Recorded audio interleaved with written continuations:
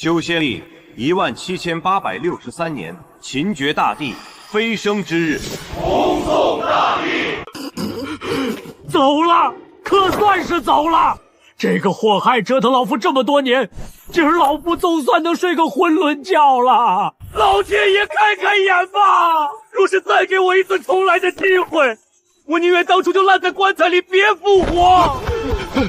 当年把这祸害招进宗门，是我这辈子做的最后悔的事啊！诸位若是真舍不得我走，我留下来再陪大家玩几年也不是不可以。大帝你快飞，飞得越远越好！飞升之后千万别回头，求你给三界留条活路吧！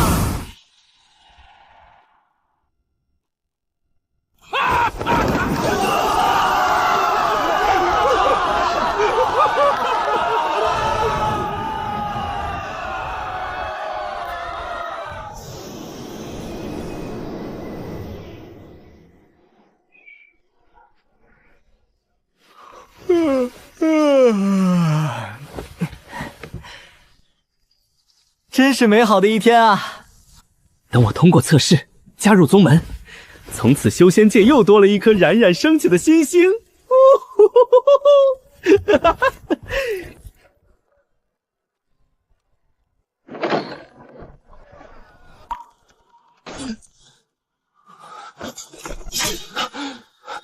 原著的大部分记忆已经丢失，依稀只记得什么修仙、宗门选拔、强盗、身受重伤。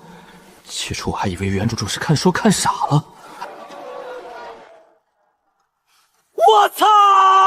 我真的穿越到了一个可以修仙的世界，飞天遁地，御剑飞行的诱惑，哪个男人能拒绝得了？最重要的是，等我成仙之后返回蓝星，必须跟游戏设计者好好的聊一聊。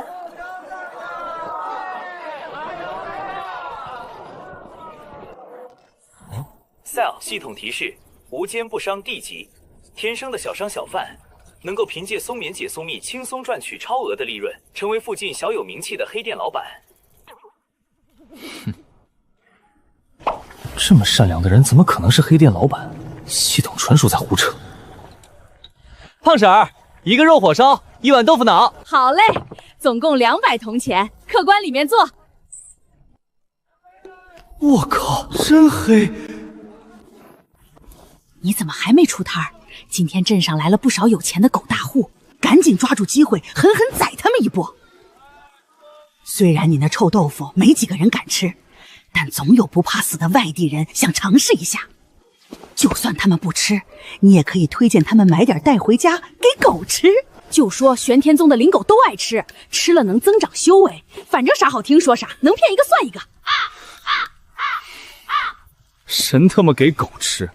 这可是我老秦家的祖传手艺，传男不传女的独家配方。今天小镇的物价对外全部涨100倍，1000倍也可以，反正这些大户有的是钱。下一年过得舒不舒服，全靠这2天了。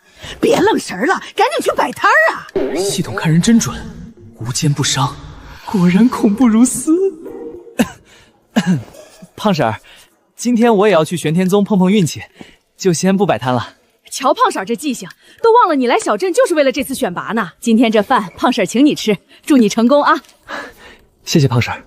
可惜了，今天的小镇又少了一个奸商。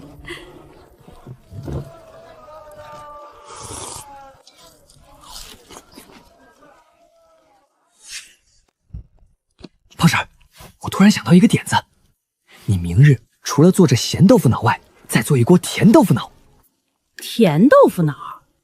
这豆腐脑甜不拉哩的，谁吃啊？就是因为没人吃，你才能多赚一份钱啊！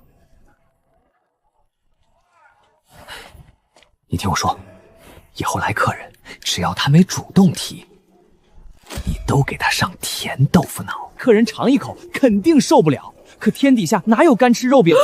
你卧倒吧，不配豆腐脑的，反正他们也不差钱，基本都会再要一份咸豆腐脑，一下就赚双份钱。还得是你们年轻人，脑袋就是好用。等着，我这就回家拿糖来。就当是感谢胖婶他们这1年的照顾吧。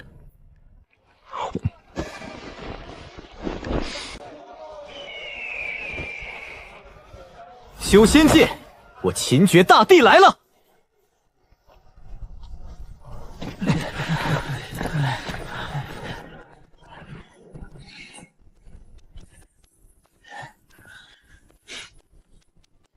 可惜啊，都太弱了。就你们这种天赋，很难当我秦某人的对手。是。复制成功，恭喜宿主获得第一个天赋，成功解锁人物模板，姓名秦绝，天赋下品灵根，进度0%，系统功能转弱化中，系统天赋检测功能由被动触发转换为主动触发。天赋检测功能竟然变成主动技能了，这样也好。免得人多的时候一眼看去，眼前全是天赋弹框。进度条满后还能继续复制天赋，就是不知道下次能复制什么级别的天赋。感觉后背有些暖乎乎的，还有些湿乎乎的。这便是拥有灵根的感觉吗？我秦某人成为秦绝大帝的那一刻指日可待呀！果然有了灵根，背上暖暖的，感觉爬山都更有劲儿了。前面那位兄台，你背包好像漏水了啊！多谢兄台提醒。若是再晚些，恐怕裤子都要湿了。无妨，小事而已。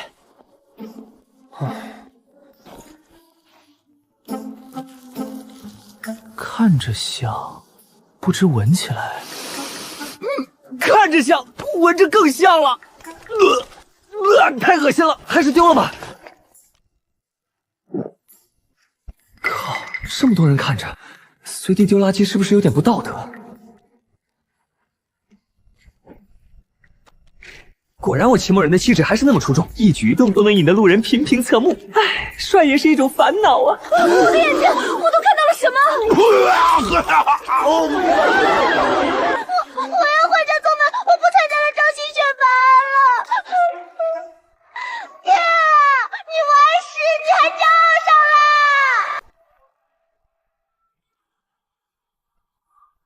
了！终于到了，这便是玄天宗的正门吗？系统提示：距离太远，无法进行探测。靠！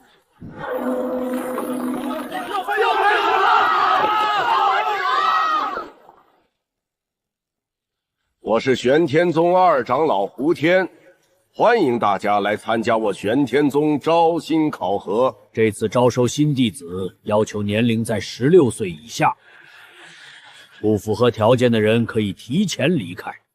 1刻钟后，考核正式开始。第一项考核是灵根测试。参加此次招新考核的小辈们可以开始排队了。陪护人员和无关人员，请到广场外静候。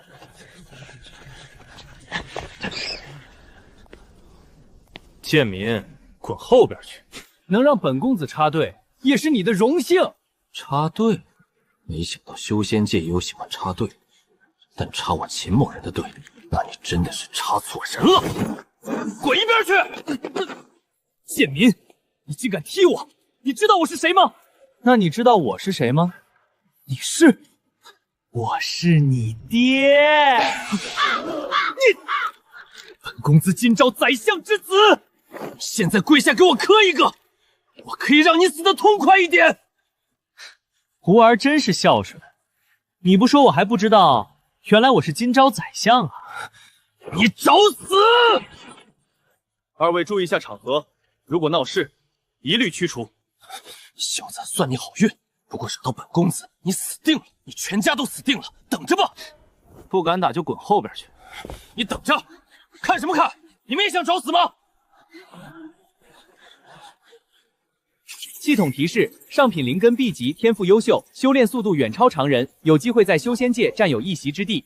丹道非凡 B 级，有不错的炼丹天赋，能够炼制较高难度的丹药。捣妖童子 D 级，在医道上有些许天赋，能够熟练治疗一些常见的疾病。这资质还不错，可惜在狗身上。灵根，没有你我可怎么活呀？把手放在水晶球上即可。秦绝，下品灵根，通过。下一枚。唐昊天，上品灵根，请把手放在晶室检测器上进行检测。哼，麻烦。难道我堂堂宰相之子还能骗你不放？唐昊天，上品灵根。下一位。下品灵根的废物也配修仙？还是滚回地里刨食吧。妈的，等着吧，我一定要把那坨臭豆腐狠狠拍到你脸上。恭喜各位通过第1轮灵根测试，接下来即将进行第2轮测试。测试内容和测试规则由考试官负责告知。祝各位好运！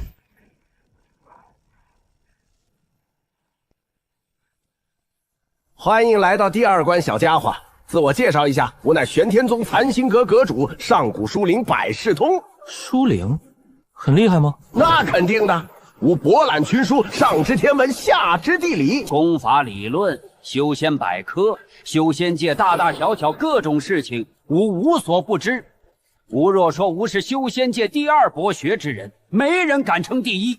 小子，你觉得吾厉不厉害？切，懂得多有什么用？在修仙界拼的是实力。肤浅，你听没听过？知识就是力量。修仙界不全是打打杀杀。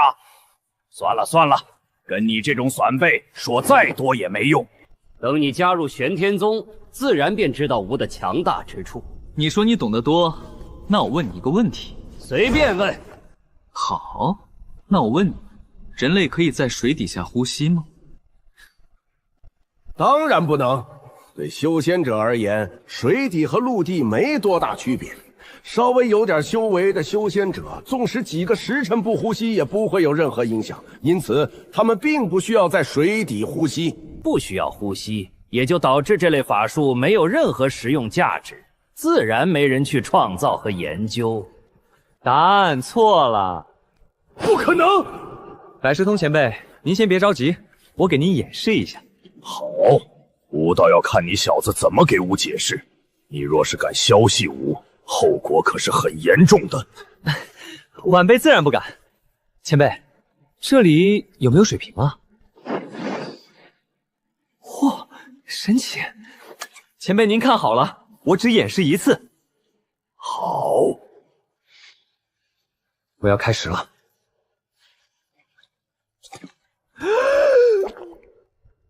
快点开始啊！前辈，我已经演示完了。您看，这水瓶里有水，对吧？对。这水在我头顶是吧？对。我在水底下对吧？对。我能呼吸，对吧？对。我是人类，对吧？对。由此证明，人类可以在水底下呼吸，对吧？不对，你这是作弊，你这是偷换概念。您就算是前辈，也不能血口喷人啊！我说的哪句不对，哪句不是实话？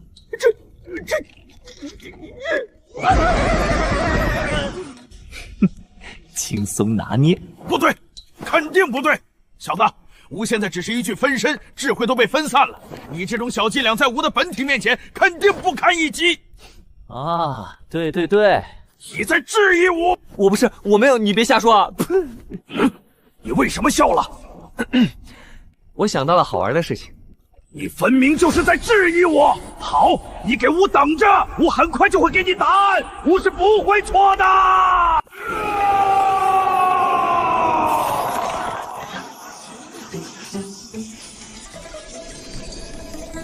好好的，这咋还急眼了？玩不起就不要玩。老二，这第2关都设置了哪些问题？这次题目我可是想了很久，绝对刁钻。我简单举几个例子。传言上古时期，女娲大神捏泥造人，请用一个证据证明这一传说的真实性。老二，答案是什么？洗澡的时候搓一搓，不就是证据吗？我们招的是修仙者，不是精神病啊！怎么回事？宗主，不好了，百事通前辈罢工了！怎么回事？我才回答了一个问题就出来了，第2关就一个问题，完了，第1个问题我答错了，看来又要等1年了。不可能只有一个，百事通前辈已经询问我第2个问题了。不过第2个问题问到一半就断了，难道这次考核是考验我们的答题速度？太好了，我答了3个，虽然都是湖州的，那就问你们快不快吧。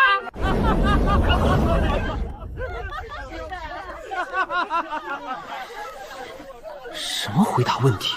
这次考的不是出题吗？那个百事通上来就说自己啥都会，所以出一个百事通不会的问题，不就可以通关了吗？我好像跑题了，而且大家被迫停止答题，好像跟我有点关系，好像闯祸了。这能怪我吗？谁让百事通那家伙吹牛逼呢？我是无辜的受害者，是他自己说他啥都会，让我随便问。没想到我只是随便一问，他就急眼了。哼，这只能怪他太脆弱。百事通前辈闭关了，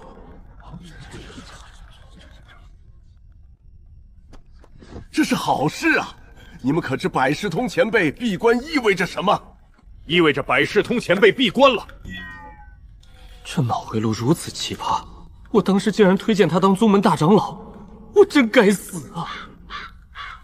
错了，这意味着这次考核第2关无法进行，我那些刁难的题目白想了。我说的是好事，你懂什么叫好事吗？注意此题。这对那些参加第2关考试的弟子来说，确实是好事啊。你们可还记得上次百事通前辈闭关改良了我宗的修炼功法，大大提高了我宗弟子的修炼速度。这次百事通前辈闭关的如此突然，我想前辈一定是有了新的灵感，都来不及跟我等通知一声，便急匆匆的闭关去了。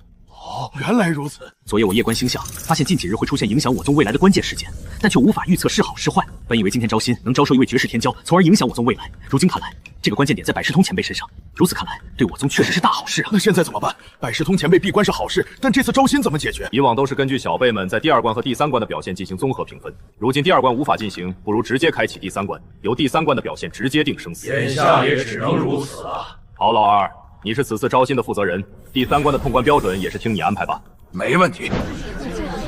因为某种不可抗拒的原因，第2关暂时取消，接下来直接进行第3关考核。小辈们做好准备，1刻钟后，第3关正式开始。第3关考核正式开始。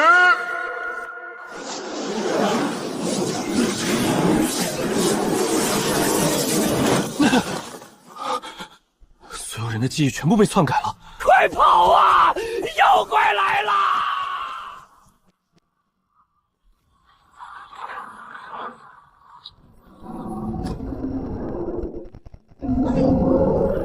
二哥，介绍一下你设计的第3关呗。没问题，我先给各位介绍一下第3关的故事背景。故事发生在一个小渔村，村里每隔一段时间便会出现一只妖怪，吃掉一个人后才会离开。而这些可爱的小辈们扮演小渔村中一个平平无奇的少年或少女。哦，幻梦犬，不错，也只有幻梦犬能够如此丝滑地构建起这么逼真的幻境，还能轻松替换小辈们的记忆。幻梦犬可是宗门的守护神兽，竟然让他去演反派，你是怎么说服他们的？当然是凭借我独特的个人魅力。眼下摆在少年面前的只有2个选择：第一条，不管女孩继续向前跑，妖怪吃掉小女孩后自然会离开；第2条，去帮女孩一把，但这样做很有可能会被妖怪一口吞噬。只有在慌乱之中做的决定，才能映照出内心的真实想法。让我们看看这小家伙会怎么选择。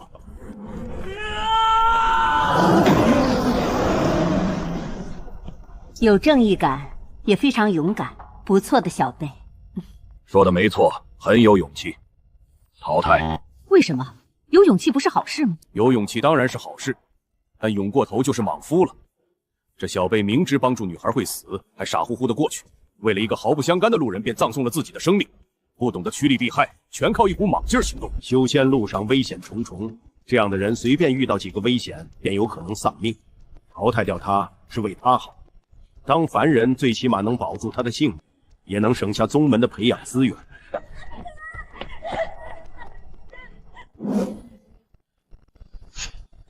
安全第一，当真是果断。不错，确实果断。淘汰。我等之所以修仙，就是为了斩妖除魔，守护弱小，守护天下平安。如今一个女孩陷入危险之境，此人竟然毫无反应，只顾逃命，必是这人自私自利，无不扫，何以扫天下？连一个小女孩都不想保护，又拥护天下之人，日后宗门遇到危机，又怎能指望他为宗门出力？说得好！就以为这淘汰，那到底怎样才算？各位莫急，继续耐心往下看。被淘汰了。不过这小家伙年纪还小，日后还有机会。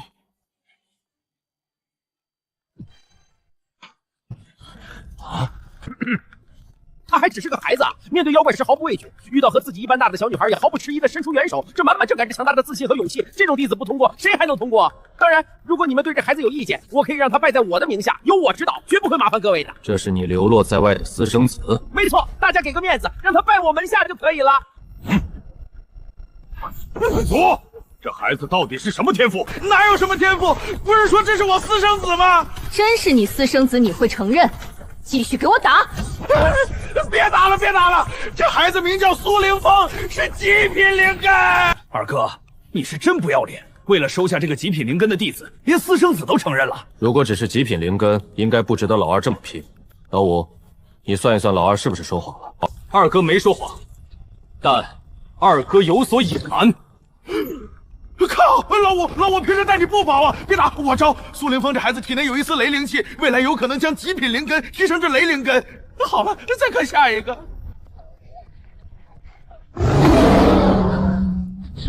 这个就不过多解释了。遇到危险，临危不乱，能够在保证自己安全的情况下尝试救助普通人，有勇有谋，有良善之心。通过。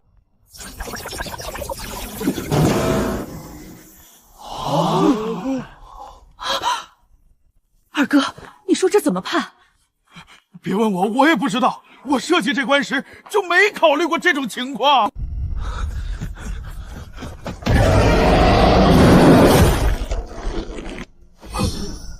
怎么回事？剧情不是这样的。幻梦犬应该先在后边徘徊一会儿，等小辈们跑到小女孩那个位置，才加速冲过来。这只幻梦犬出手也太早了吧！老二，是不是你没跟这只幻梦犬讲清楚规则？不可能啊！我与幻梦犬组长一起演习过好多次，而且这只幻梦犬负责的其他几人也没有出现过这种情况。既然不是幻梦犬的问题，那肯定就是人的问题。而且你们发现没？这个少年身后竟然背着背包。莫非是这背包的问题？先看一下接下来的画面吧。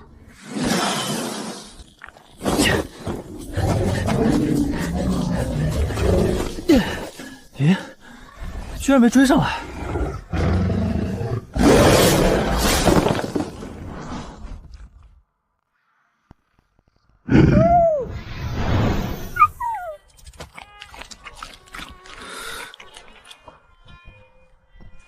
这小黑狗好可爱，好想撸一把。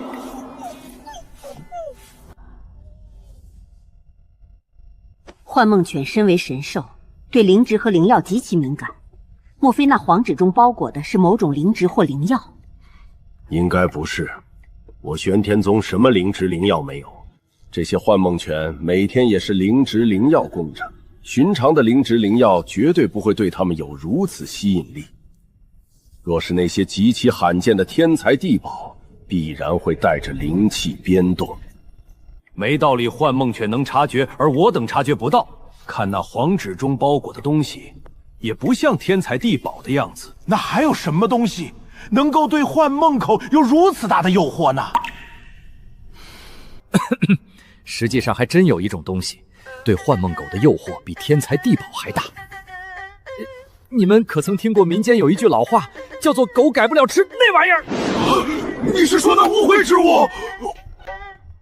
没错，幻梦犬虽然为神兽，但也改变不了来自血脉根源的渴望。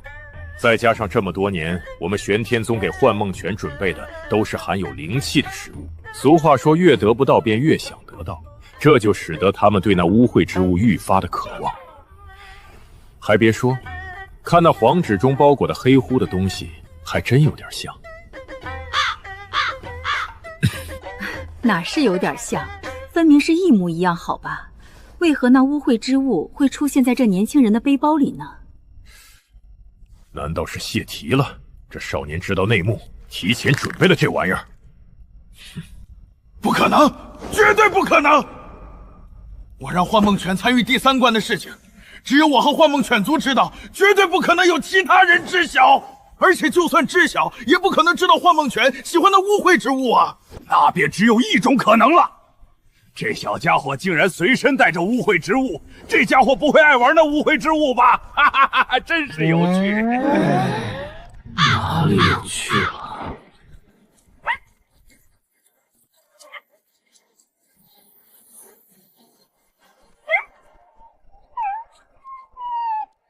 退钱！待会儿我一定要去找幻梦犬族长退钱。那这个少年算过还是不过呢？老二，这少年什么天赋？只是个下品灵根。下品灵根当为杂役弟子，让他通过位吧。随身带着屎，结果把幻梦梦犬，这也算是他的机缘。多招个运气好的弟子，对宗门来说也是好事。这就出来了。所以第3关到底考什么了？考撸狗吗？本以为凭借9年义务教育的学历能够轻松拿捏，没想到考题会这么抽象，完全看不懂啊！那幻境竟然能影响现实？不对，那狗吃了我的臭豆腐竟然不给钱！天杀的，也不打听打听我血雨屠夫的名号！吃霸王餐吃到我秦某人头上，简直是找死！那个小女孩太惨了。是啊，妖怪一口就把她吃掉了。什么小女孩？这都什么和什么？我在幻境里连只母蚊子都没见见。那明明是只粘人的小黑狗，哼，原来都是因为面子啊！这群人肯定也没搞明白考什么，凭空捏造个小女孩，大家为了面子只能跟着附和。如果不是我也参加过，估计都已经信了他们的鬼话。根据各位第3关的表现，宗主和长老们经过详细的分析，最终制定了入门名单。念到名字的上前登基：李梦、赵天海、王新宇、秦爵。看来那些人果然是在吹牛。剩下的人可以离开了，今年的招新正式结束。为什么没念我的名字？一定是搞错了。二长老，为什么没有我的名字？哦，没念到名字便是没有通过。不可能，我在第3关又没死，凭什么没有通过？你们一定是搞错了。我也没死，凭什么你们里没有我？我也成功从妖罪里逃脱，凭什么把我淘汰？我宗有我宗的评判标准，绝对不会出现任何错误。各位请回吧。这绝对有黑幕！凭什么这个只有下品灵根的家伙能通过，而我有上品灵根却被淘汰？这里面肯定有黑幕！哈哈哈哈哈！黑幕！凭什么下品灵根的人都能通过，我却被淘汰？等这件事结束，你背后的势力最好给我个合理的解释。老子能被选上，那是因为老子比你们强。谁服？有种过来打一场！我不是针对谁。我是说，在座的各位全是垃圾。上品灵根很厉害吗？上来跟我打一场，打赢我就允许你进入宗门。贱民，你说了又不算。你怎么知道我说了不算？难道你说了算？我说了当然不算。二长老，你就说行不行？你还知道有我这个二长老啊？对吧？他都能玩那污秽之物了，还有什么做不到？不服挑战可以。打赢了可以再给你们一次参加第3关的机会，但是打输了，将备有玄宗经记录在册，日后挑战者及所在家族永远不可踏入我玄天宗半步。没问题。少主不要啊！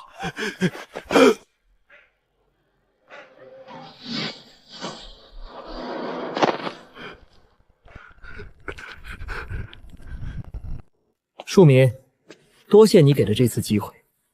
这小子瘦瘦小小，一副弱不禁风的样子，而我为了打好修仙基础，每天都要跟着武术老师练武1刻钟。就他这样的，我能打10个。现在可以打了吗？不想挨揍的人我见多了，但想办法找揍的人我还是第一次见。开始吧，给我狠狠的打！弱智！卑鄙！我的眼睛！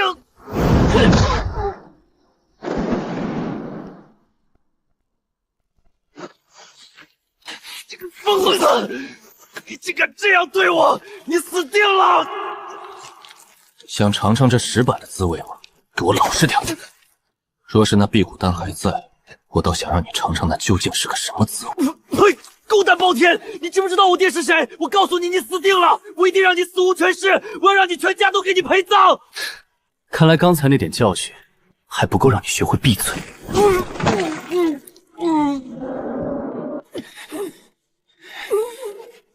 让你插队，让你一口一口喊我废物！上品灵根了不起啊，我下品灵根和你有啥关系？吃你家大米饭了？要有手下留情啊！我们认输了。我家少爷年纪太小，不懂礼数，触怒了上仙。我替少爷给玄天宗赔个不是，希望玄天宗看在与我家老爷交好多年的份上，留我家少爷一命。你是京城唐将？正是。此次挑战，唐傲天战败，终生不得踏入我宗半步，若有违背，直接斩杀。若还有想挑战者，可以上前一步。爽，真是太爽了！多谢上仙不杀之恩，日后我定然去找唐宰相问问今天之事到底该如何解决。老奴定告知家主。走。你小子叫什么名字？晚辈秦爵。秦爵，我记住了。今天做得不错，这把飞剑就当是给你的奖励吧。进了宗门就要好好修炼，不要再弄那污秽之物了。我是咱们杂役弟子的管事，大家可以叫我仲大叔，叫我文德大叔也可以。我跟你们一样，也是下品灵根，来咱玄天宗当杂役弟子已经50多年了。因为比较勤奋，这才混了个管事的差事。咱们杂役弟子和那些外门弟子实际上没什么区别，无非是干的活多点，领的钱少点，没办法，谁让咱天赋差呢？不过大家也不要灰心，咱们杂役弟子只需要满足宗门条件，也是可以成为外门弟子的。质问大叔，怎样才能成为外门弟子啊？还挺有野心。只要向外门弟子发起挑战，并将其击败，便可晋升为外门弟子；而被你击败的外门弟子，则降级为杂役弟子。那我现在就去挑战，可以吗？就现在这情况，我能打到内门？当然不行，至少要等半年之后，等大家都休息一段时间功法后，才能进行挑战。而且挑战对象只能是与自己同一届的弟子。这也太难了吧！中品灵根和下品灵根之间差距巨大，修炼一段时间后，我们怎么可能打得过他们？果然，弱者只会抱怨环境，而强者早已学会使用系统开挂，肯定有一定难度，不然我也不会到现在也只是个杂役弟子。不过即便成不了，10年之后大家也可以离开玄天宗，咱们也算个修士，无论是混迹江湖，还是找个小家族当客坤，都是不错的选择。所以大家一定要珍惜这次机会，好好修炼，切记不要违反宗门门规。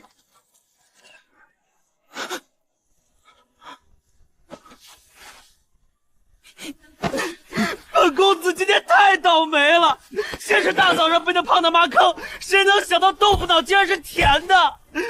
然后第一关插队被人踢出来，准备许久的第2关莫名其妙被取消，第3关到现在都不知道为什么会被淘汰，最后还在众目睽睽下被打成这样，太丢脸了！我总感觉是有人在针对我。即便是杂役弟子的洞府，这灵气也十分浓郁，应该是建在一条小型灵脉之上。这是我们玄天宗的基础功法，名为玄天功。这名字取得真够随意的啊！我们玄天宗的宗名便源于此。玄天功总共经历过7次改良，最近一次是1000多年前，百世通前辈闭关数月，成功将玄天功改良成这世间最顶级的功法之一，从而为宗门如今的地位打下坚实基础。百世通剑这般厉害，大家都是有灵根之人，根据书上的步骤自己摸索，很快便可引气入体，开始修炼。如果始终无法引气入体，也无需着急，1周后宗门会安排老师亲自指导。另外告诫各位一句，玄天功不得以任何形式外传，一旦被宗门发现，将直接定为叛宗罪，交由执法风处理。之前便有一名内门弟子仗着自己身份高，偷偷将玄天功传授给他的家族。后来宗门怎么处理的，大家可以随便打听一下，后果绝对是各位承担不起的。好了，你们的洞府里都有必备的生活物资，大家可以先去收拾一下，半个时辰后还是在这里集合。给大家分配一下任务。662、663，找到了，排号666。被褥比前世的蚕丝被还要柔软，这好东西真不少啊！垃圾辟谷丹，狗都不吃。兄台在吗？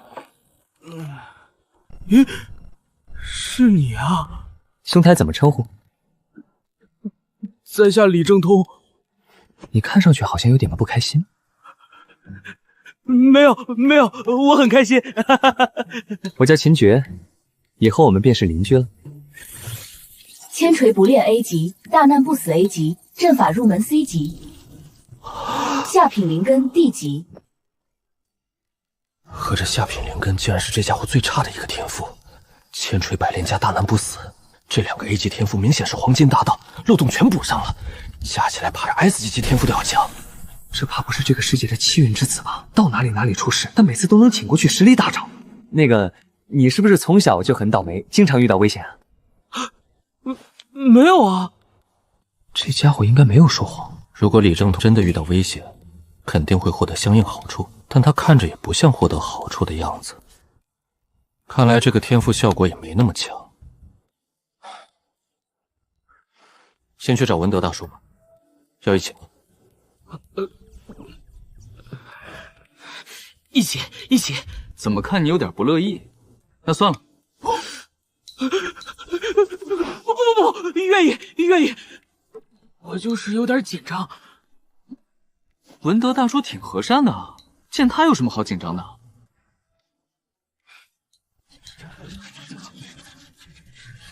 大家来的差不多了，我就先说一下，这次叫大家来，主要是给大家分配一下工作。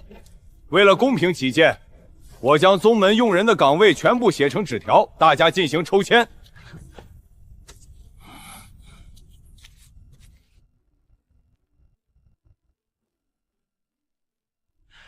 这就代表着你需要负责明月广场的卫生。明月广场面积大吗？不大，面积大的区域由2到3人负责的。那明月广场周围有树吗？有几棵小树，都不大。看来这是个好差事啊。枫叶广场大不大？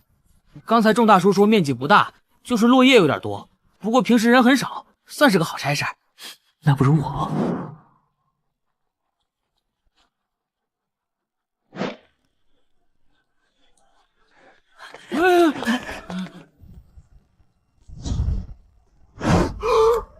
玄天宗简直是太棒了！有这饭堂，谁他妈还辟谷啊？辟谷丹狗都不吃。来一份清蒸蛟龙筋。我要一份深海王八绿豆汤。需要5贡献点，这边付款。付钱？不是说饭堂里的饭是免费的吗？小弟弟，你是今年的新弟子吗？哼，女人，不要以为我是新人就想骗我，我可一点都不行。小弟弟，饭堂里的饭可不都是免费的，只有最里面那个窗口的饭免费。还有这蛟龙筋可是从筑基期妖兽身上抽下来的。炼气5层以下的修士吃一口都要爆体而亡的。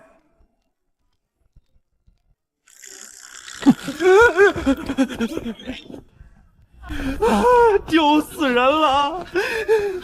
小偷，都怪你！你刚刚为什么不阻止我？我？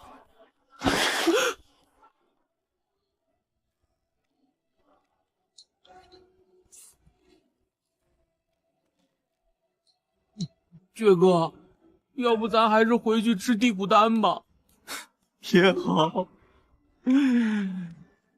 我也挺好奇地骨丹是个什么味道。舒服，这辟谷丹甚合我意。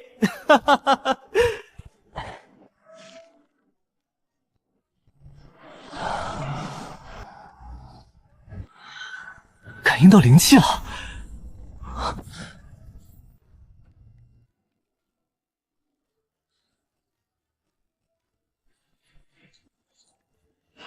继续，莫非这进度条代表我的修为进度？当进度条达到100%时，我的修为正好达到炼气1层。昨晚进度条还是0，今天就2%，基本确定进度条与修炼挂钩。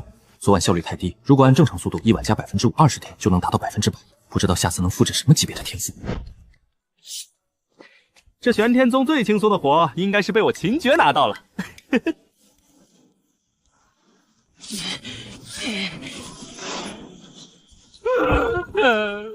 爵哥，我这运气也太差了。小通啊，你要学会适应，以后坏事还多着呢。李正通，今天我便将打工人摸鱼12计传授给你，助你摆脱困境。第一，我们打工人是人，不是生产线的驴，我们要学会休息。那什么时候可以休息呢？没人的时候，检查不在时候，拉屎的时候，拉屎撒尿的时候。第二，如何让别人看一眼就知道自己干了很多活？爵哥，我该怎么做？简单，你只需要把这些树叶堆起来，堆得越多越好，不要堆一点，就往垃圾堆那里运一点。为什么？怎么这么笨啊？你运到垃圾堆的树叶谁能看到？检查的人来了，看到这满地的树叶，还以为你没干呢。但如果你把树叶就堆在这里，检查的人就知道你不是没干，而是树叶太多干不完，树叶一直落，那就不是你的错喽。爵哥，你太聪明了，这都能想到。这只是你爵哥智慧的冰山一角罢了。我再传授给你第3计，如何什么都不干，却让别人感觉你很忙。好好干，我先回去了。恭送爵哥。千锤百炼这个天赋似乎已经开始起作用了。那么多岗位，偏偏抽到枫叶广场，简直是倒霉透了。果然，没有对比我就不知道自己的运气有多好。以后白天也要修炼，争取10天就把进度条拉满，早日开启装叉之路。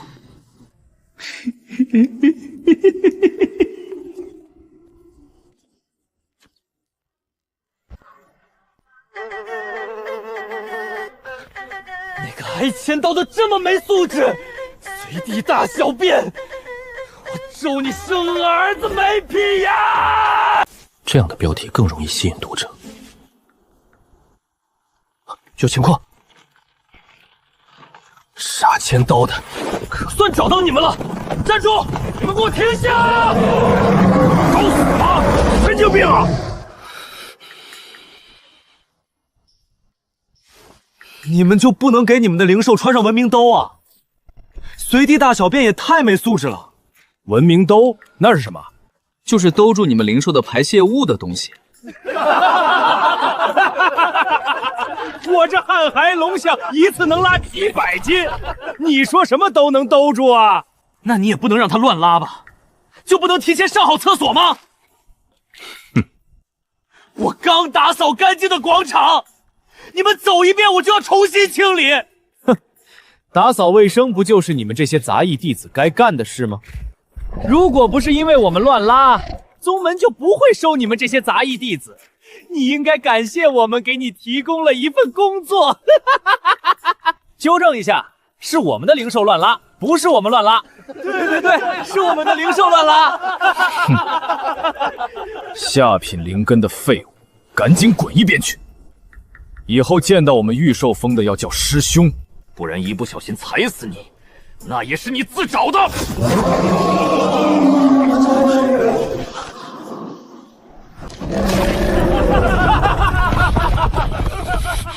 等着吧，很快我就会让你们一口一口把自己灵兽拉得舔干净。还是有些脏，你晚上多干一会儿，一定要把这里打扫干净。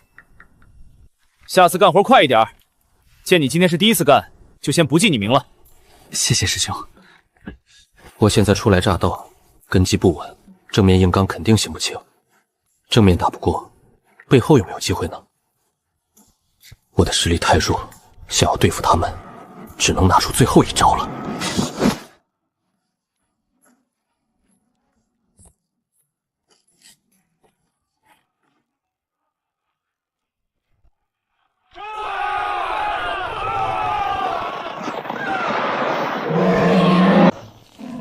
明月广场施工中，闲人免进，路人请绕道行驶，为您的出行带来不便，请见谅。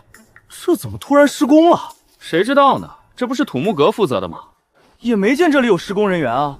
表面上看不见，不代表没有，说不定在地下呢。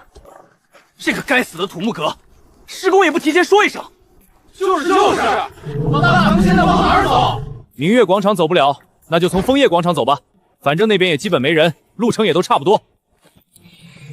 只是便宜了昨天那个杂役弟子，我的汉铁龙像今天白憋了一坨大的。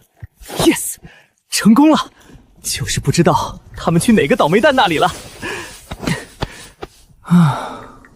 嗨，我管这么多做甚？反正不路过我这里就行。这段时间这群傻叉应该不会再从这边走了。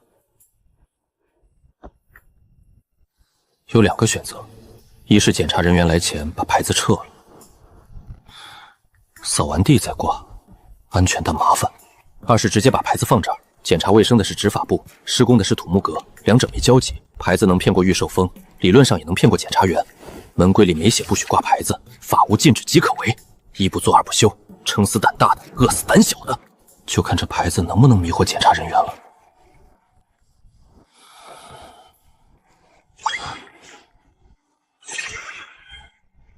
涨了4个点，进度条果然和修炼关漏。咦，明月广场什么时候施工了？管他呢，施不施工是土木阁的事，咱们瞎操心啥？那这个明月广场卫生怎么处理？直接按合格算。你没看到牌子上写的吗？闲人免进，杂役弟子都进不去了，还怎么打扫卫生啊？这属于不可抗拒的原因。直接按合格处理。就是不知道这次施工需要多长时间。如果知道确切时间，咱们以后就不用再绕路过来检查了。也是，走吧走吧，赶紧赶往下一处。查完早就去修炼，最近修炼速度越来越慢。直接拿捏，加上确切的时间，效果会更好。如此便完美了。该死，李正通出去玩竟然不叫我。罢了，等我修炼到炼气1层后，有你谢了。此次进度条达到100%，绝不出关。修炼极其枯燥，但我能看到进度条，每看一次，动力就多1分。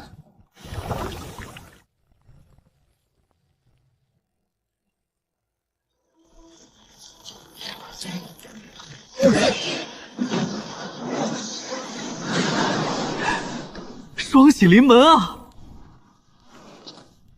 我的力量竟然这么大了！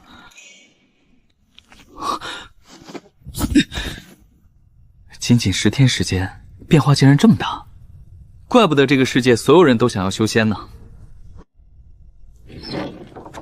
都这么晚了，那家伙怎么还没回来？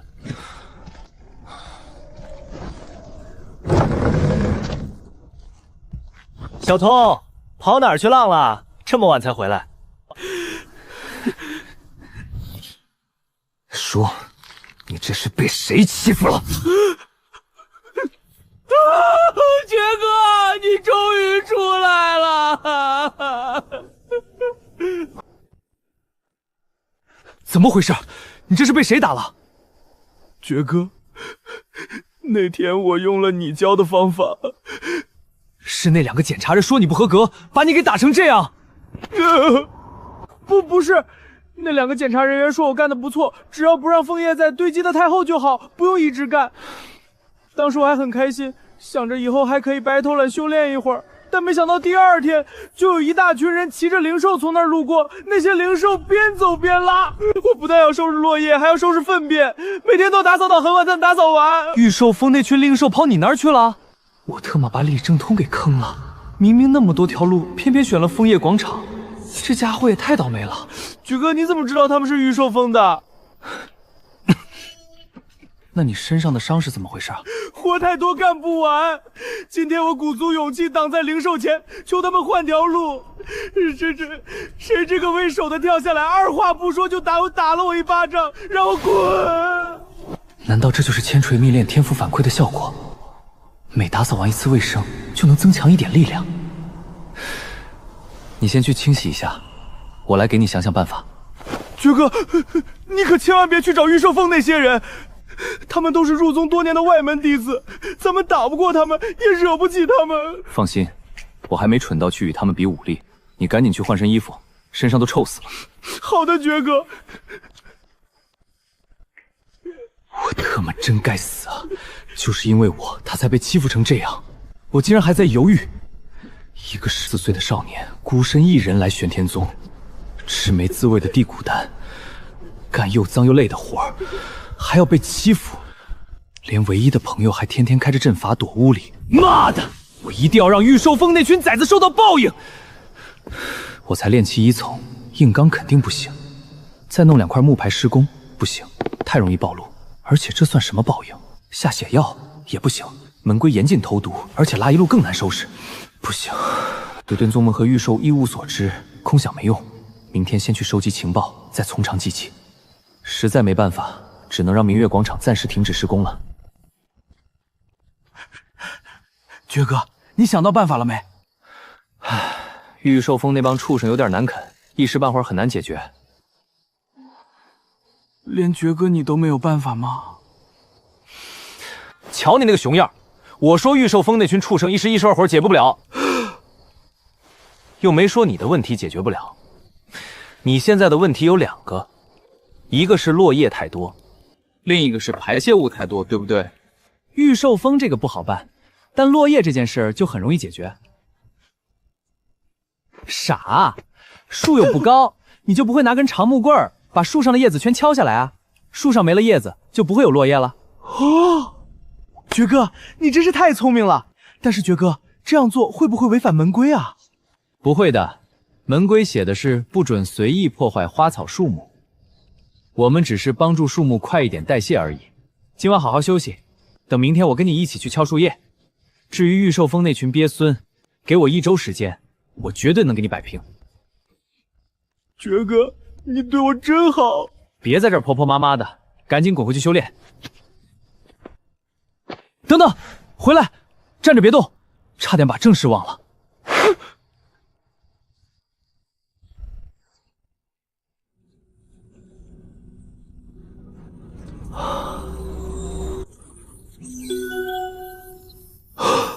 我竟然还能复制下品灵根！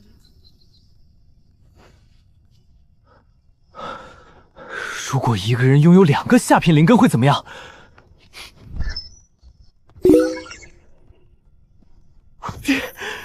我的根竟然变成了中品灵根，2个下品灵根竟然融合成1个中品灵根，2个中品能合成上品，那我只要再突破几次，升到炼气7重，就能拥有极品灵根。哼，原来系统这么牛逼！你先回去休息吧，我先撤了。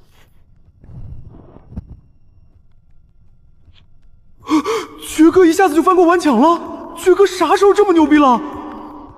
不对，爵哥好像一直都这么牛逼。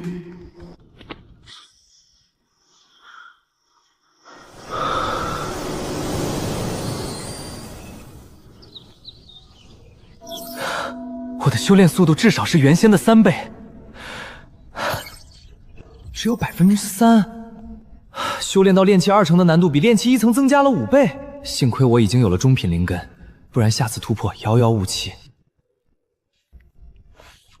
天天吃辟谷丹，感觉嘴里都淡出水了。杰哥，你敲叶子，我扫地。用棍子敲太麻烦了。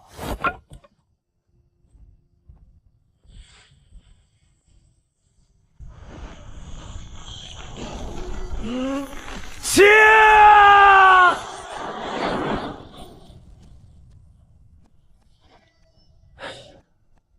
别发愣了，剩下的叶子全敲下来。好。爵哥，你的力气怎么这么大？是怎么做到的？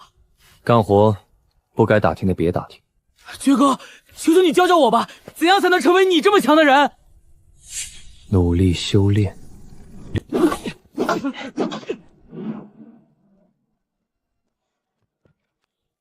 你先打扫着，玉兽峰那群人应该快来了，我先去躲一会儿。好。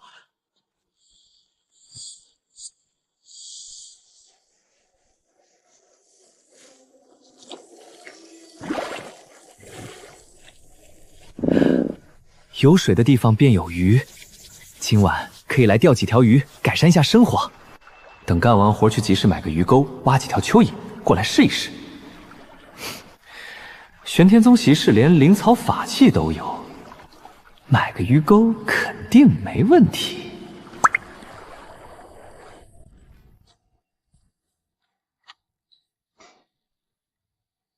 这量比之前多太多了，应该是李正通昨天的行为惹怒了他们，被报复了。他们有说什么吗？他们就问了一下这树上的叶子怎么不见了，其他倒是没说什么。行吧，开干吧。等晚上完活后，咱们去钓几条鱼烤着吃。你再收拾一下这些碎树叶，我去随便逛逛。好。一路上大道上都没有排泄物，说明灵兽是能控制自己的。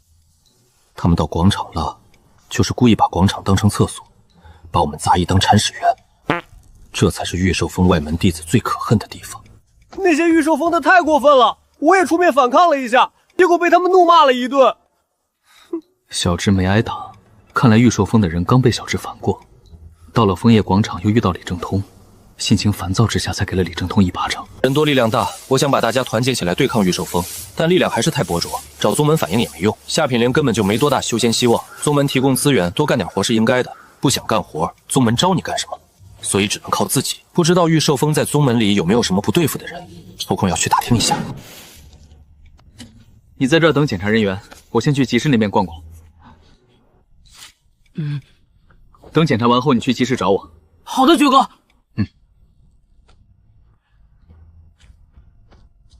玄天宗自己有这些产业，还能容忍外宗店铺混得风生水起，这气度，不愧是梁国第一大宗门。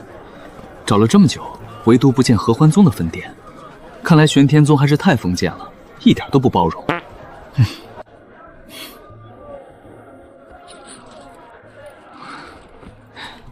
这位师兄，请问有没有加快修炼速度的丹药？这自然是有的。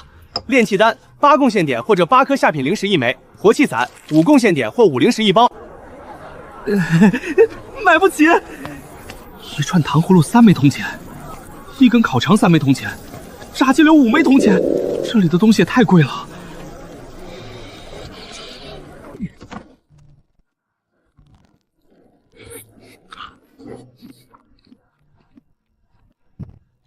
啊，这简直是人间美味！之前过的是什么苦日子啊？关键时刻还是得靠油炸食品。这么热闹的地方，怎么能少得了臭豆腐呢？前世哪条小吃街没有臭豆腐？等以后缺钱了，我也要来这里卖臭豆腐，用我的祖传臭豆腐征服玄天宗所有人。薛哥，没想到集市上有这么多好吃的，之前都没来过，简直血亏。那2个检查的人说什么没？他们就是好奇的问了一句树上的叶子呢，别的也没多管。那就好。爵哥，你买到鱼钩了吗？这里没卖的，不过我买了几根绣花针，可以自己做。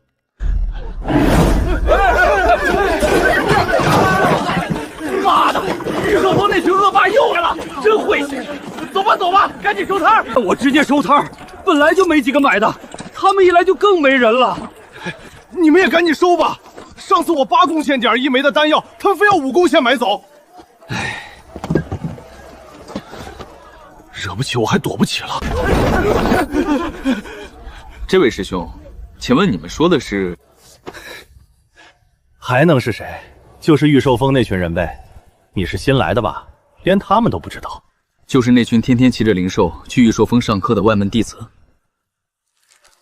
对，就是他们。为什么他们一来，这么多人都要走啊？难不成他们在集市也敢骑灵兽？这倒是不敢，我们只是单纯看他们恶心。师兄，我是今年刚来的弟子，不知道其中的来龙去脉，可否告知一二？行，那我就跟你们说道说道。实际上事情很简单，御兽峰弟子仗着灵兽强大，平时就在外门嚣张跋扈，而且御兽峰因为要养灵兽的关系，都住在了一起，关系比较好，也比较团结，在外门便形成了一股势力。之前他们经常骑着灵兽横冲直撞，无人敢招惹。直到有一次，他们骑着灵兽来到集市，让大家给他让道，结果引发了众怒。执法队以涉嫌挑衅为由，将他们全部逮捕。之后宗门便下令禁止他们的灵兽在人口密集的公共场所出现。原来如此，怪不得他们除了从明月广场走，就是从枫叶广场走。现在他们既然不骑灵兽了，为何大家还要逼着他们呢？其一是因为受之前影响，大家现在看见那群家伙就恶心；其二，因为那群家伙素质太低，即便没有灵兽，也是到处捣乱。就拿我来说吧，我这丹药售价8贡献点，他们非要5贡献点拿下，我不卖，那群家伙就凑在我摊子前，想买的人也买不到了。而且他们这么做，执法队也拿他们没办法。宗门门规上也没写不允许买卖砍价呀。这群家伙就是纯纯恶心人，玄天宗外门的滚刀肉。师弟，我先不跟你说了，那群家伙快过来了，我建议你们也别在这儿逛了，万一被盯上，一晚上好心情都没了。多谢师兄告知。玉守峰这些人真是宗门恶霸，太可恶了。就他们也配当恶霸？我看他们是没接触过社会的毒打，我已经有办法对付他们了。真的？爵哥，什么办法？爵哥，你这招借刀杀人简直太妙了，果然恶人还要恶人磨。你说谁是恶人？爵哥，我不是那个意思，我的意思是你真的是老奸计滑，不是诡计多多，也不是。行了，闭嘴吧，没文化就说牛逼就行了，装什么文化人？爵哥牛逼。这个计划还需要多找点人，明天我去联系，明天晚上行动，明白吗？明白。爵哥，我该做什么？你直接说，我早就恨透那群玉寿峰的家伙了。好，你只需要这么做，明白了吗？明白。注意隐蔽一点，不要被别人发现。晚上12点在集市集合。玉寿峰这群混蛋，你们做梦都不会想到，你们今天留下的污浊废物，会成为明天攻向你们的炮弹吧？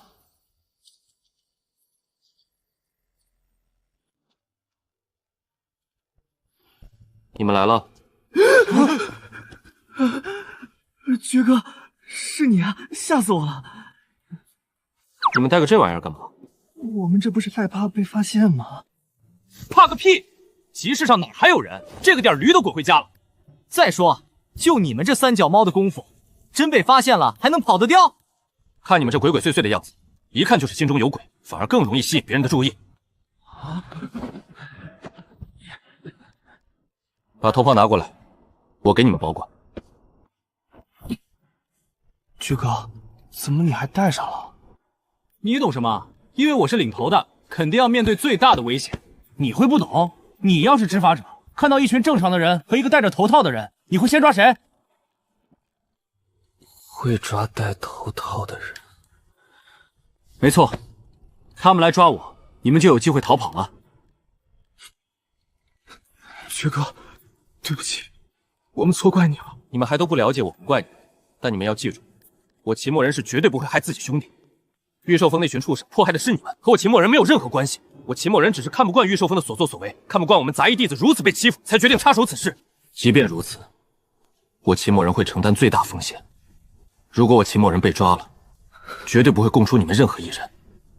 同时，我也希望，如果你们不幸被抓，不要供出其他任何一个兄弟。爵哥放心，就算我被移出宗门，也绝对不会供出任何一人。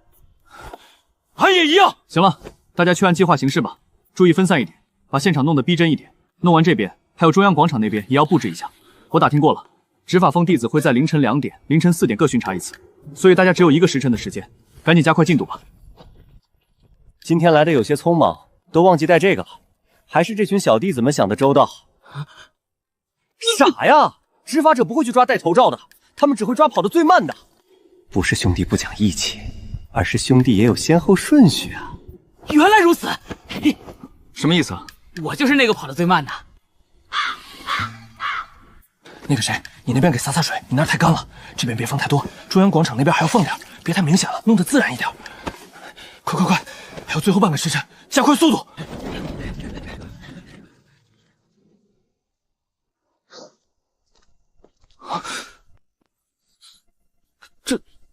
这是发生了什么？肯定是玉寿峰的人又带着灵兽偷偷跑过来了。上次他们被我们执法队抓，就很是不服，这不今天来挑衅我们了。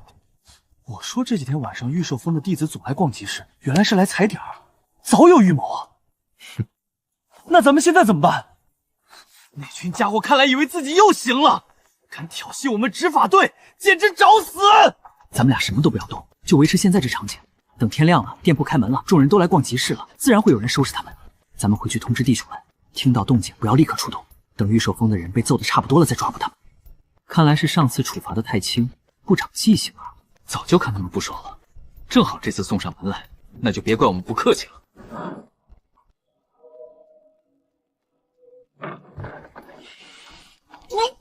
我什么东西这么臭？这大街上都是什么？掌柜，你们出去看一眼就行了。注意别出阵法。那个小张，把我那根1米长的铁棍拿过来，害我损失那么多客户，报仇的机会可算来了。待会儿我一声令下，都给我狠狠的打，一个都不要放过。但是不要使用灵气，咱毕竟在别人的地盘上，别闹出人命。玉寿峰弟子简直无法无天了，这摆摊的地方没有头顶，直接不要使了，下次就要拉我们头顶上啊！你们说这波能不能忍？不能，绝对不能！走，有种的兄弟们跟我去他们住处，把他们拉过来。玉寿峰已经是人人喊打的过街老鼠，大家缺的只是一个不被宗门门规处罚的理由。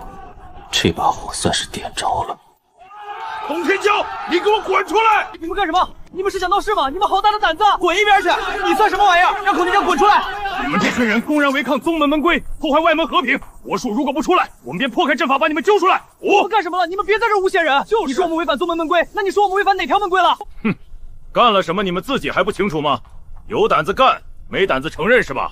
一群懦夫！你们想干什么？私自闯入别人洞府是违反宗门门规的，严重者直接废掉修为，输出玄天宗。你还有脸说宗门门规？昨天晚上带着你们灵兽在集市和中央广场糟蹋时，怎么没想到宗门门规？你们先违反的宗门门规，我们现在是在伸张正义，将你们捉拿归案。别他妈的数数了，兄弟们直接抄家伙，跟我一起上！长本事了，我看谁敢破我的阵法！把我们的摊位弄得一团乱，还特么有心情在这玩女人！冲进去，抓住他！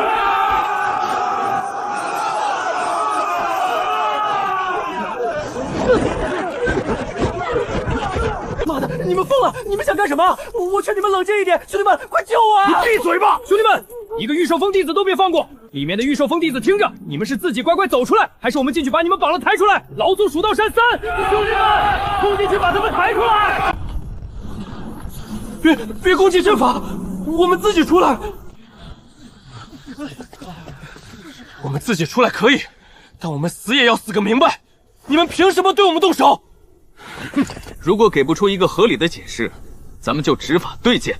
死鸭子嘴硬，自己干了什么没点数是吧？他们不是要解释吗？把他们拉到集市，给他们好好解释一下。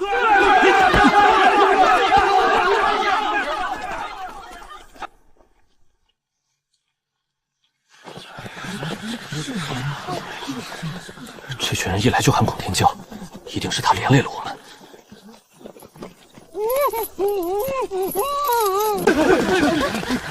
看看你们昨晚干的好事啊！把好好的集市祸害成什么样子，我们还怎么做生意？还有中央广场也被祸害的没法走路了。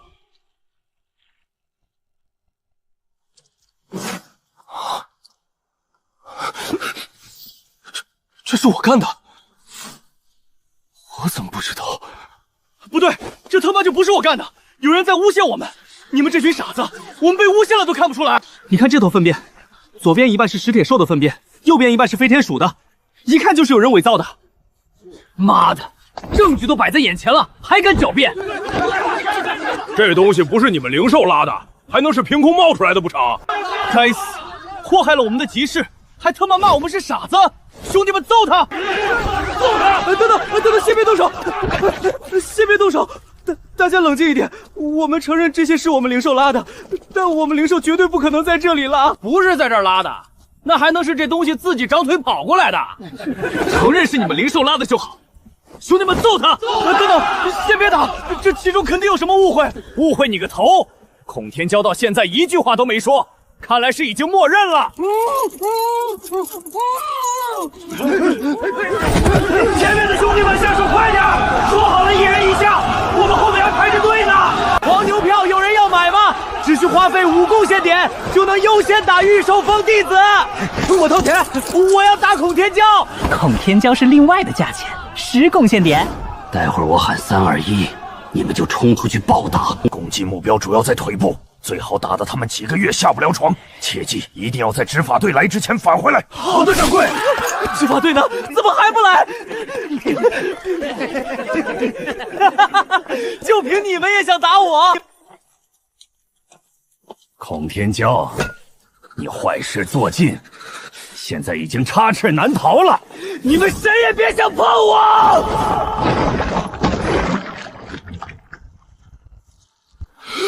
这也太狠了吧！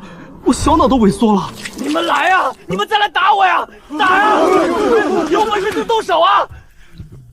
这人真是一位勇士啊！大家别怕，用远程法术攻击他！啊！谁说的？这该死啊！住手！好强的水！拜见师兄，快点救救我们！这些外门弟子联手欺负我们御兽峰弟子啊！这是要为孔天骄报仇吗？一旦情况不对，立刻拉着李正通他们逃离。这位师弟，请问你是？王师兄，是我，孔天骄啊！天骄，你怎么变得这么狼狈？师兄，我这是被他们打的。孔天骄，你休要血口喷人！你自己非要跳到粪堆里，关我们什么事？你们不追我，我能跳粪堆？师兄，他们联合起来对我们下死手，你一定要给我们报仇啊！不知各位为何要欺负我这些师弟？王师兄，这集市乃是我等摆摊闲逛的公共场所，宗门门规里明确表示过禁止灵兽出现。可他们昨晚趁着没人，骑着灵兽将此地弄成这样，我等怎能忍受？此话在理，是我御兽峰的错。师兄，你别听他们一面之词，我们的灵兽昨夜都在院子里，根本就没来过此地，我们这是被诬陷了。师兄，求你给我们做主啊！这是诬陷，请师兄严查。够了！就算这是诬陷，为何偏偏诬陷你们？为何无人主动去调查真相？为何会一呼百应？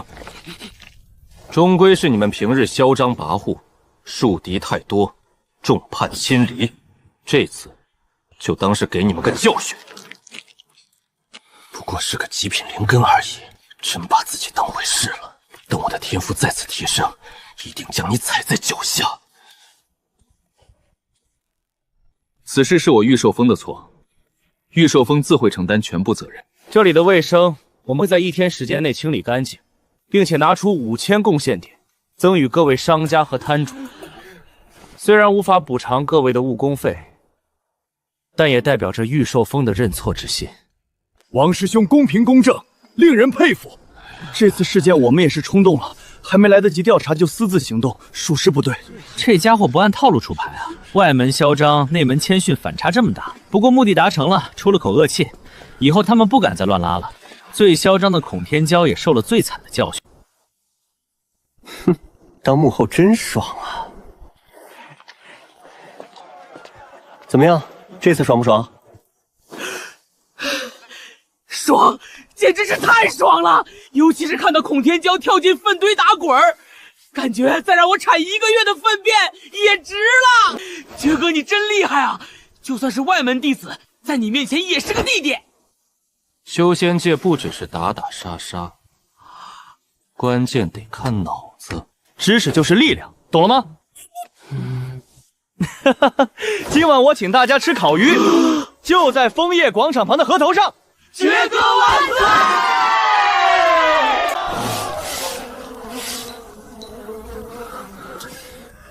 李芬，你说是谁在陷害我们？炼丹峰的周书海，炼体峰的李明，还是执法峰的叶长明，又或者是这些店铺老板？都不是。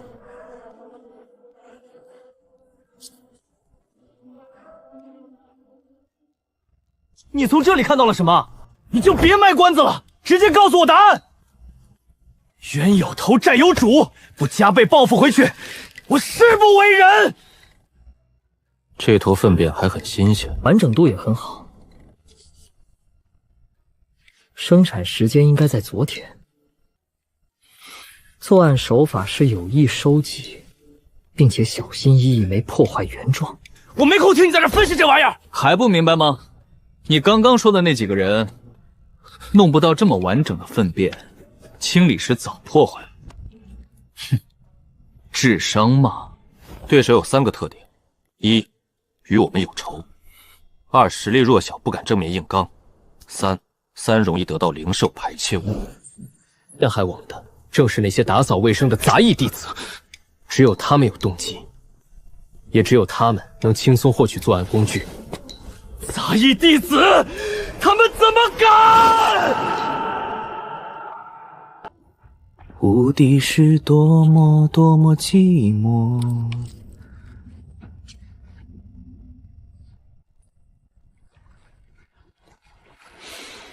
偷得浮生半日闲啊！如果我现在就成为秦绝大帝，那人生就完美了。项羽，在充满灵气的地方生活，连鱼都长得不一样了，就是不知道味道怎么样。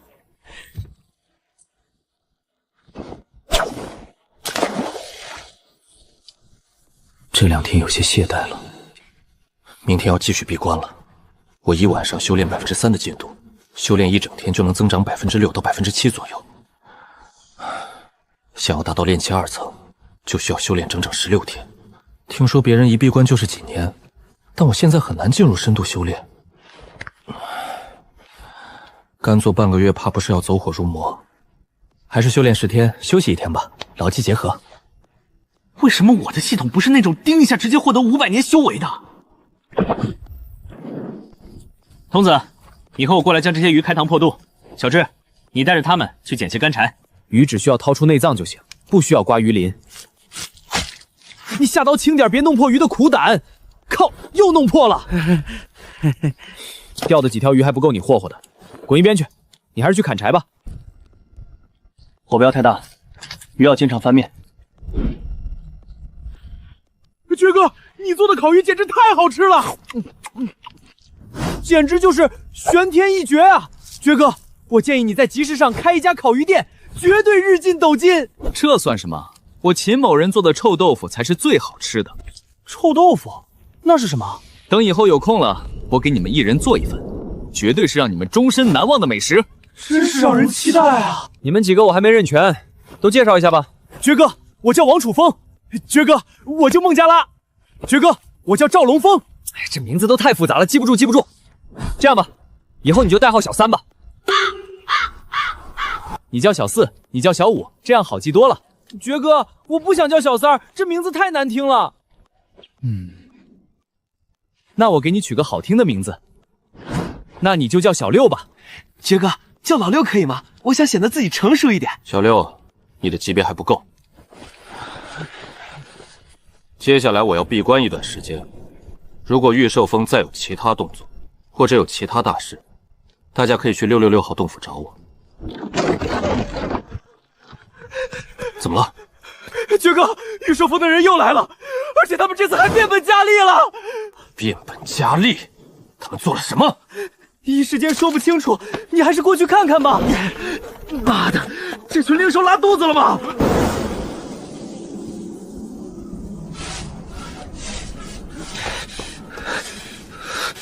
这怎么回事？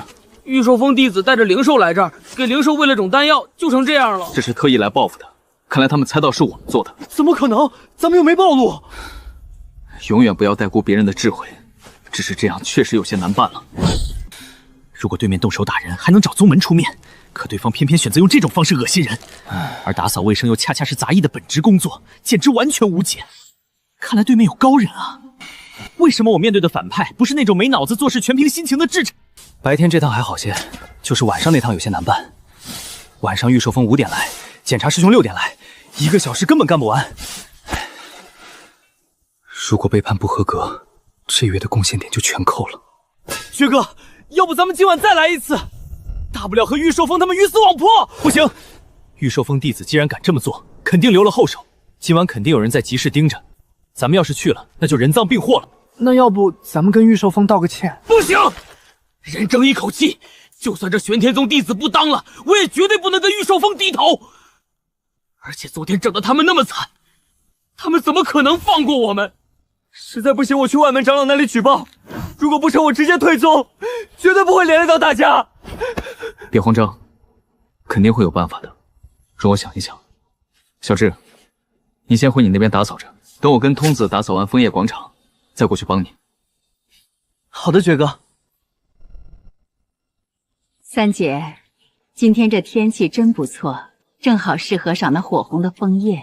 是啊，九妹，每年我最期盼的就是这个季节，吹着秋风，在枫树底下煮上一杯热茶，看着枫叶翩翩起舞，别提有多美了。三姐，你闻没闻到一股臭味啊？应该是某只野生小灵兽随意大小便吧。这地方有些偏僻，出现野生灵兽也算正常。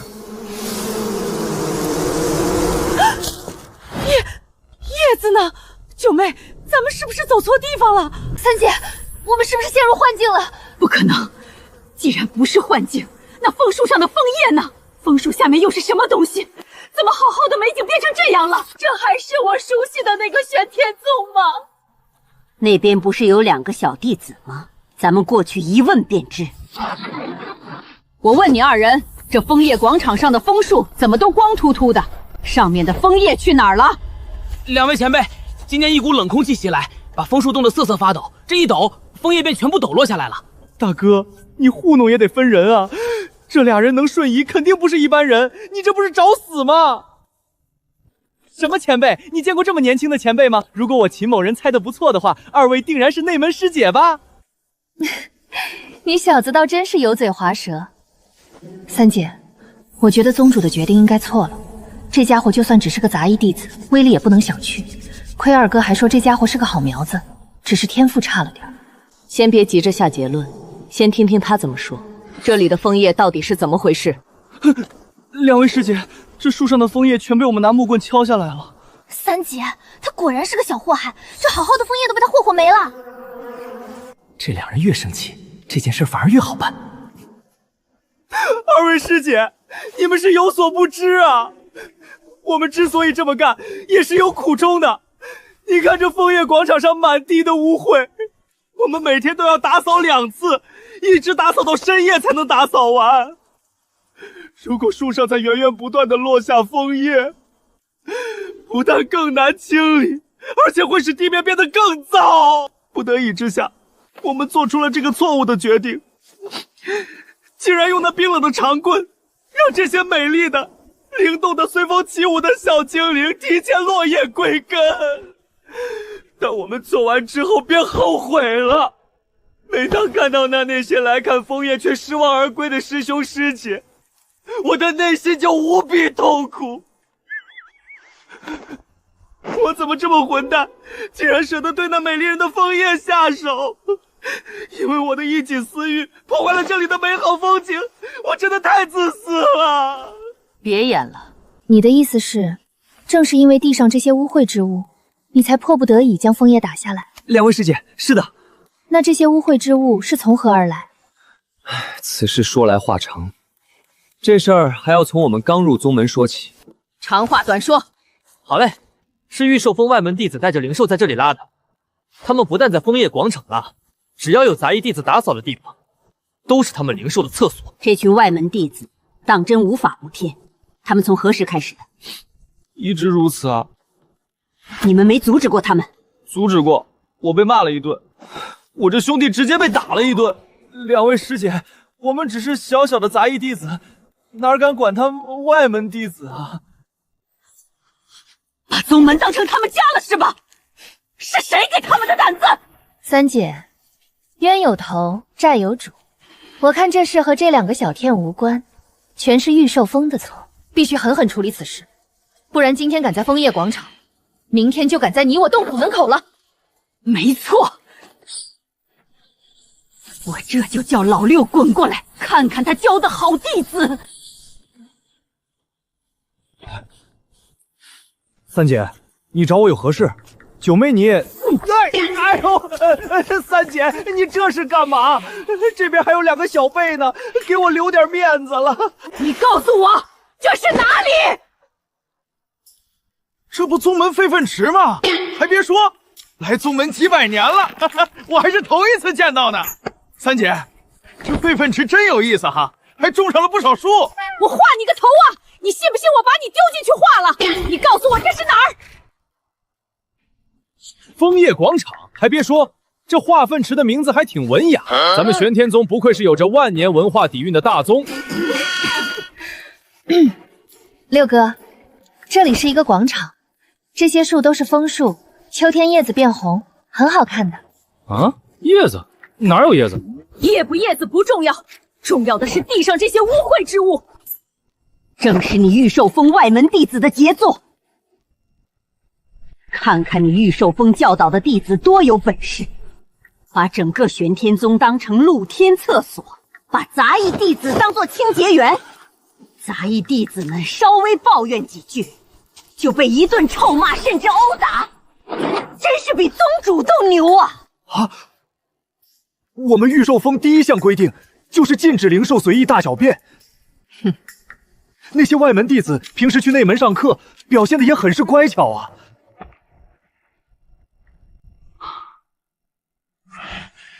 你立刻让外门弟子滚来枫叶广场！立刻！弟子拜见3位长老。3位12正长老齐聚这个小角落，处理杂役的问题，说这是巧合，我可不信。这绝对是李正通大难不死天赋的恐怖效果。哟，怎么不叫师姐了？还不是2位长老美若天仙，让弟子一时眼拙了。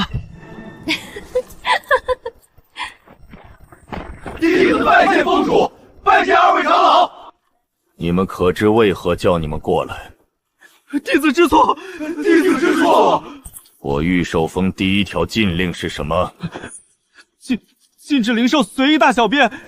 那违反禁令的后果是什么？情节严重者直接逐出御兽峰。你说你们这情节严重不严重？峰主，我们知错了，请再给我们一次机会。法不责众，如果是一人所为，必然逐出。所有人都干了，惩罚肯定轻，就看6长老狠不狠了。这次行为极其严重，但念你们平日表现良好，我便再给你们一次机会。谢谢峰主。限你们1天时间，将所有地方打扫干净，并罚你们在洞府关6个月禁闭。此外，每个给你们清理过粪便的杂役弟子，都给50点贡献纸作为赔偿。你们有多少人清理过这东西？长老，我知道的有6人，还有些离得远的就没接触过。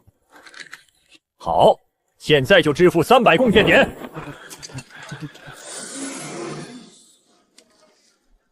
发财了，这就是千锤百炼、大难不死的恐怖之处，真是躺着都能有收获。这是我第1次抓住你们，同时也是最后一次。如果有下一次，直接废除修为，逐出玄天宗。弟子绝不敢再违抗下次。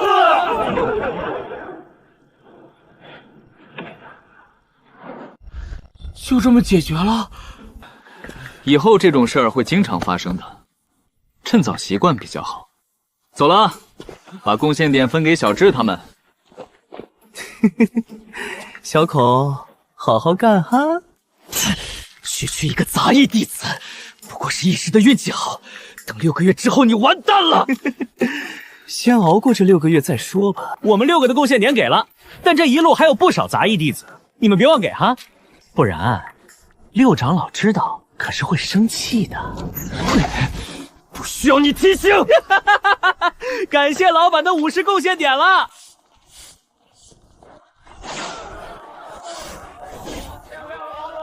杰哥，你打算买点什么？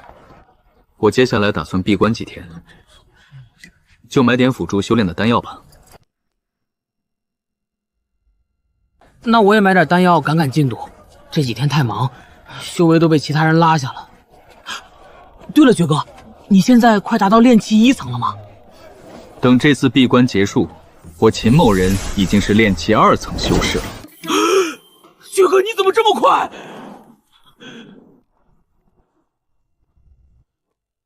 有促进修炼的丹药吗？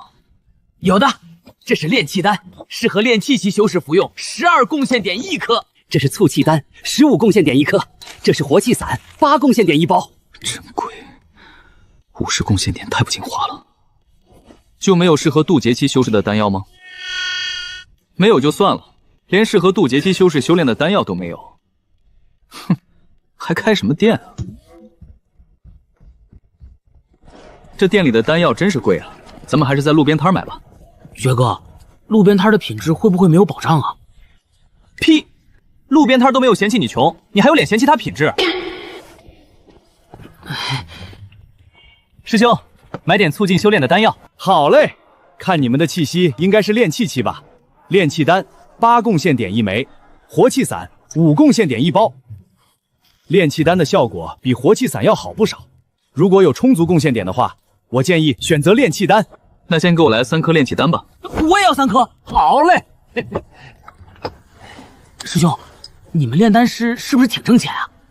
哪有啊，那些成丹率高的炼丹师确实挣钱，但像我这种没什么天赋的炼丹师，挣的钱还不够买材料的。不过炼丹是我的爱好，哪怕每月宗尊补助的贡献点全砸进去，我也觉得很值。没有炼丹天赋也能炼丹，看来只要掌握知识，大家都能炼，只不过天赋决定上限。你想成为炼丹师？我有个长辈就是炼丹师，他告诉我，炼丹师非常挣钱，受尊重。原材料1贡献点，炼成丹药就卖8贡献点。8贡献点，只要8份材料成功1份就能赚钱。我觉得你说的有道理，但炼丹师是需要看天赋的。我觉得你学习阵法更合适一些。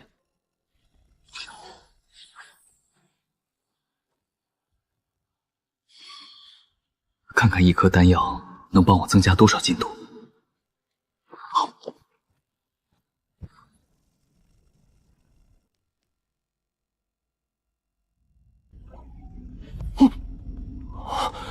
1天时间竟然直接从6%到了24%，没想到这丹药的效果竟然会这么猛，直接将我的修仙速度提高了3倍。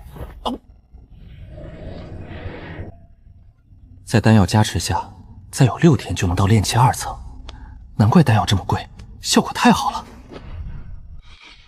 唉，体验过飞机的速度，谁还愿意坐牛车啊？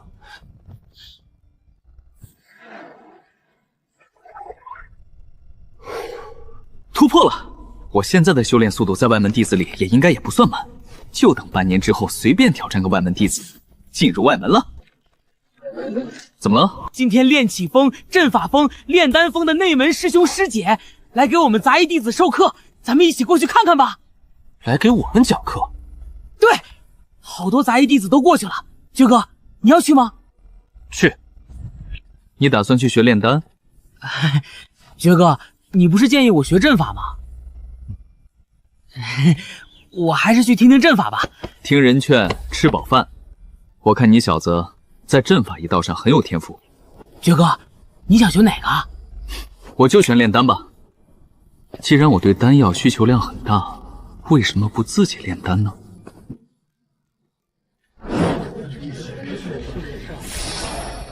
总结一下，成为炼丹师能挣钱，修仙太费资源，没钱寸步难行。我现在就面临缺钱的困境，还剩1次复制机会，只能复制地级。如果再复制一个下品灵根，对修炼速度提升不大。但如果复制炼丹天赋，学会炼丹，就有源源不断的丹药，能大大提高修炼速度。这是双赢，磨刀不误砍柴工。大家不用担心炼丹会影响修炼速度，相反，炼丹本身就是一种修炼，不但能提高修为，还能增加对灵气的掌控程度。一直修炼也是相当乏味的，修炼累了，学习一下炼丹也是不错的选择。修仙百级天赋含金量这么高吗？风浪越大鱼越贵，这说明炼丹师越挣钱。拿下！炼丹首先要准备一个丹炉，丹炉最大的作用便是能够将我们修仙者的灵气转化为炼丹所需要的灵火。这2个洞名为炉孔，上面布置着阵法，我们的灵气就由此灌输进丹炉之中。如果你们第一次接触炼丹，我推荐你们使用丹炉孔的丹炉，价格便宜且更好控制。除了丹炉之外，我们还需要准备丹方、炼丹所需的材料等等。我这里有几种最基础的丹药丹方，并且有我个人的一些炼制感悟，大家感兴趣，待会儿可以过来抄录一份。接下来我会给大家详细讲解炼制大力丹的具体步骤和注意事项。炼丹就这也不难嘛。今天的课就上到这儿了。如果大家课后有什么不解之处，可以去丹火堂询问里面的师兄师姐。学的怎么样？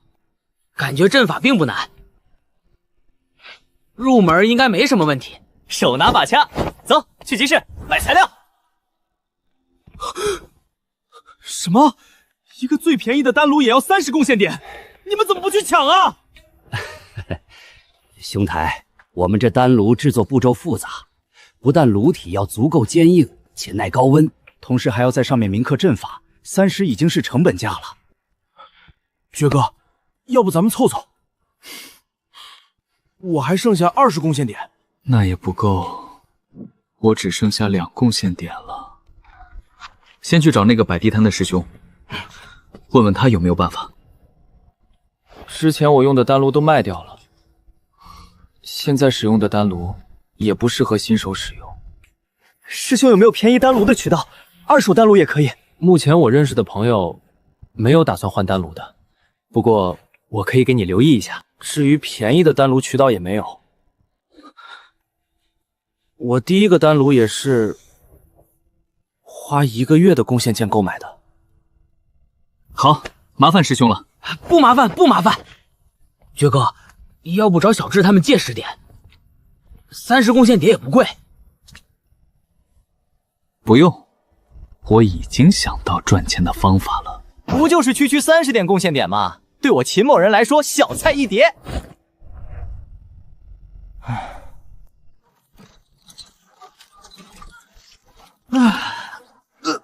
得亏上山之前剩下的原材料没丢，就是味道更大了。没事儿，闻着臭，吃着香嘛。什么味道？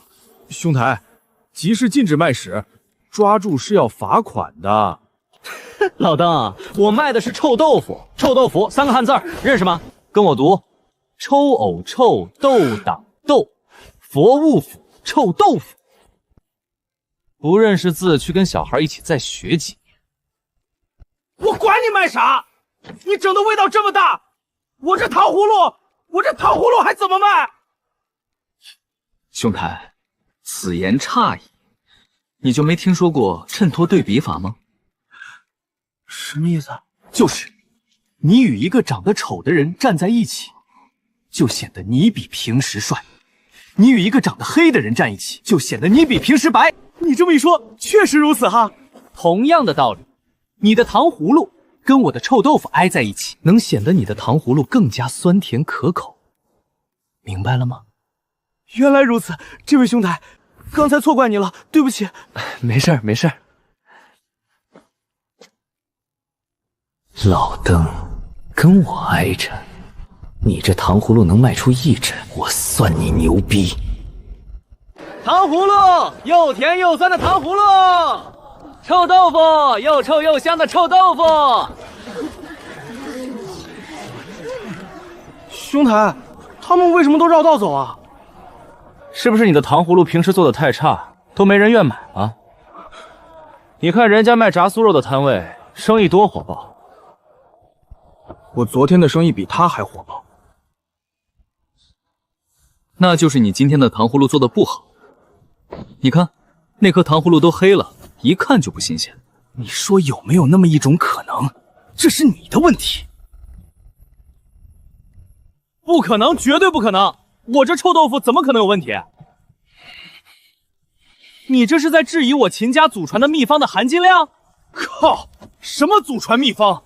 我看你就是售卖变质食品，这豆腐都臭了。这豆腐不臭，怎么能叫臭豆腐？这东西越臭越正宗。靠，这么臭谁吃啊？你没听我喊的口号吗？闻着臭，吃得香。你要不要尝一尝？来一串嘛，免费的，来一串，尝一尝，你肯定会爱上这种味道。不要，靠，别过来！把这黑乎乎的东西给我拿开！靠，什么味道这么臭？小青，你听我解释啊！这声音怎么这么像孔天骄？他今天不应该在洞府里关禁闭吗？怪不得包裹得这么严实，原来是偷偷跑出来的。小青，真不是你想的那样。你再说招。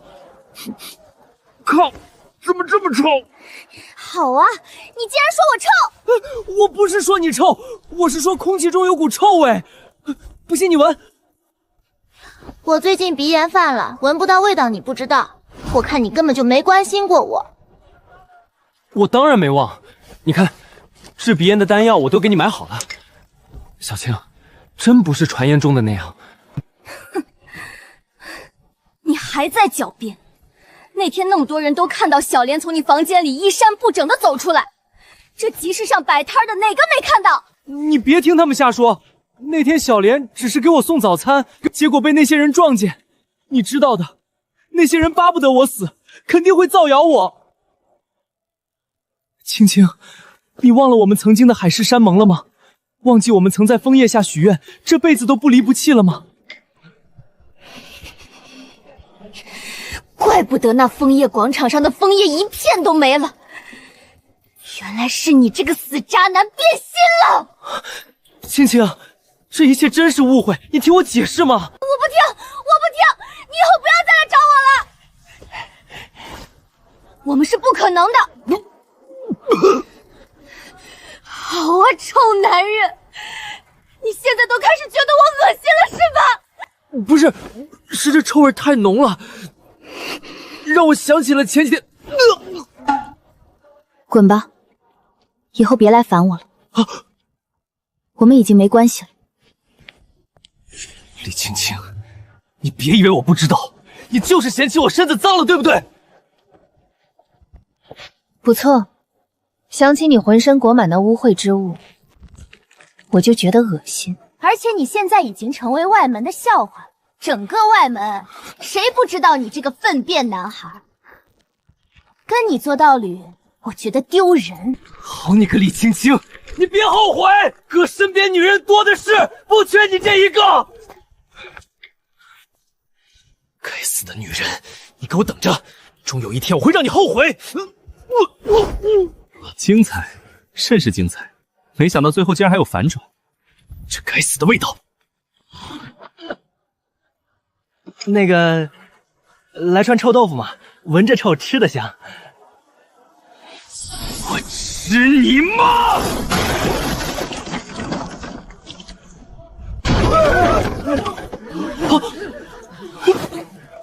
怎么又是这家伙？好像只要自己倒霉，这家伙就一定会出现。别拦，你的摊位我会赔给你200贡献点。你这点破东西能价值200贡献点？你要是不给，那我就只能大喊大叫，让执法队过来喽。别，我给还不行吗？早这样不好了吗？没事儿，这是我朋友打招呼的方式，我称作这为暴力美学。200贡献点，拿来吧。我手上没有这么多贡献点了。你别喊！我这把剑能卖200贡献点。那你跟我一起去卖。走。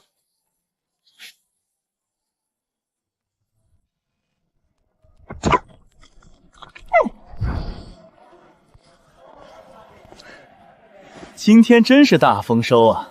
感谢榜一大哥送的贡献点。你叫什么名字？在下行不更名，坐不改姓，李家大少李正通是也。李正通是吧？我记住你了。这孔天骄身上应该还有不少宝贝，能换不少贡献点。难道刚刚有人过来清扫了？爵哥，你这是去集市摆摊了？那挣了多少？200贡献点。200？爵哥，你到底卖了多少东西啊？倒也没卖多少，主要是客人嫌味道太臭鲜了，赔了200。爵哥，这个送给你。这是我画的符箓，名为速应符，作用是增加表面防御，可以贴在衣服上使用。厉害啊！就是这符箓名字听着有点不正经。你这算是入门了？这也算不上入门，速应符属于最简单的符箓，很容易绘制的。现在最大的问题还是修为不够，我仅仅绘制了2张符箓，体内灵气便彻底耗尽。不过我也发现了一个好消息，绘制符箓竟然也能提高修为。好，那你继续加油，以后我的符箓自由就靠你了。有了这丹炉和材料，炼出丹药卖掉，净赚贡献点换炼气丹，完美循环。炼丹最忌讳别人打扰，先将温度提高到500度。嚯，神奇！感觉温度差不多了。先用高温将2朵牛金花烘烤出其中的水汽。感觉错了，温度好像有点高。再来一次，又失败了。这次温度低了。唉，真怀念前世的温度枪，对丹炉按一下就知道多少度。可惜我连辨别旗都不会做，吃了没文化的亏啊！小乔炼丹了，没有测量工具，只能全靠经验和感觉。温度低了多数灵气，高了少数，只能一遍辨识。控制灵气的量太困难了，以前我都是一咕噜耗尽，现在彻底暴露了短板。温度还是低，温度低一点，再低一点，再低一点，稍微再低一点，就是现在！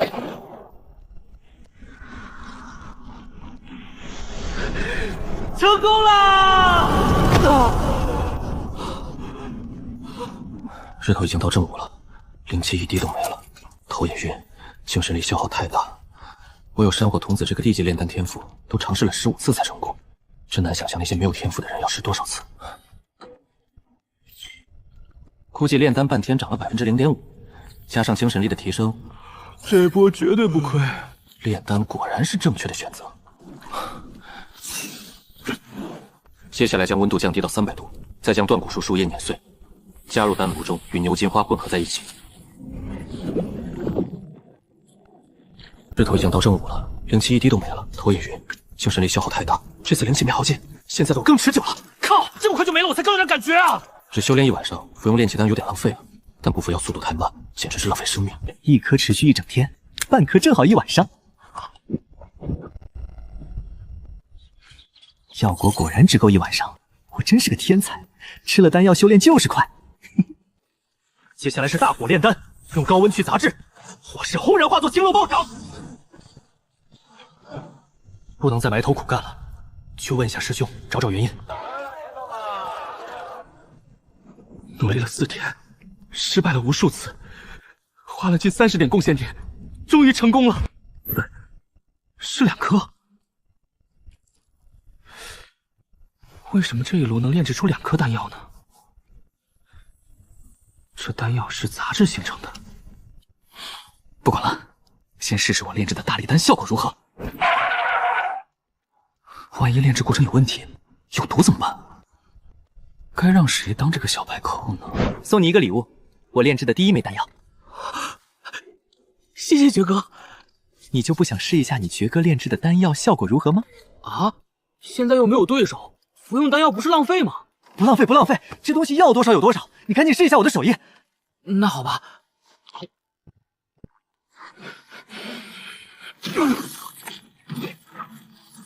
不是说只短时间提升1点力量吗？这是1点，这是1点吧？这效果也太强了吧！力量至少提高了数倍不止，这也太夸张了。太帅了，这简直是我梦寐以求的身材。爵哥，你炼制的丹药太强了，我现在感觉浑身充满力量，一拳能打死1头牛。就是不知道能撑多长时间。来，跟我掰下手腕，试试你有多大劲儿。爵哥，你这细胳膊细腿的行吗？你这是在质疑炼气2层修士的含金量。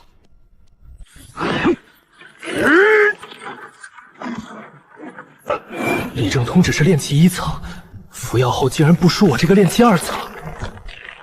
我突破2层可是暴涨了5倍力量啊！这大力丹能越劫战斗，这丹药效果也太变态了吧！这种丹药咱卖3贡献加1颗，也太便宜了吧！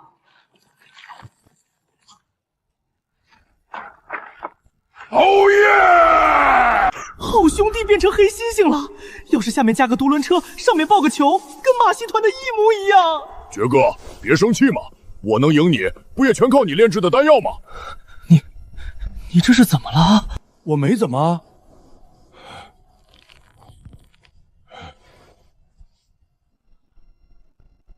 啊！爵哥，你这丹药毒！奇怪啊，为什么会长黑毛呢？大力丹也没这效果啊！到底是哪一步出了问题？爵哥，你快想想办法！我这跟黑猩猩一样，以后还怎么见人啊？别着急，说不定药效过去了，就变回原样了。都过去了2刻钟了，这药效什么时候能过去啊？大力丹药效只有5分钟啊，为什么我练得这么顶？因为我足够持久。呸！莫非炼丹师持久？呸！我完全按照丹方来的，如果有问题，李明师兄肯定会说。既然炼丹的没问题，那就只能是吃丹的问题了。爵哥，你看我干什么？没什么，我想我已经找到了问题的关键。真的吗？哪里出的问题？莫慌，我还要再验证一下。爵哥，你不会想以毒攻毒吧？什么以毒攻毒？看画本太多了吧？在这儿等着哈。要验证是丹药问题还是人的问题很简单，再找个人吃就好喽。小智，就决定是你了。还真是我的问题啊！这就是挂科大学生效应，看到别人和自己一样惨，心里就舒坦了。我与别人不一样的地方，就是多出了那个白色丹药，10步之内必有解药。那白色丹药肯定就是为了解除大力丹负面效果而生的。我都忘了解药是半生出来的，这便是解药，快吃下吧。童子，该吃药了。爵哥，你确定这真的是解药？当然，我秦某人什么时候骗过好兄弟？你可以质疑我的实力，但不能质疑我的人品。为了兄弟，我秦某人随时可以2位插刀。幸亏我没吃。爵哥，这个丹药是香蕉味的，简直太好吃了！好吃，香蕉味。合着这丹药不是解除猩猩的，而是用来驯服猩猩的，造孽呀！这不科学呀！爵哥，这白色丹药还有没有？香蕉味的，简直太好吃了！给我安静一会儿！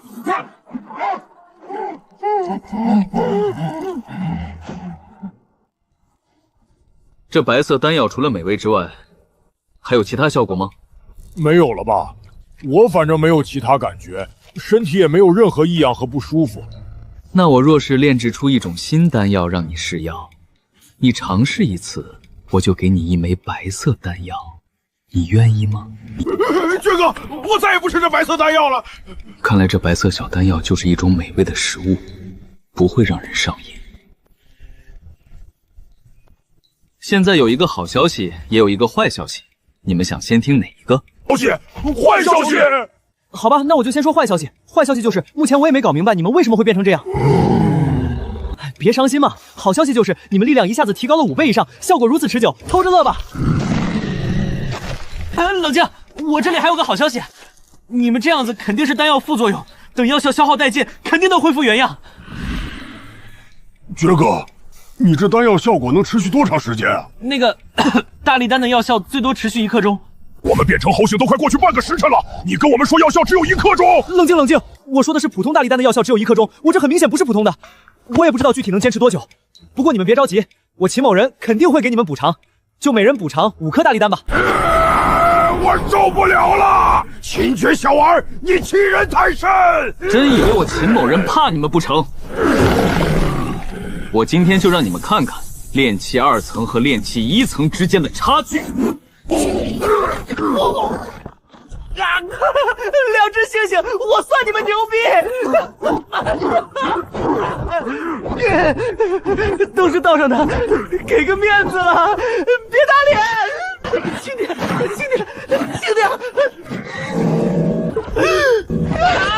别把我丹炉碰坏了，那可是55贡献点啊！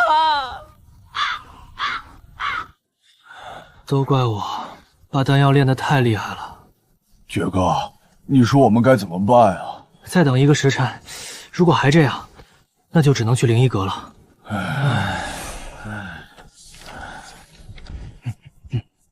爵哥，你那儿还有没有那种白色丹药啊？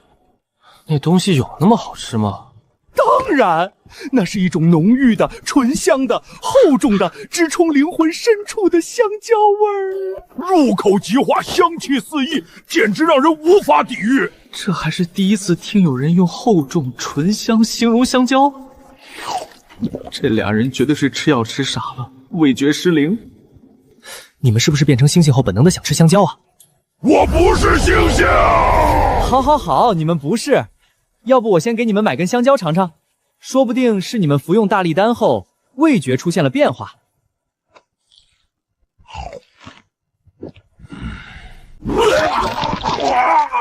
品尝过山珍海味的人，又怎能吃下这糟糠之物？噗呸！噗呸！看来确实是那白色丹药的问题，真那么好吃？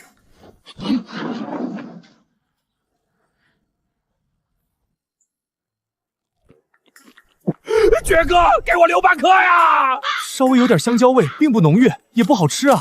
难道这丹药针对的是服用大力丹变成猩猩的人？发财梦破裂。这半颗我先给你保管着，等你变回原样后再给你。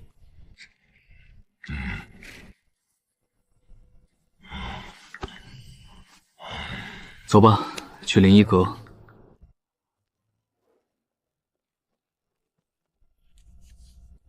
需要治疗外伤还是内伤？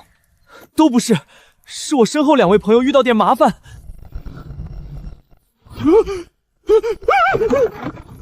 兄台，我们这只给人看病，给灵兽看病，请去兽医阁。你才是灵兽呢，我们是人。吆喝，这灵兽竟然会说话！看修为才是个炼气期，炼气期灵兽就能口吐人言，想必体内拥有神兽血脉吧？不是，等等，不要提醒我，让我自己想一想。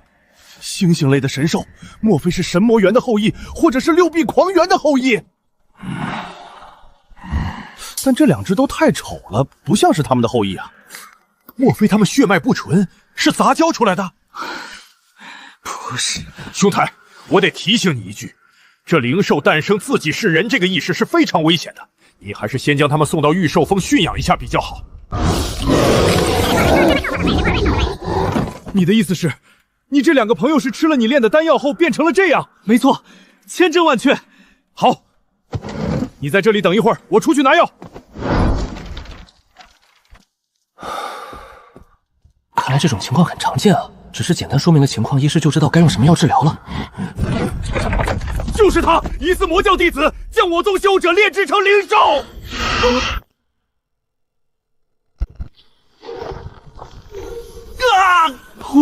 误会啊！对不起啊，兄台，主要是你刚刚说的不够清楚。你给我说清楚的机会了吗？你说的事情太过惊世骇俗，把人变成灵兽，这种歹毒的手法，我还以为这是魔教新研究的技术呢，所以就……你见哪个魔教弟子干了坏事，还专门跑你这儿炫耀？是嫌自己死得不够快吗？声明一下，我不是灵兽，我是披着灵兽外衣的纯种修士。俺也一样。对不起啊，是我没考虑清楚。把他们治好，我就原谅你了。这种情况我见都没见过，肯定治不了。那怎么办啊？你这种情况，我感觉至少要长老出手才有可能治愈，但是长老一次的治疗费用太高，你们应该承担不起。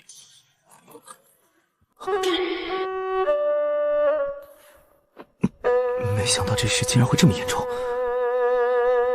我只是炼了枚小小丹药而已啊。不过呢，你们还有另一个选择。我听说百一堂堂主的亲传弟子来到我们玄天宗附近的铃兰城，你们可以去找他。百一堂乃是顶尖医道宗门，堂主号称当世医仙。修仙界流传一句话：跟百一堂过不去，就是跟整个修仙界过不去。梁国修仙者这么多吗？到处都在售卖有关修仙者的东西啊！因为这里是离咱玄天宗最近的城池，久而久之便形成了这些产业。原来如此，爵哥，咱们该去哪儿寻找那个百一堂堂主的亲传弟子啊？这种人应该很有名气，不如我们找个人问问。好大的口气啊！走，过去问问他。几位可是玄天宗弟子？这么牛逼，这算命的有点本事啊！兄台都算到了？这倒没有，你玄天宗的身份令牌露出来了。在下日观天象宗弟子柳元清。日观天象宗？没听说过。你们有知道的吗？日观天象宗在占卜界的地位，等同于百一堂在医界的地位，都是这片大陆的一流宗门。路边随便遇到一个人，竟然是顶尖宗门出身。三位兄台，幸会幸会。来到我摊位前，三位算什么东西？久闻日庄天象宗占卜之术了得，请指教。不知柳兄能否算出我三人为何而来？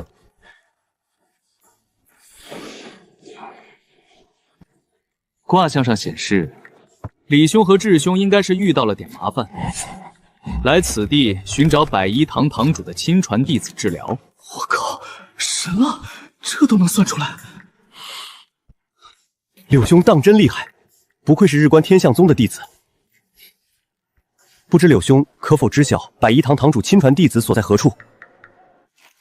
百一堂堂主亲传弟子名为李子豪，就在城中央的百一堂的医馆中。不过，找李子浩看病的人排到了3公里外。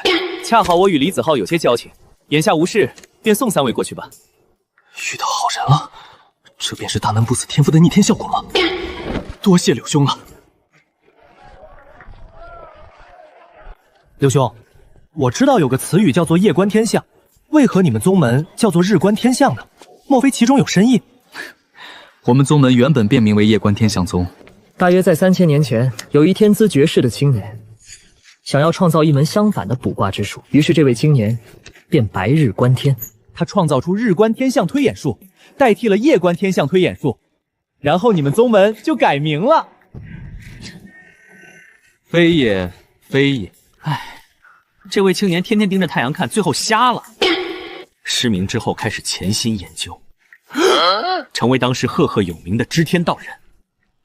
后人为了纪念知天道人，便将宗门改名为日观天祥宗。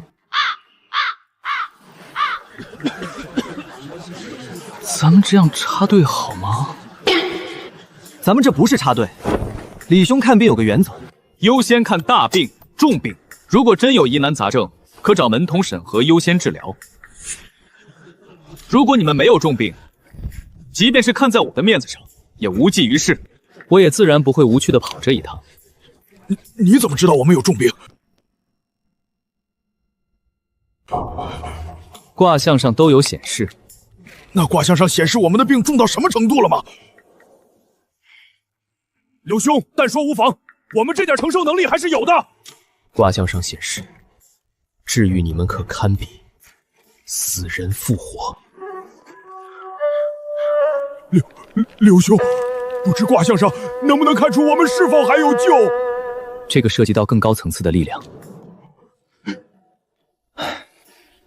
以我的实力，暂时无法占卜。不过你们放心，李兄医术高超，定能医好二位兄台。那李兄能复活死人吗？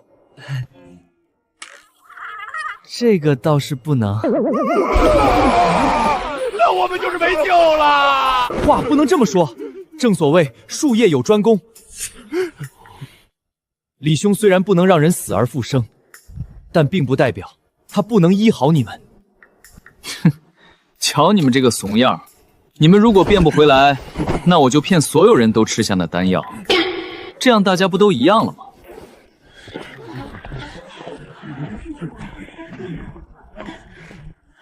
我病得最重，我每次呼出一口气，就想要再吸一口气进去，这样来来回回多浪费力气。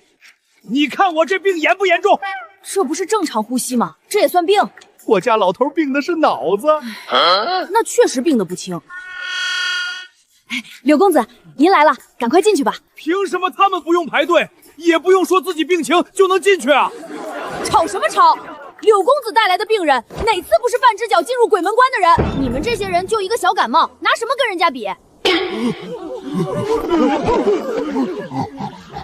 不要胡说，这2位病人只是有些疑难杂症。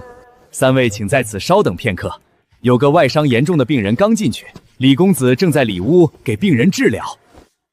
仙医，我儿子跟别人打斗，被利刃穿透胸膛，您快救救他吧！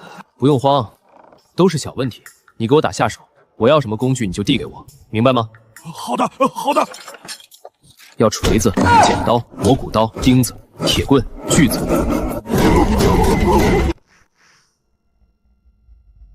修仙界的医师都这么硬核吗？我极度怀疑这医师会不会直接把这俩货的黑毛一根根拔下来，好像这也是一种好方法。仙医，我儿子救过来了吗？还没开始救呢，你儿子的腿有点弯，我看着浑身难受，就帮忙整了整，现在直了，舒服多了。啊，那我儿子的胸膛！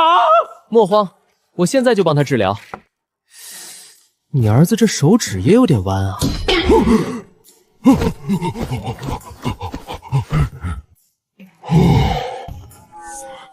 爵哥，我怎么感觉这个什么百一堂主的亲传弟子好像有点不靠谱啊？有本事的人多多少少都有点怪癖，这人只是有点强迫症而已，只要没练兽癖，都可以接受。抱歉啊，刚才下手轻了，没想到他提前醒了。不过不要紧，再打晕便是。把剪刀再递给我一下。爵哥，要不咱们还是回宗门找长老吧？我还年轻，我不想死啊！我觉得我现在这样也挺好，没必要非得治疗。瞧你们这个熊样，你们的情况与里面那个病人又不同。李医师不会用这种方法治疗你们的。会不会把我们打晕，然后把我们的皮给扒下来？绝对不会的，因为你们的皮扒下来，也只是失去外面这一层黑毛而已。你们这和红星一样的身体形状也没改变啊。除非把你们身上多余的肌肉割掉，再把延长的胳膊截掉一部分，如此才能恢复原样啊。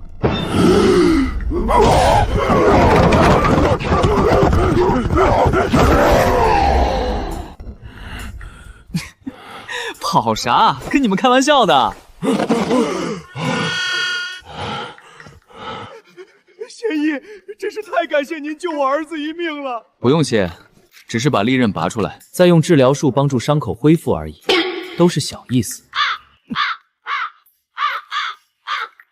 仙医，您先休息，我带儿子先走了。休息？只有对修仙界无用的人才会休息。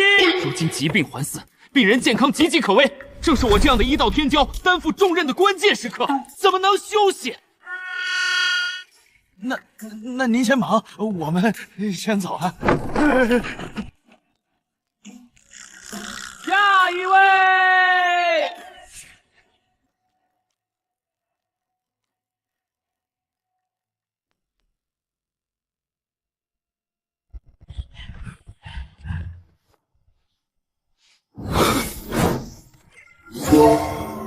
我靠！金色传说 ，S 级一仙转世，这含金量太高了吧？谁是病人？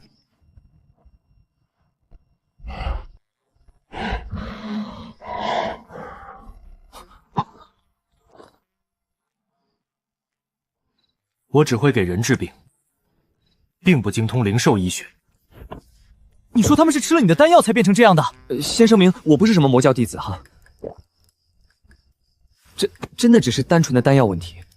我当然知道你不是魔教弟子，你简直就是我炼丹界的天才。他们是服用了什么丹药变成这样的？大力丹。大力丹，增加力量的丹药。他们力量增加了多少？保底5倍吧。5倍！你确定你炼制的是大力丹？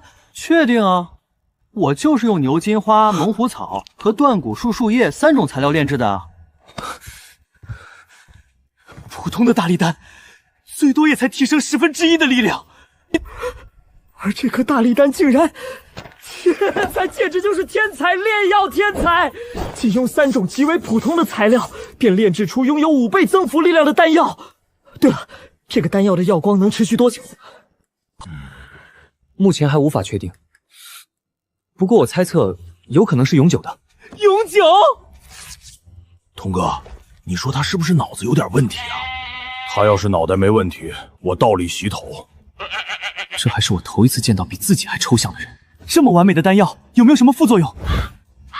没副作用，我们来这看你发疯啊！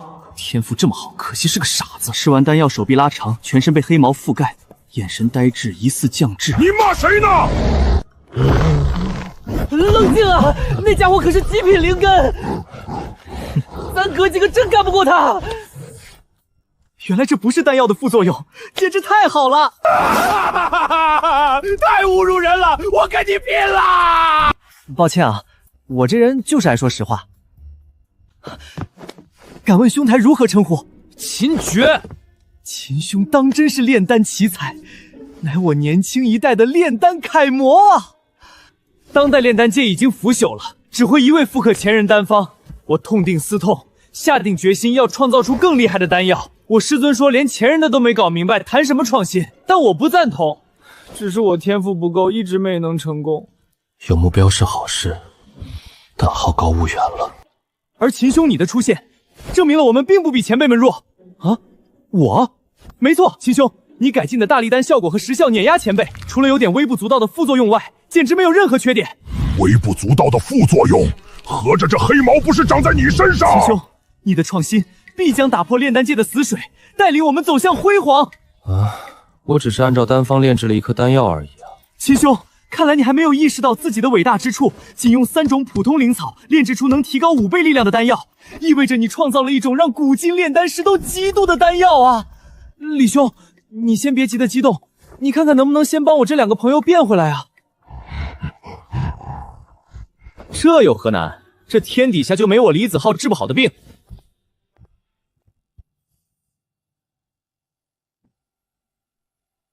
脉搏强劲有力，这脉搏已经赶上炼气2层的程度了。那丹药当真厉害啊！这位兄台修为如何？炼气1层。我觉得用针灸将体内药力散去，应该便可会恢复。你先把上衣脱掉，不要乱动。怎么跟想象中的不一样呢？怎么样了，李兄？我刚才仔细想了一下，实际上吧，在我看来，这副作用也不全是坏处，至少它能增强力量，还能顺便隐藏身份。你想啊，躲仇家、躲债主，甚至混进原始丛林，这副模样多方便！再来一颗丹药，保准亲妈都认不出来。所以缓不恢复其实也无所谓吧，秦兄。李兄，你是不是治不了啊？怎么可能？这炼气期就没我李子浩治不好的病，那继续治啊！这不是因为这种形态有很多好处吗？没必要解除啊，对不对？既然李兄觉得好，要不李兄你也来一颗？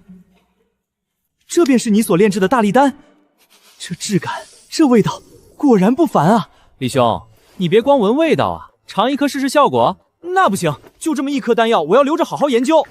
放心，这大力丹管够。还是不行，我是一名医师，变成这样会吓到病人的。没事儿，吃完后可以再给自己治疗一下，变回来嘛。这，你该不会是治不了吧？怎么可能？炼气期就没有治不好的病，看来只有使用那一招了。激将法成功，堂堂一仙亲传弟子肯定有压箱底的大招。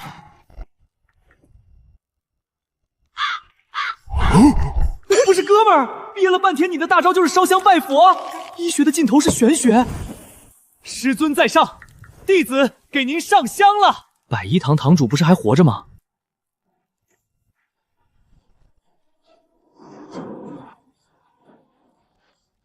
弟子拜见师尊。子浩，遇到什么麻烦了吗？为何不用传音玉佩联系为师？我靠！鬼魂开口说话了！你们百一堂瑶人都这么阴间吗？不过激将法真把一切摇来了。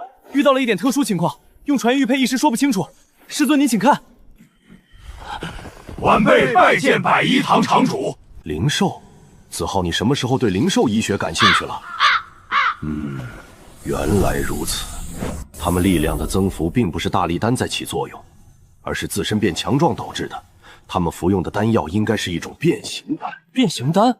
师尊，我为何从未听过此丹？相传在上古时期，有一种丹药可以将灵兽的血脉在人体激发，从而将人变成各种灵兽，以此来实现增强身体强度的目的。但后来历史断层，丹方消失，这类丹药便失传了。还得是百一堂堂主靠谱，几分钟便看透了本质。师尊，也就是说，他们现在已经不算是人，而算是灵兽。没错。难怪了我的方法对他们不起作用。那师尊，这种情况该如何让他们恢复啊？很简单，只需要以人的血脉为引，将他们自身的血脉重新激活，便可恢复如初。师尊，那我该怎么做？你救不了他们，为师也救不了他们。解铃还须系铃人呐。前辈，那大力丹便是晚辈炼制，不知晚辈该如何做，才能让我两位兄弟恢复人身？再炼一炉丹药，这次炼制丹药时加入一滴人血，任何人的血液都可以。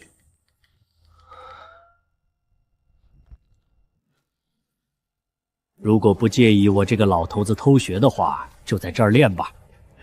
我也很想见识一下这上古失传的丹药，你小子是怎么炼出来的？正愁不知道哪步主错，有这级别的大佬盯着，定能找出问题。前辈指导晚辈炼丹，晚辈高兴还来不及呢，又怎会介意？不过晚辈的丹炉没带在身上。秦兄，如果不介意的话，就用我的丹炉吧。李兄有没有丹炉孔炉啊？我才初学炼丹，用不了你这丹炉。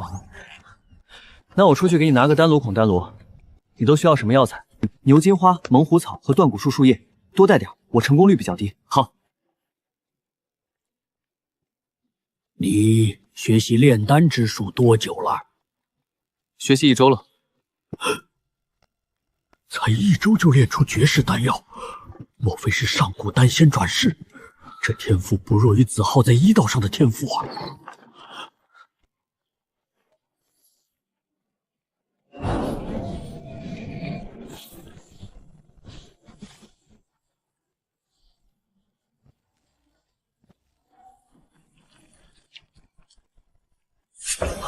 找到不同之处了。他并没有将牛筋花和断骨树树叶彻底融合，就快速加入了猛虎草。难道这便是效果不同的原因？果然，细节决定成败。秦兄怎么停了？抱歉啊，我技术还不太熟练，刚刚猛虎草加早了，炼丹失败。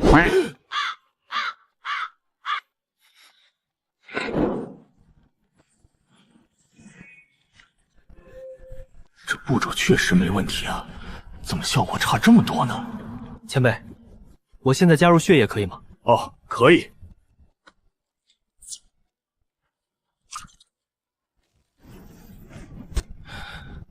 结束了。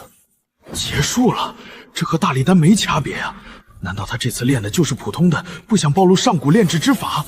我也不清楚，反正每次炼出大力丹就一定会出现这颗丹药，这颗丹药也没有特别的作用，就是变成猩猩的人会很喜欢这个大颗丹药的味道。师尊，为何李兄炼丹会炼出这种东西？你知道这为何物吗？这应该也是你们知道的，就是那种东西。师尊没有明说，看来师尊认为应该知道，但我却不知道，让师尊失望了。怎么突然道歉了？完全听不懂他们在说什么，想来是百一堂的秘密吧？怎么突然道歉了？我也没说什么呀，越来越看不透这个小徒弟了。先试一试你这丹药有没有效果吧。好的，前辈，你们俩谁先吃？我先来吧。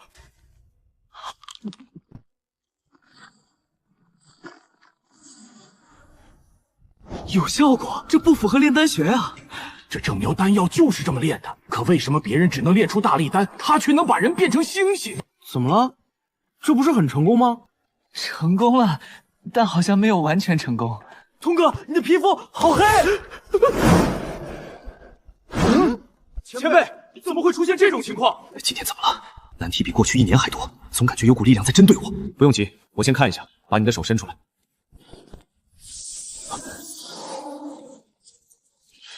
不管了，先治疗一下试试。怎么样？有什么感觉？感觉身体暖暖的，很轻盈，呼吸都通畅了许多。看来问题并不在体内，既然不在体内，那便是体外了。是连炼气期都治不好，我的面子往哪儿搁啊？一个炼气期小辈，我还治不好你了。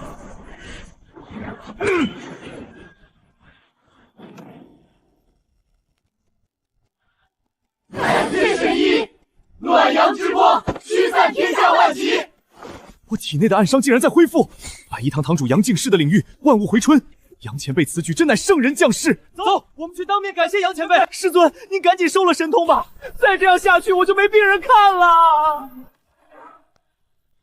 晚了，你现在已经没病人看了。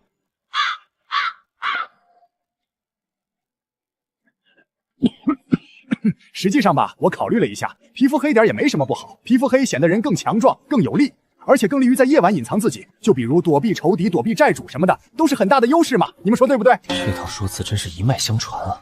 师尊，您是不是治不了啊？怎么可能？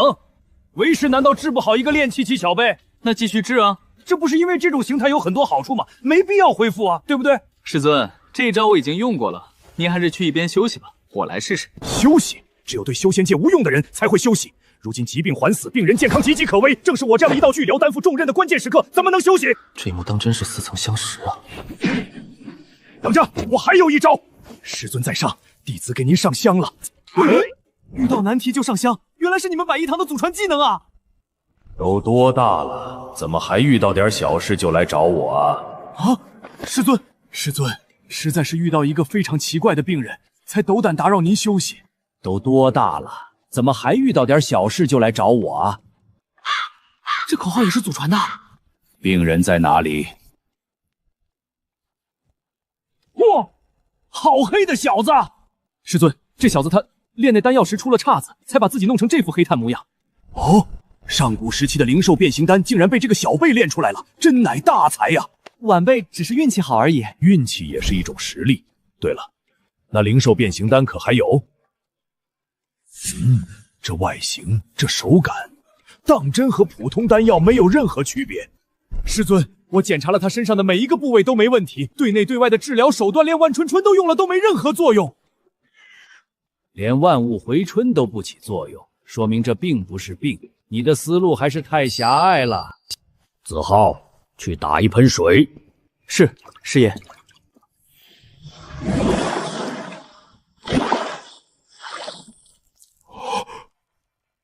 这色竟然是染上去的。解决，遇到点事要动脑子，不要动不动就喊我。是，师尊。堂堂快斗界的大人物，竟然当着小辈的面被师尊训了，颜面扫地。师尊，您没事吧？把灵兽变形丹认成大力丸，你这样还当什么炼丹师？赶紧回宗去藏经阁阅读古籍，不阅读完30本古籍，不准再离开宗门半步。是，师尊。心里舒服多了。看来收徒弟也是有很大用处的嘛。前辈，晚辈还有一事不解，不知我炼丹时哪一步出了问题，才会让大力丹有这种奇怪的效果？你说什么？我怎么听不到你们说话了？看来是这香有点连接不稳定。没别的事儿，我就先走了。恭送师尊，师尊您好好休息。休息？只有对修仙界无用的人才会休息。如今疾病还肆，病人健康岌岌可危，正是我这样的医道巨著担负重任的关键时刻，怎么能休息？师尊，我就知道你能听见，再让你拿我撒气。这该死的口后禅！连接好像又稳定了。刚刚我真的听不到你们的声音了。那前辈，我……什么？又一批伤员送过来了，我马上过去。子浩，你赶紧回来！最近魔教似乎又活跃起来了，每天都有宗门弟子受伤，我们这边的医师已经不足了。我先去救治伤员了。各位小辈，有缘再会。李兄，看前辈的样子，应该很着急。你这是要立刻赶回宗门了吗？师尊只是在演戏而已。师尊开个领域便可治愈，怎么可能会有医师不足的情况？师尊是不知该如何回答你的问题。说实话，我没发现你炼丹有什么异常。师尊好面子，只能找借口离开。一声是响，两声是骂，谁在想我？竟然是2个人同时在想我。我这炼丹术真是邪门了。秦兄，这枚传音玉佩送给你，如果再发明出什么新的丹药，别忘了告诉我，遇到麻烦也可以联系我。我们百一堂摇人能力还是可以的。李兄，这是要回宗吗？师尊的话还是要听的，这次回去要恶补古籍，而且师尊刚刚使用了万物回春领域，这座城市已经没人生病了。那便祝李兄一路平安，此次多谢了。哎呀，抱歉了，小智，我把你给忘了。那这颗白色丹药给你吃。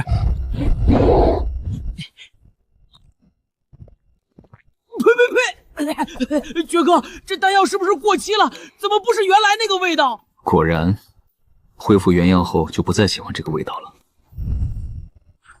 爵哥，我感觉自己有些变化，好像对周围的灵气更加亲和了。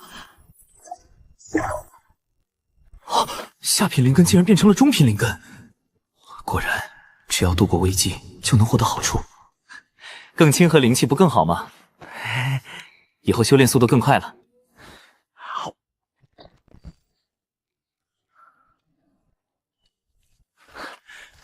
这次多亏了柳兄帮忙，我这2位兄弟已经痊愈。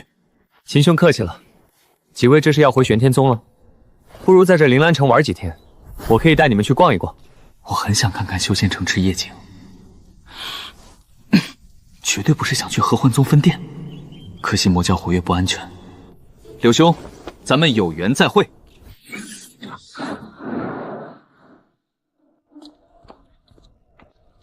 掌柜的，你们这儿收不收丹药？这是我炼制的大力丹，能提高炼气期修士5倍的力量。5倍？小友是不是说错了？没有说错，确实是5倍。不过这丹药有一点点副作用，吃后会变成星星，需要配合这颗解药一起售卖。小友，你这并非是大力丹，而是一种全新的丹药。虽然你这丹药效果很强，但你这丹药没有合格证啊！收卖没有合格证的丹药是犯法的。这是什么？市面上所有丹药必须得到丹药协会认证颁发安全证。你这丹药差异太大，被抓到会被罚到倾家荡产的。给丹药协会送去10颗以上检测，至少需要半年时间。修仙界制度大可不必这么完善，半年太长了，我手里的贡献点坚持不到那时。那便多谢您了，手里只剩100多点，不够买炼气丹和材料了。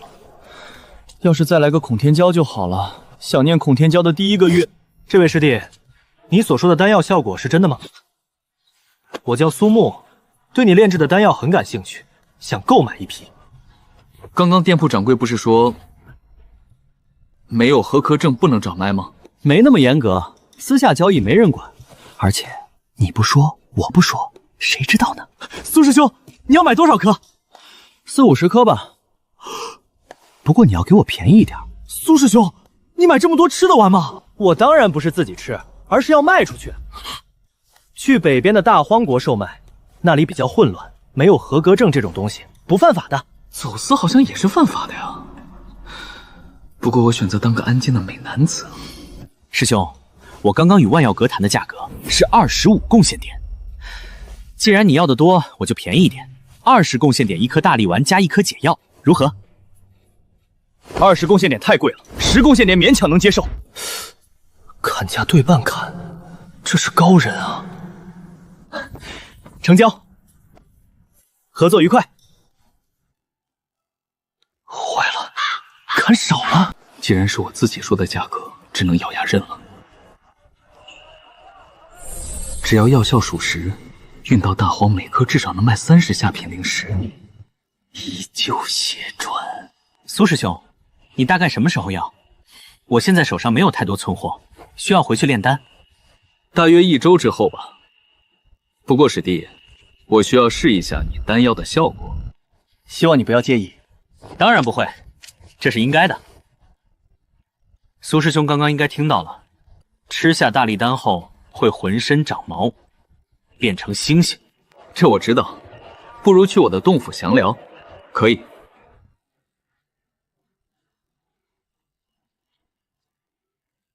师弟还不知怎么称呼，秦爵。秦师弟，你先喝口水，我现在服用丹药了。好。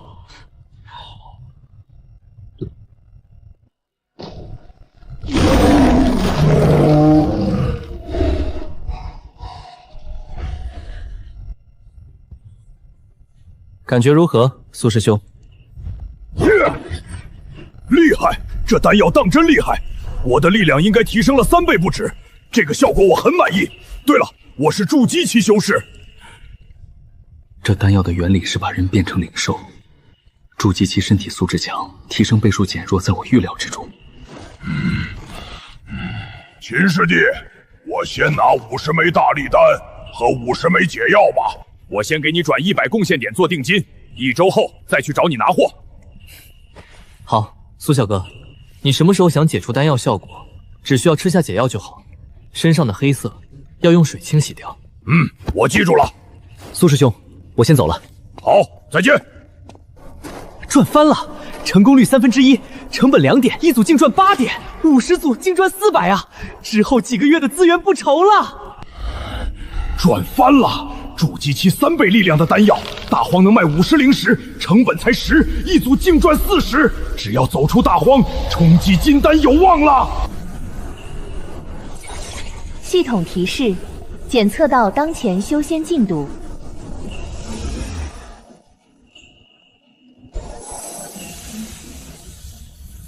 来玄天宗4个月，突破炼期6层，4次复制机会全给了下品灵根，终于合成上品灵根。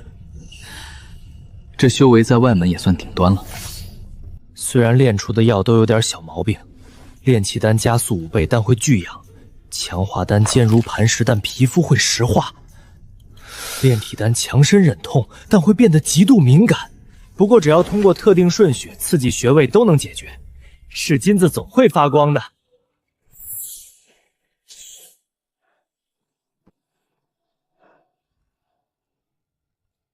唉，贡献点又快花没了，花钱一时爽，没钱火葬场。苏木师兄怎么还没从大荒国回来呀？孔天少怎么还没出来呀？好几个月了，玉树峰那群小金山应该攒了不少钱吧？可惜还得过几个月才能出来。不过好在今天宗门有活动，凭我的聪明头脑，应该能拿到不少贡献点。再有半月便是春节，玄天宗举办寻找玄天令牌活动，找到令牌可兑换100点，集齐10面能换灵气。每天公布7个提示语，比智力，比运气，谁能比得过我秦某人？爵哥，准备出发吧！扫完雪了？扫完了。走，这次活动我主 C， 你负责躺好就可以了。来得早不如跑得快，跑得快不如脑瓜子转得快，都是些不堪一击的对手罢了。爵哥，你真是太霸气了！各位，欢迎来参加寻找玄天硬牌活动。今天是第1天，共公布7个提示。第1道提示语：四面荷花四面柳，四面连山应天成。爵哥，是中央天池，咱们快去吧。你都能猜出来，其他人怎么不知道？你看那么多人朝着中央天池，竞争激烈，咱们再等一等。第2道提示词：一山一庙一叶红，一湖一舟一老僧。爵哥，是小山寺，好像竞争挺激烈啊。不着急，一般这种活动都是先将简单的提示放在前面，越往后越难。等有合适的机会后再出发。这人怎么跟线面一样，怎么走都走不完呢？第6道，幽河落叶映红天。爵哥，你知道这是哪儿吗？有河有叶有红天，难道有红色天空？不对，关键在“映”字，是反光，地面是红的。玄天宗有什么地方地面是红色的吗？没有吧？有河，落叶，红色，有没有可能是枫叶广场？枫叶广场附近有条野河，有落叶，而且枫叶秋天是红色的，正好可以映红天。爵哥，你真是太聪明了。走。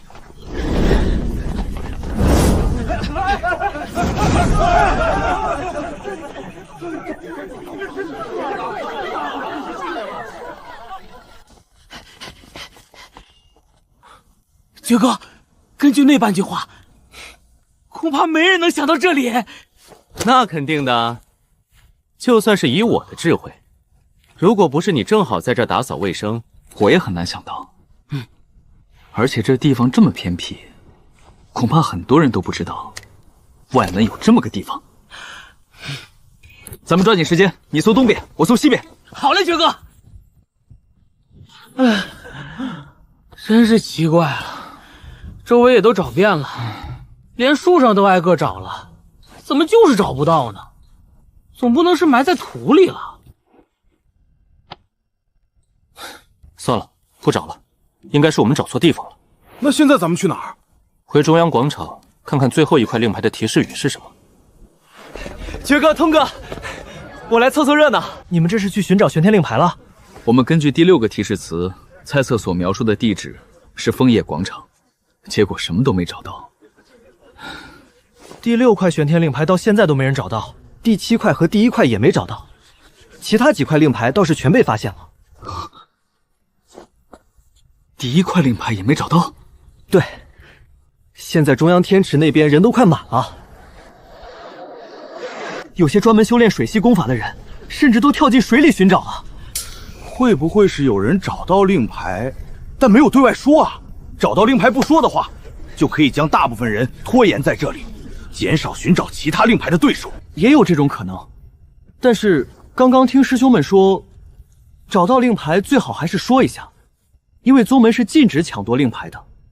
找到后声明一下主权，这枚玄天令牌别人便再也夺不走了。如果你不说，那玄天令牌被别人抢夺或者偷盗，便是有理也说不清了。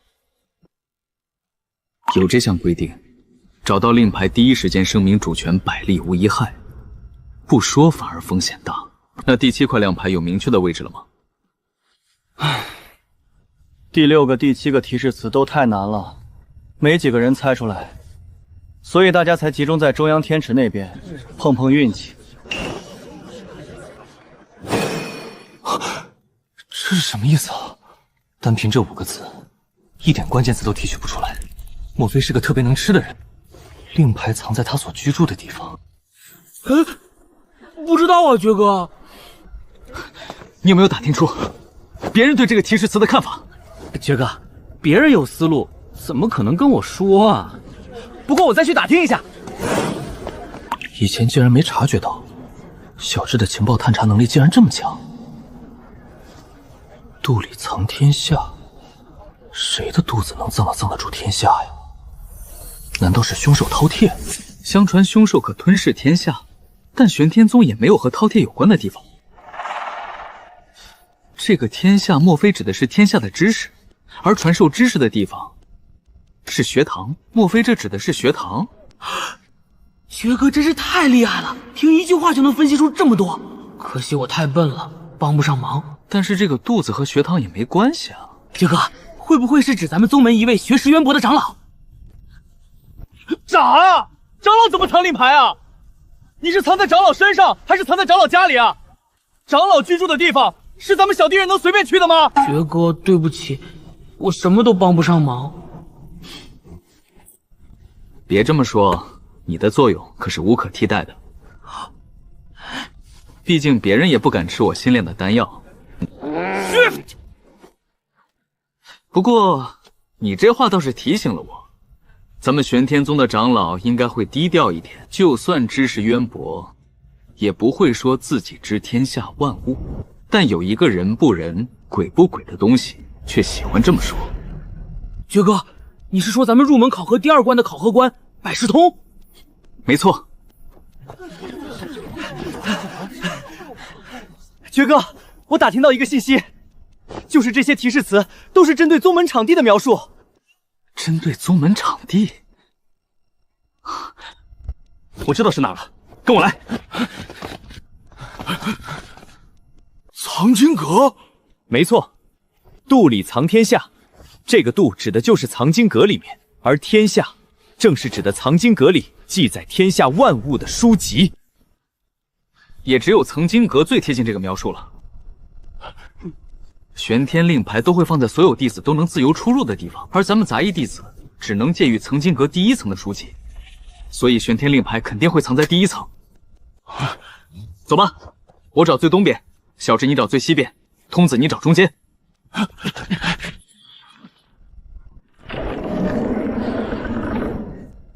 好嘞，爵哥。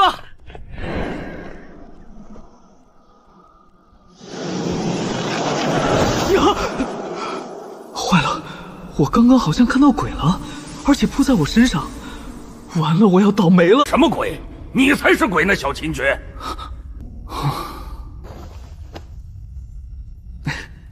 百事通前辈，你可吓死我了！哈哈哈哈！我就知道招新考核那点小把戏难不住你小子！哈哈哈哈！弟子只是运气好而已。行了行了，你小子还学会谦虚了。那个，我已经找到证据证明你是错的了。哦，是吗？我推翻了你的理论啊！你不应该生气吗？你的愤怒呢？你的不甘呢？哪来这么多戏？百事通前辈，弟子还有要事，等弟子忙完后再来与您探讨可好？不行，你必须先听我说完。我必须让你亲口承认你是错的，这很重要。好，那您赶紧说吧。你们2个小弟子还站在这里干什么？前辈，您不是号称天下事务无所不知吗？当然。那您知道我们来此的目的是什么吗？我又不是算命的，我怎么可能知道你们来干什么？多谢前辈告知。我告知你啥了？以往来藏经阁只有一个目的，那便是查阅资料。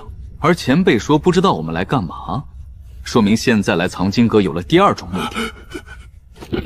再配得上那半句提示语，便能表明有一枚玄天令牌就在藏经阁之中。你小子真是太聪明了，这可不是我跟你说的，是你自己猜出来的。行了，你们2个小娃娃赶紧继续找吧。另外再提醒你们一句，在你们之前已经有2个小娃娃进去了，所以你们要抓紧时间了。多谢前辈告知。实际上，我2个月之前就已经找到你的漏洞了。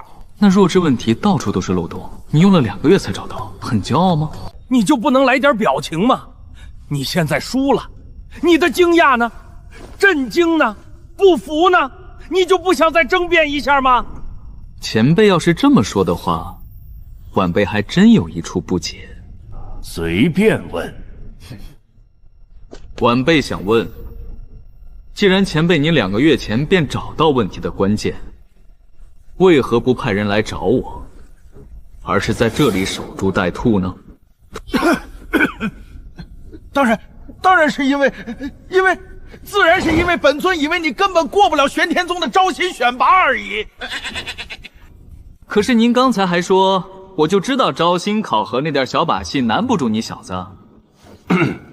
你不是还说你只是运气好吗？前辈，我那是谦虚。哼，那我说那话也只是一种恭维而已，人情世故。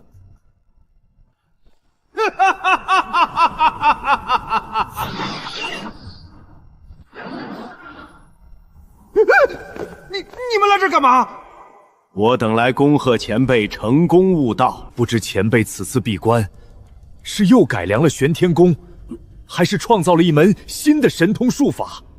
都没有，吾此次闭关，只是有个长期困扰吾的问题而已。并不是修仙方面的问题。既然如此，那便不打扰前辈了。等等，你帮我叫。如果被这两个家伙知道，我闭关是因为一个小弟子随口问的简单问题，我无所不知的高大形象就全毁了。对，一定不能让他们知道。前辈，帮您叫。没什么，没什么，你们去忙吧。前辈，别编了，不想说就别说了。既然没什么事了，我就先进去找玄天令牌了。慢着，我还没跟你说我找到的漏洞呢。还没说？那你赶紧说吧。注意你跟玄天宗老前辈说话的态度，就算是宗主来了，也不敢这么跟吾说话。你再不说，我就要进去了。好，好，好，真是服了你了。我说，当时你不是说把装有水瓶的水放在头顶，然后大口呼吸，便能证明人在水底是可以呼吸的，对不对？好，现在我可以非常认真的告诉你，你错了。怎么这么多话？快点吧！大海啊，你全是水！你这根本不是在水下呼吸，你这是在瓶子底下呼吸。想了2个月，做这么多铺垫，最后就研究出这么个东西。我预判了所有答案，没猜到他会被钉上瓶子，这简直就是人工智战中的人工智战。要不是书灵没年龄，我都怀疑他老年痴呆。嘿嘿嘿，怎么样，服了吧？前辈，不如咱们打个赌吧。赌什么？就赌我依旧能证明你是错的。不可能，绝对不可能，赌就赌。好，前辈，如果您输了，那您需要告诉我玄天令牌藏在哪里。不行不行，我是一个正直的书灵，怎么可以帮助你作弊？那好吧。哎，小子，你别走啊！你还没告诉我，你怎么证明我是错的？前辈，您是对的，我是错的，行吧？虽然我是一个正直的书灵，但探寻真理总要付出一点牺牲。没错，为了真理，偶尔牺牲一下我正的灵魂也是值得的。具体藏在哪里，我不能直接告诉你，不过我可以透露一个大体位置。那也可以。好，你赢了我告诉你大体位置。但你要是输了呢？都行，只要不出卖我的肉体和灵魂，你让我做什么都可以。好，我需要你在一块巨大横幅上写下“藏经阁百事通前辈，乃世间第一博学之人，无所不知，无所不会，无所不懂。”然后在春节期间，你要举着这个横幅，在玄天宗最热闹的地方游走，并且嘴里要不断大喊横幅上的内容，可以吗？这也太羞耻了吧！前辈，玄天宗谁不知道您无所不知？我看就没必要再宣传了吧。那不行，这可是我上百年的愿望，我每年拿出100贡献点发布任务，可就是没人接。100贡献点买别人后半辈子的自尊，有人接才怪。不过这场赌局我不可能输。好，我答应你。闲话少说，看我如何在水底呼吸。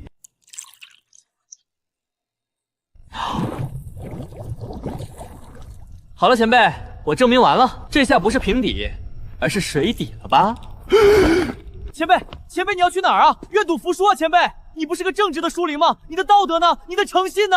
我不管，你耍赖！吾现在就要闭关，等吾出关后，一定要彻彻底底的证明你是错的。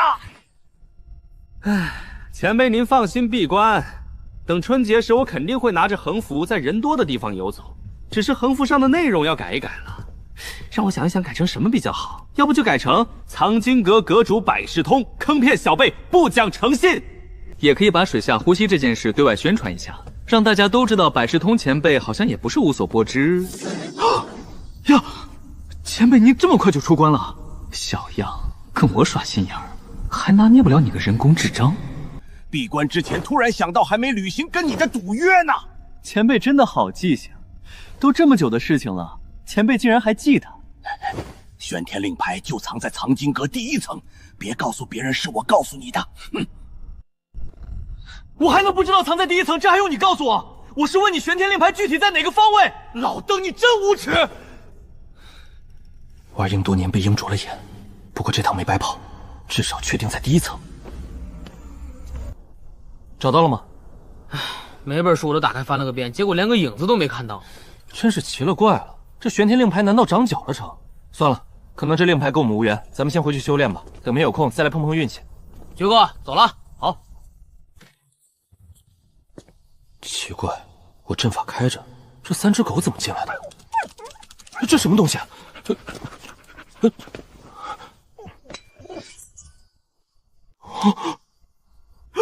我靠！玄天令牌，怪不得死活找不到，原来他们提前叼走了。傻乎乎找了一天，跟个小丑一样。小狗乖，快把令牌都给我看看。什么意思？你们是想吃臭豆腐？汪汪汪汪汪！你们的意思是要用玄天令牌换臭豆腐吃，对吧？哼，很好，你们已经不是第一只被我的祖传臭豆腐中伏的旺财了。不过既然你们诚心请求了，那我便吃点亏，大发慈悲的成全你们。在这儿等好了，我去买材料。不过在此之前，你们需要给我2枚玄天令牌做定金，定金懂吗？发财了！几位客官，请稍等片刻，小子马上就回来。为了让味道更加浓郁一点，我们需要等1个时辰，明白吗？这到底是什么灵兽这么聪明，能参加招新，找到亮牌，还能破我阵法，肯定是玄天宗的高阶灵兽。起锅烧油。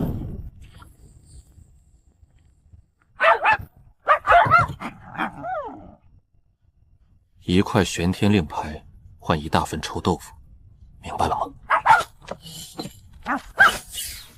整整300贡献值，分给李正通50点，分给小智30点，剩下的足够支撑到大力丹合格证办下来了，又能买材料炼丹了。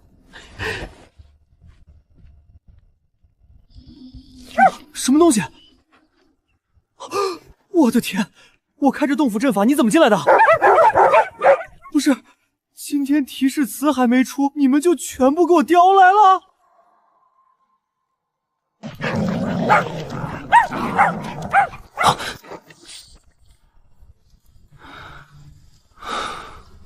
门规上说灵兽惹祸，灵兽主人承担，我又不是他们的主人，和我肯定没关系。而且玄天令牌就是让大家找的，又没规定灵兽不能参与寻找，这也算不上违规。这么快便找到7枚玄天令牌，你们是怎么做到的？这小黑狗应该具有占卜能力，但是好像听说这些令牌上都刻有干扰占卜的阵法。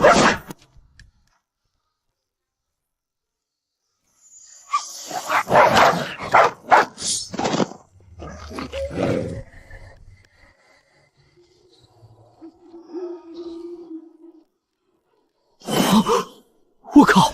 好一招偷梁换柱！你们竟然从原底上把令牌给截糊了！等等，袭击活动工作人员是不是要逐出宗门啊？不过这件事跟我也没关系啊，我只是个卖臭豆腐的，买家的货币是怎么来的，跟卖家有什么关系？我只负责等价交换啊！亲爱的顾客，稍等，热腾的臭豆腐马上要来了。你这是要多加点辣呀？好了，去享受吧。不知道这样的小狗有多少只？这么可爱，好想养一只啊！等活动结束后，可以兑换1000点贡献点，还可以奖励1件灵器，真是赚得盆满钵满啊！只要这群小黑狗不被抓住，那我就有源源不断的令牌收入，好日子还在后面啊！娟娟，出发吗？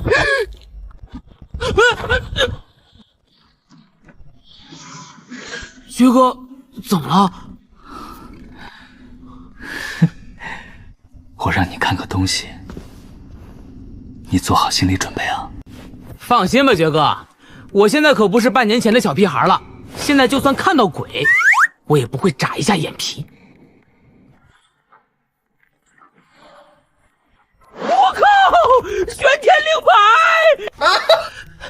！1、2、3、4、5，整整10块玄天令牌。爵哥，制作假玄天令牌骗取贡献点是违法的。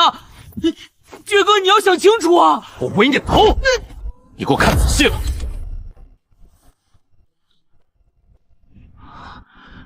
这可是货真价实的玄天令牌。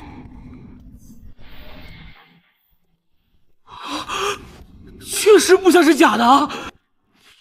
这本来就是真的。可是爵哥，昨天就发放了7块令牌啊，你怎么能搞到10块？就算把别人找到的令牌都偷过来，也不够啊！你爵哥是那种喜欢违法乱纪的人吗？这10块令牌里有3块是昨天没找到的令牌，剩下的7块令牌是今天刚发放的。今天的提示词不是还没给吗？谁说非得公布提示词后才能找到？玄天令牌在天亮之前便被藏到宗门各处了，只要你运气好，在路边打个滚都能捡到。原来如此，可是爵哥，你运气好找到一枚可以理解，但怎么可能把今天所有的全部找到？还有昨天的3块又是怎么找到的？我自然是有我的人脉。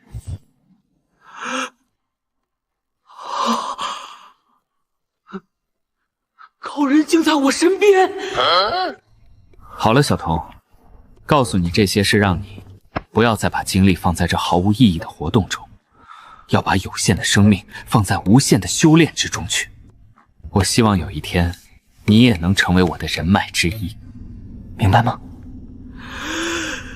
爵哥，我懂了，我这就回去修炼。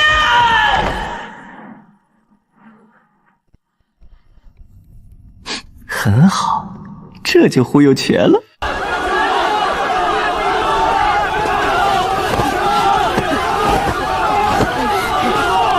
黑幕，肯定有黑幕！为什么我们1块令牌都找不到？是不是你们压根儿就没有放？昨天3000多人把中央天池翻了个底朝天都没发现，今天更是1块没找到，我们有理由怀疑，要求该活动负责人出面解释一下，为什么我们所有人都找不到令牌？是没发这么大火吗？要是被他们知道真相，可能会活活打死我。先打入敌方内部，知己知彼。我怀疑你们根本就没有放令牌。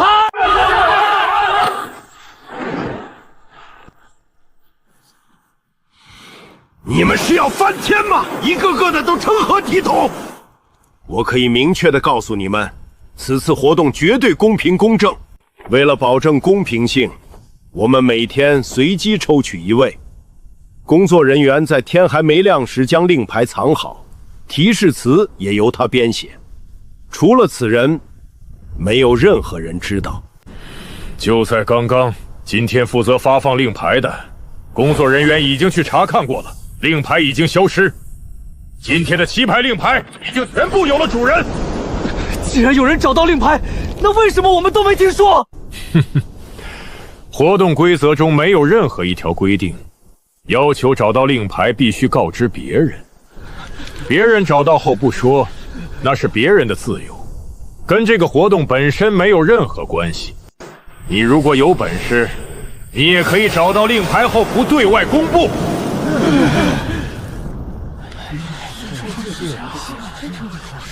1个人找到不吭声可以理解，但总不能7个人都不吭声吧？有没有一种可能，拿到这7枚令牌的是1个人？不可能，肯定不可能！要是拿到这7枚令牌的是1个人，我倒立拉屎！不过你这话倒是提醒了我，1个人不可能，但是如果是商量好的一群人呢？啊？你是说一个组织？没错，如果他们是一个组织，组织中至少有7人以上，便可以同时寻找了。咱们这么多人，找到的大概率应该是咱们。但现在7枚全部被他们拿到，肯定有猫腻。说得对。造成这种现象的可能有3个原因。第一，负责隐藏令牌的人，把消息透露给了这个组织。这样做的风险太高，一旦事情败露，会被宗门除名，这根本不划算。为了几块令牌，不值得。说的有道理。第二，这个组织有位占卜高人，攻破了反占卜阵法。哼，这可能性依旧很小。占卜能达到这种水平的，至少也是长老。有这种本事，又怎会在意几块令牌？不错，说的有道理。第三，有些人出生便是得天独厚，气运超群，连天道都会帮助他们。你是说气运之子？对，如果这个组织中都是这种人，找到的概率会大很多。我穿越者加系统，李正通2个 A 级天赋，勉强算气运之子组织。第3种正确，我觉得就是这个原因。咱们确实技不如人，没什么好抱怨的。不错，说的有道理，分析的真好。听懂掌声！各位先别鼓掌了。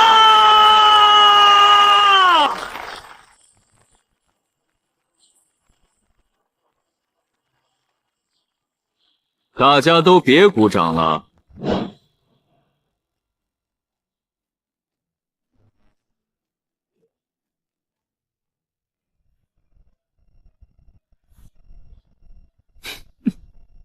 这便是我秦某人的号召力。无敌是多么寂寞。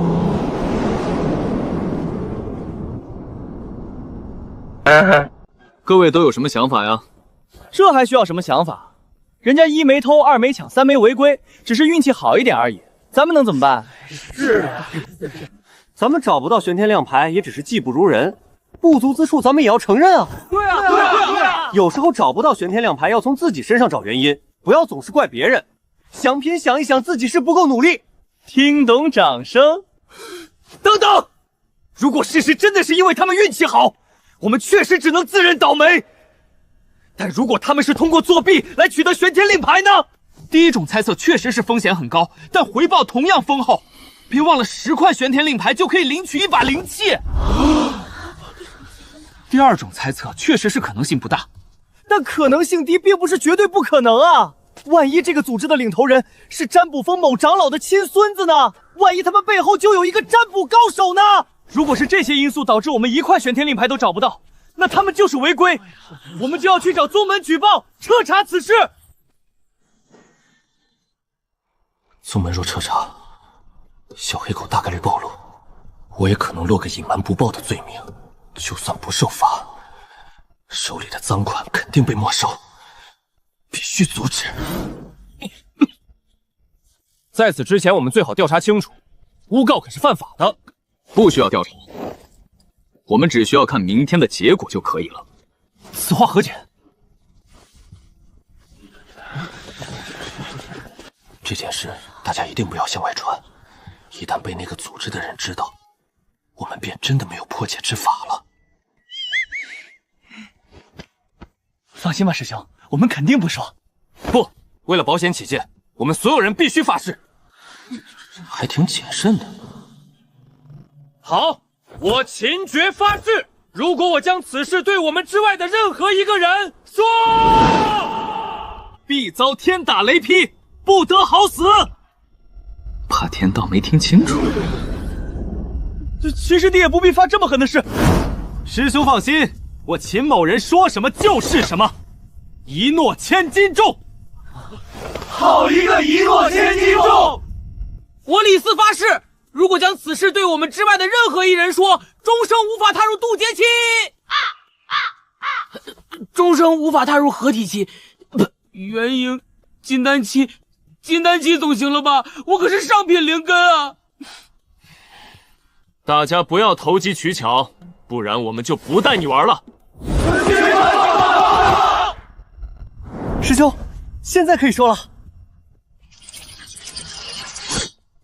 这里人太多，咱们还是换个安静点的地方。师兄放心吧，那些人不可能是神秘组织的人。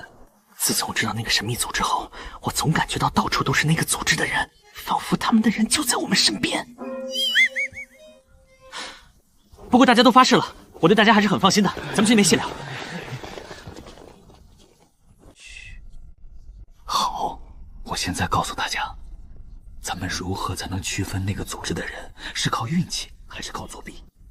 实际上判断的方法很简单。如果他们是靠运气寻找令牌，那他们就不可能每天都包揽全部令牌。哇！其他人肯定也能找到1-2枚。我明白了，咱们人数这么多，就算他们运气好，也不可能一直像今天这么好，肯定会有漏网之鱼。秦兄说得好。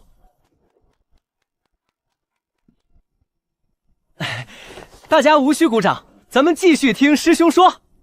要不还是听你说吧。那怎么行？师兄你不说，我怎么知道自己该怎么做？来，让我们给师兄点掌声，鼓励一下。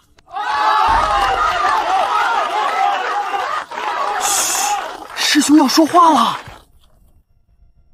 我感觉你们在一起演我，而且我还有证据。怎么会呢？我们都不认识。师兄你继续。我继续说哈。除了他们每天都能包揽7枚玄天令牌外，还有一个极端我们也需要注意。师兄你说，我一定注意。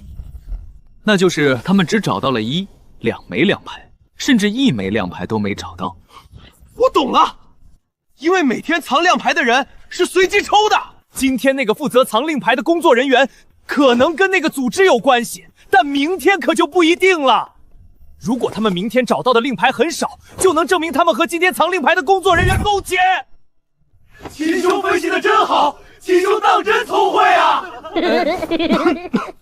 我建议我们这些人也暂时成立个帮派，与那个组织对抗到底。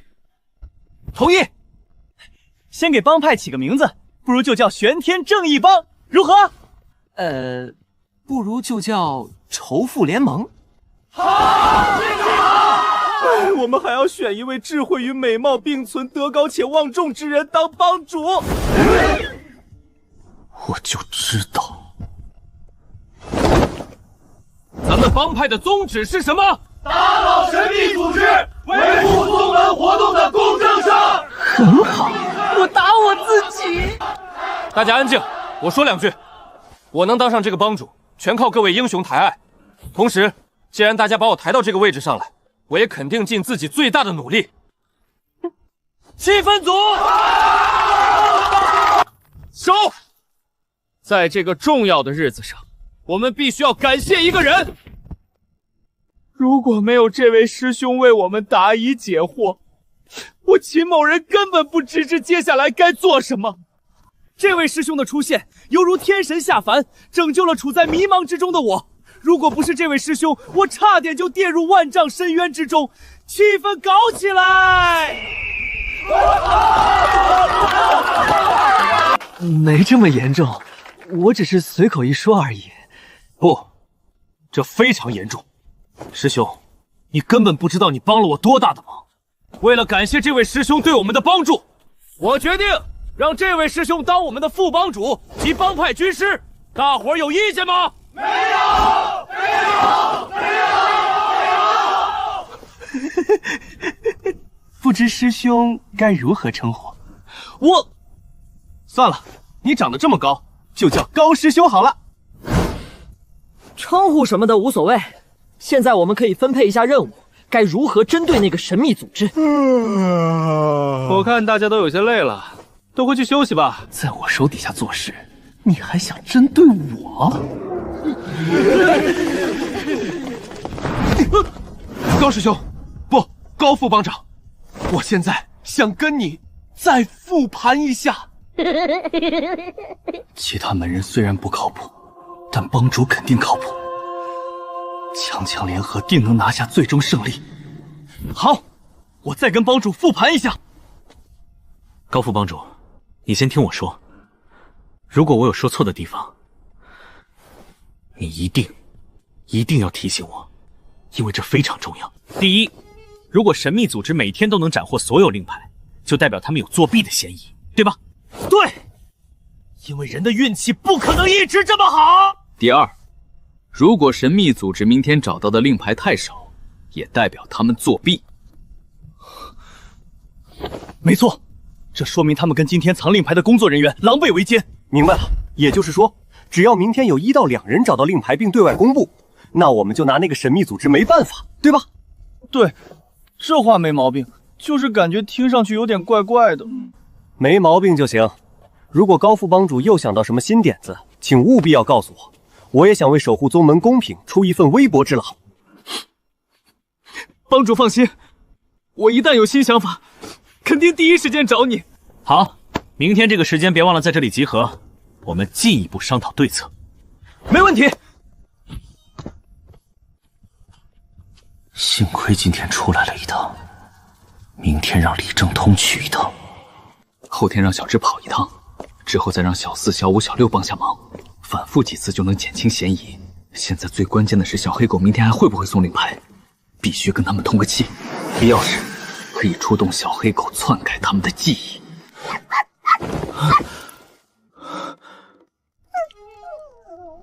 哦，谢天谢地，你们可算来了，都过来坐好。我要告诉你们一件非常重要的事情。听好了，因为你们昨天将7枚令牌全部偷走，现在已经引起众人的不满，有人已经打算向宗门举报调查此事。多亏我机智，暂时稳住了他们。我会想办法解决此事，但你们也需要小心一点，明白吗？你们平时都待在哪里？如果有急事，我该如何找到你们？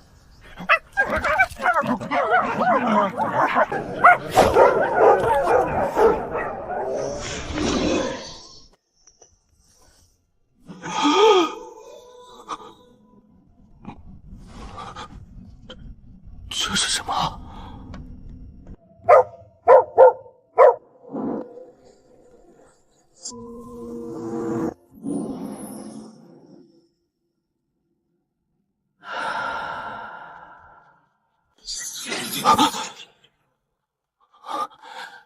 这是水晶球的使用方法，这东西竟然还需要滴血认主，想来是比较贵重的宝物。小黑狗，你确定给我？好，哈哈。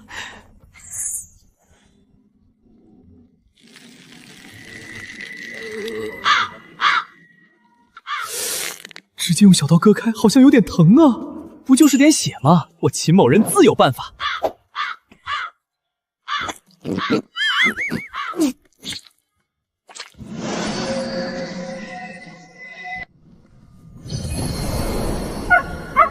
听到叫声，我感觉跟小黑狗建立了某种联系，有一根透明丝线将我们连接。这不会就是传说中的契约吧？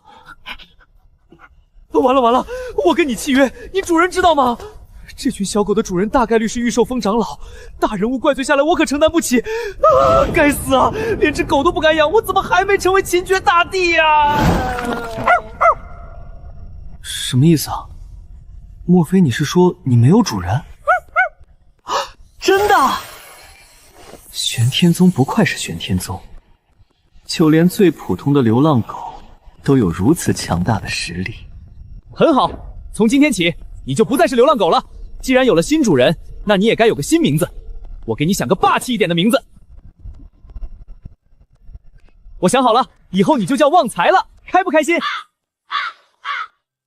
怎么，嫌弃自己的名字不够霸气？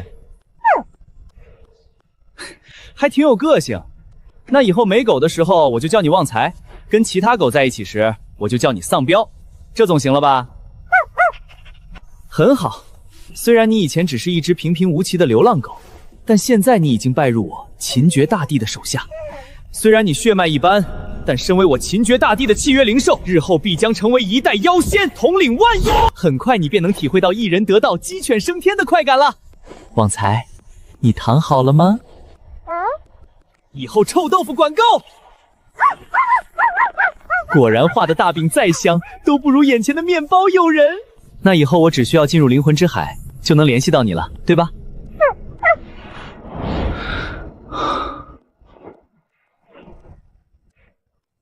应该是融入到我体内了。等着，我给你们做臭豆腐去。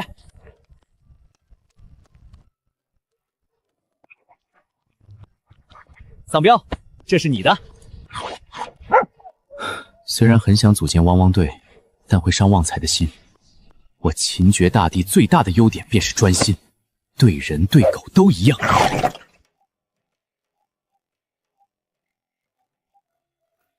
今天给你一个非常重要的任务。爵哥要开始重用我了。爵哥，你说。带上这块令牌，随便去个藏令牌的地方，当着大家的面对外公布你找到令牌了，就这么简单。啊？这令牌本来就在我们手里，为什么还要再去找？这不是脱裤子放屁吗？爵哥这么做一定有道理。奇怪了，今天这呆子竟然没问。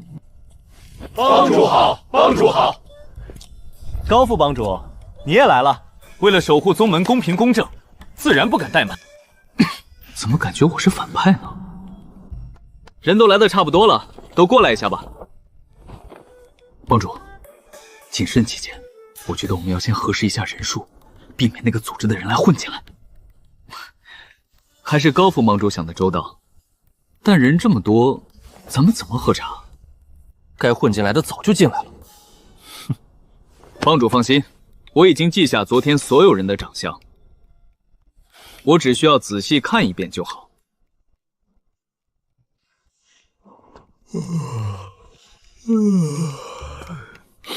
竟然有种当卧底的紧张感。核查完毕，今天就只有一人对外公布，找到了一枚玄天令牌。是谁？好像名叫李正通。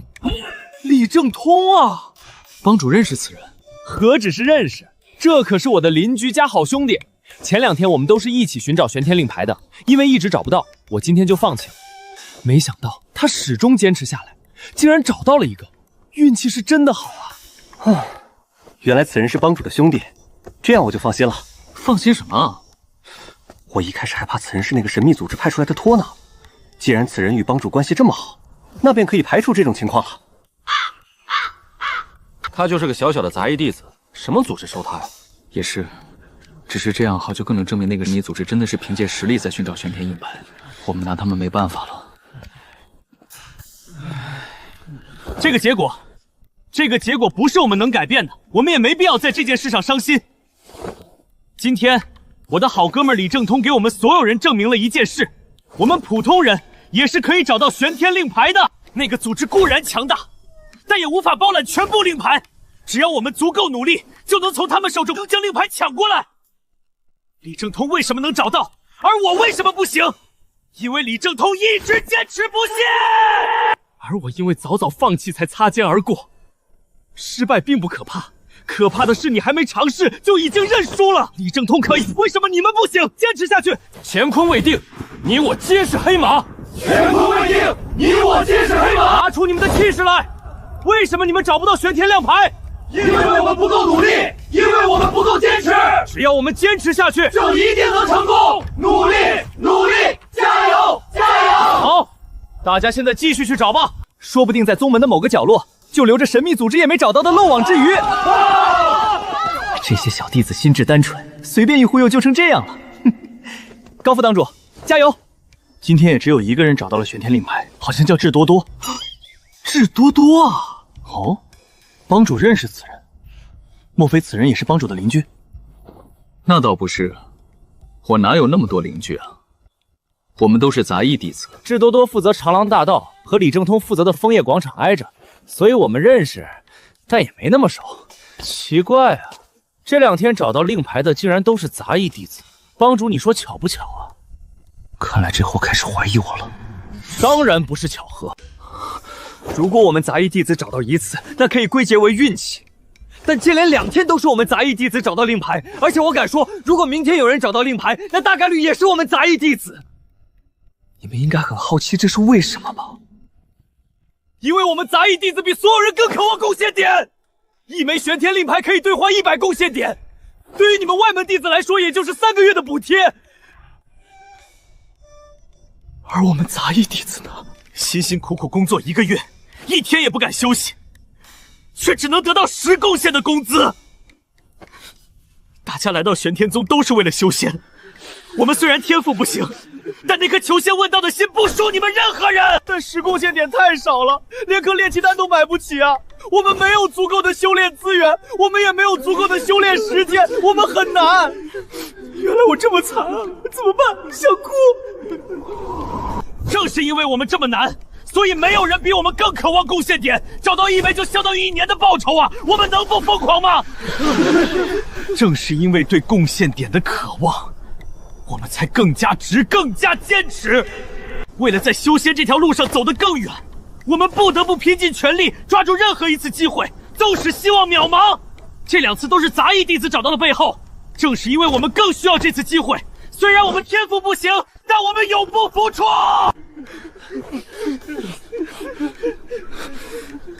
虽然天赋不行，但我们永不服输。杂役弟子不输给任何人。杂役弟子确实不容易，我竟然还因此质疑他们，我真该死。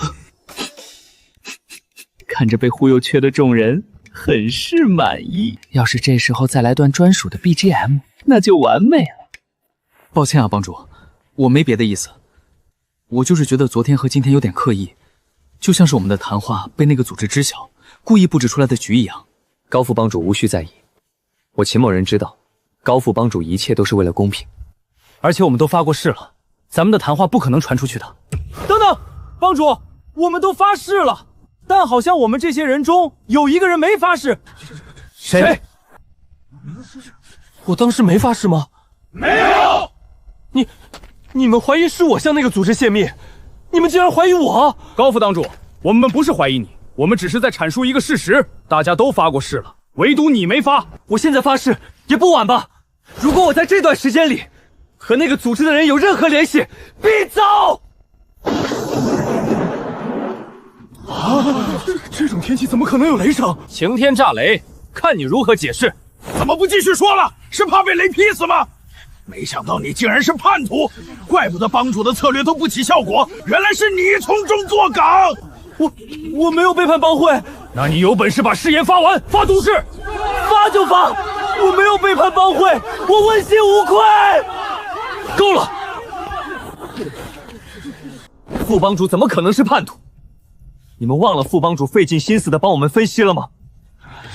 我们现在的策略，至少有1半是副帮主所想。他若是叛徒，怎么可能帮我们这么多？刚才只是碰巧遇到了一声冬雷，我们难道就能无视副帮主的辛勤付出，去怀疑他是内鬼？照你们这么说，我觉得我比副帮主更像内鬼。对不起，帮主、副帮主，是我们欠考虑了。我知道你们也是为我们的帮会好，但我们要将自己手中的武器移至对外，而不是在这里起内讧。既然李正通和智多多能找到玄天令牌，我们也一定可以。只要我们明天再加把劲儿，说不定就能找到2块，甚至3颗。只要我们永不放弃，坚持到底，玄天令牌就一定属于我们。坚持到底，永不放弃！努力，努力，努力！加油，加油，加油！好了，大家现在回去养精蓄锐。我希望明天能够通过你们，看到玄天令牌到底长什么样子。今天你们因帮会而光荣，明天帮会因你们而骄傲。帮主，你怎么知道我不是卧底？因为没有人比我更懂卧底，你长得不像。帮主，我刚刚还怀疑过你，你却还以德报怨，在关键时刻为我作证。与你相比，我真不是个东西。不要再疑神疑鬼了，你相信大家，大家才能相信你。我以后定为帮会抛头颅，洒血血，一定要将那个神秘组织连根拔起。大可不必。那个组织也没什么错，人家也是靠实力跟我们公平竞争。抱歉，我忘了，这几天天天想这事儿，都快把那个组织当成假想敌了。你到底是多么恨我？你应该是太累了，回去休息一下吧。好。奇怪，今天旺财他们怎么没来？旺财，旺财，旺财，难道是还没上线？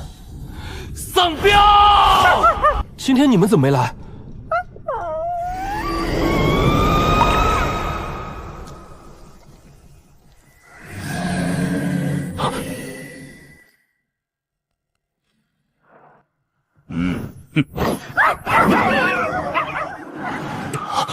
我看清了男子的面容，正是负责此次活动的长老。这次真的是踢到铁板上了。我说总感觉有些不对劲，原来是你们这几个小家伙在捣乱。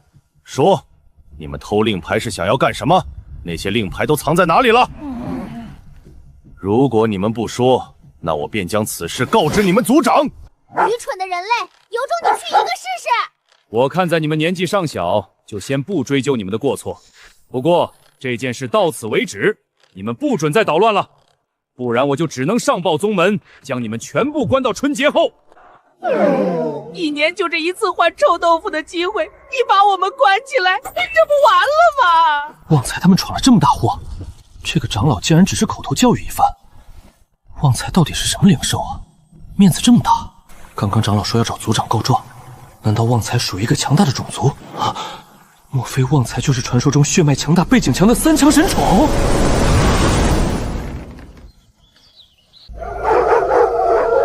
神奇！这次我竟然能听懂这些小狗在说什么，这是旺财给我增加的翻译功能吗？牛逼！不好了，任务失败了！族长驾到！哦，好大一只狗！吵什么吵？天塌下来了！族长，天没塌下来！天没塌下来，都在这狗叫什么？今天的臭豆腐没了！你不是说天没塌下来吗？是谁抢走了俺们的臭豆腐？御兽峰养的那群小老虎，还是炼丹峰养的那群小狮子？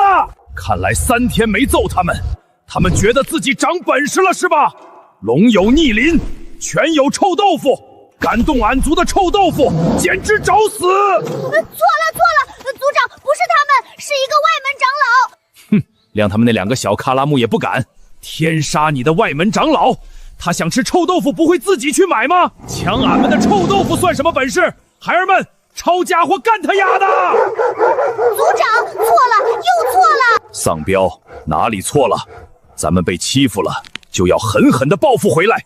你要配得上你这个名字，不要当一只懦弱的狗，不然你这个名字将被赐予族中最勇敢的幻梦犬，赐给伟大的幻梦犬族族长，最勇敢、最强大的幻梦犬之王。其实起初我是极力反对签订契约的。俺们可是尊贵的幻梦犬，他一个小小的杂役弟子也配，但看到丧彪带回来的臭豆腐明显更多后，俺就妥协了。哎呀妈呀，这臭豆腐简直味儿太正了，俺感觉来自祖先的上古血脉正在苏醒。如果不是得知那小子不再与其他灵兽签契约，俺都想亲自上了。不对，俺好像跟宗主签订契约了。没关系，先把宗主干掉，再去签订契约就好喽。不是那个长老抢我们的臭豆腐，是我们抢令牌时被他发现，令牌没抢到。族长，不是我懦弱，是咱真不占理啊！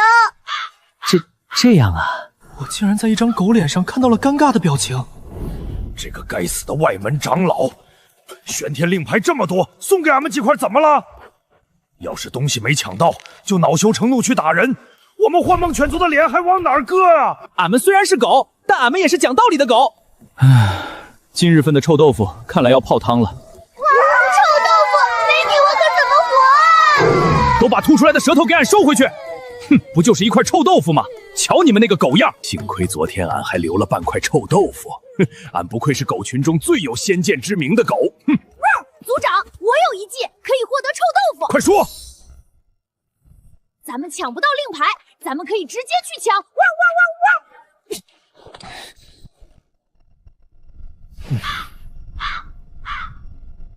没抢到令牌，那肯定就是来抢臭豆腐了。合着把主意打到我身上来了。旺财有脑子，但不多。打马赛克你就只打那一点啊？在不行，明天俺亲自出马，定能万无一失。族长，这样不妥。既然已经被人发现了，您再出手，就等于是跟宗门对着干了。看来这族里也有聪明的狗啊。那怎么办？难道真就吃不到那臭豆腐了？族长，想获得玄天令牌，可并非只有抢夺这一种方法。要知道，玄天令牌本就是藏在各处，让大家寻找的。既然那些宗门弟子能找，我们为何找不得？对啊，俺们也可以去找啊。而且就算被看见也无所谓，咱们是遵守规则的。众犬听令，出岛寻牌。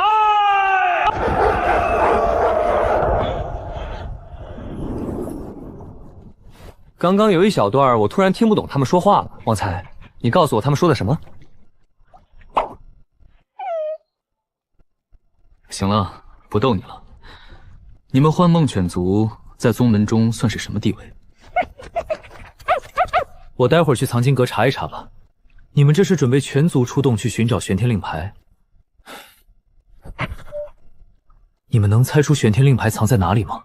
明白了，你的意思是其他弟子去哪儿，你们就跟去哪儿。还不算笨，但是你们数量也不多啊，找到的希望不大吧？你的意思是说，你们的鼻子灵，能闻到玄天令牌的味道？这有点不靠谱啊！有修士嗅觉敏锐，还有丹药能提升嗅觉，如果能闻出来，早就被找光了。算了，先看效果吧。这位同门，请过来登记一下。师姐，进藏经阁需要登记吗？平时不用，不过最近百事通前辈正在闭关，进入就需要登记了。之前百事通前辈从未闭关过，不知道这段时间怎么了，都闭关2次了。好吧，师姐，不知记载幻梦犬的书籍在哪个方位？普通介绍在1楼西边第2层，详细介绍师弟你暂时还没有权限查看。好的，谢谢师姐。这么多，突然有些想念百事通前辈了。就一个破问题，需要闭关这么长时间吗？想必这里面应该有详细介绍，先看简介吧。没了？这就没了？你啥都不知道写毛书啊？这种写书方式我一天能写100本，写个书名就把名字写在第一作者后面。脸呢？没脸4张白纸贴上也行啊。这无耻程度绝对差评弟子，还他妈是比评，我服了他活着。最好别让我参与见你，我背你，不然一定把这本空白书呼你脸上。哼，论无耻，谁能比得过我？今天我就给你上一课。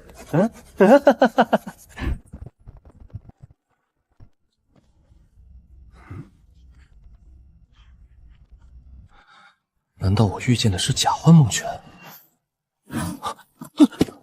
这么强，渡劫器是世界天花板，怪不得能当护宗神兽。这哪是买臭豆腐顾客，这是金闪闪的大腿啊！只要搞好关系，以后宗门谁敢惹我？想和全族交好，只能靠臭豆腐，但不能给太多，得让他们完成任务换取。这样稍微慷慨一下，他们就感恩戴德。我真是太威逼了！接。小狗狗，你真棒啊！小小人类也配碰伟大的幻梦犬大人？你不过是个卑贱的厨子。今天你是第一个送令牌来的，我多给你一份臭豆腐做奖励，不要告诉其他小狗哦，这是我们之间的秘密。你人真好，快摸我，随便摸。以后咱们就是好朋友了，不要忘记我们的羁绊哦。成功获得一只幻梦犬的友谊。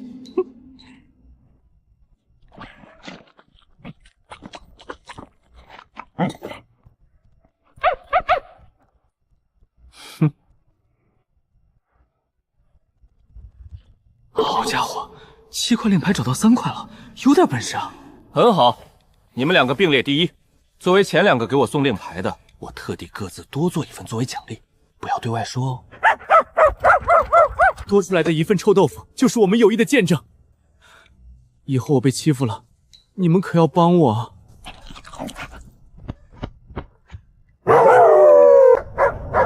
积少成多，积少成多，要不了多久，幻梦犬就可以为我所用了。接。幸亏我不是反派，不然已经可以谋划偷家大业了。至于剩下的2块，听说已经被其余弟子找到，也就不再惦记。不过距离活动结束还有11天，一天丢失2块，11天那就是22块。我竟然在无形之中损失了2200个贡献点，痛，心太痛了。我要找一个既能获得全部令牌，功能上又不违反规则的方法。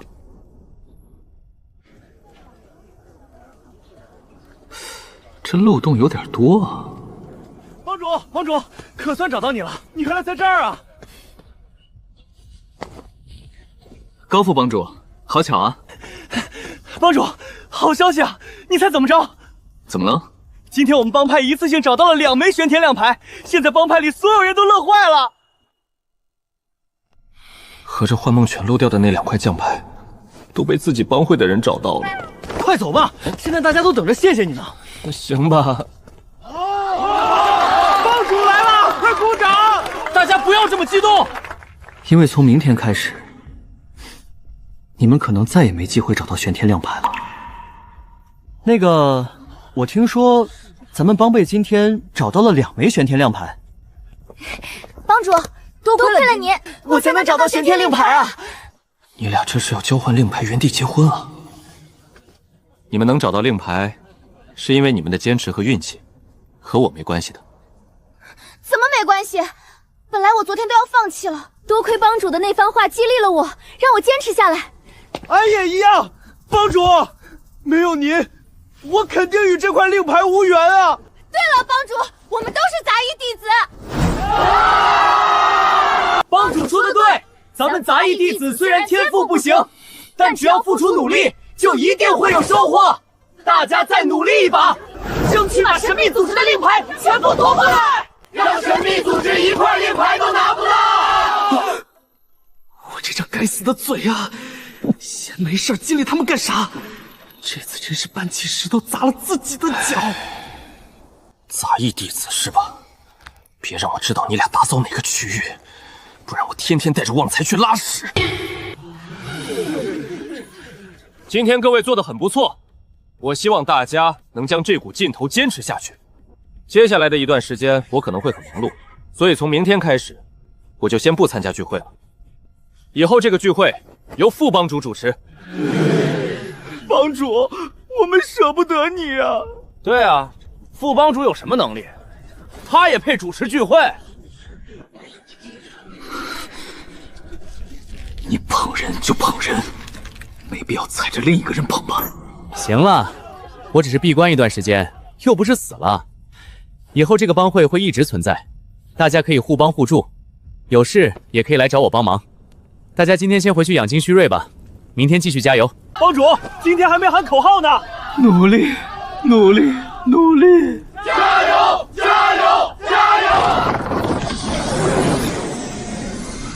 旺财，旺财丧彪，来找我一趟，我给你准备了臭豆腐。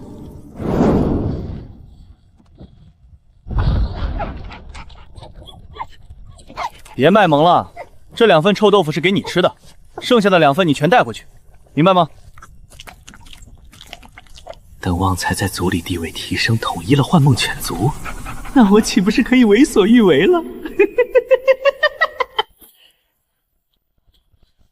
旺财，你回去告诉你们族人，以后找玄天亮牌时，先把在场的所有人拉入幻境，再慢慢寻找。规则上没写不准干扰，幻境那么真，弟子们在里面白忙活也找不到，情绪价值拉满还不容易惹事，我简直太完美了。旺财，你现在的实力对应修仙者的什么境界啊？金丹，你已经达到金丹老祖的境界了。这傻狗居然这么强，那我族长是什么实力？你知道吗？我听不懂啊，你直接在幻境中给我翻译过来。上次那个幻境中，不是你给我翻译的。不是旺财，那只能是幻梦犬族长做的。你给我构造幻境时，你族长知不知道？不知道啊。我懂了，你的意思是你也不知道。你族长到底知不知道你在构建幻境？那就是知道了。看来是那位在暗中帮忙。原来那个打马赛克只打几个字的笨蛋，不是我家旺财啊！谢天谢地。对了，我当时问你，你眼珠子撇一边，心虚什么？你上辈子是拨浪鼓吗？只会摇头。唉，简直跟李正通一样蠢。爵哥，你叫我。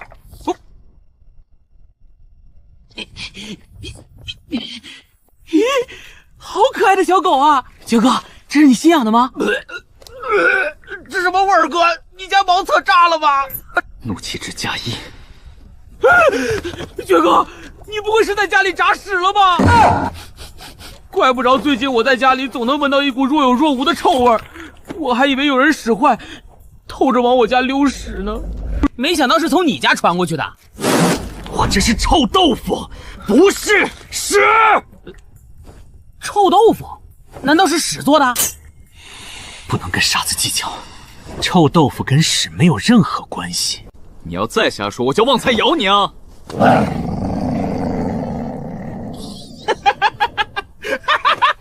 旺财就傻狗断奶了吗？还咬我！啊！我的屁股！狗爷，我错了，我再也不敢了！走狗啊！你再不松口，我可要对你动手了！狗爷，你饶了我吧！我刚才说着玩呢。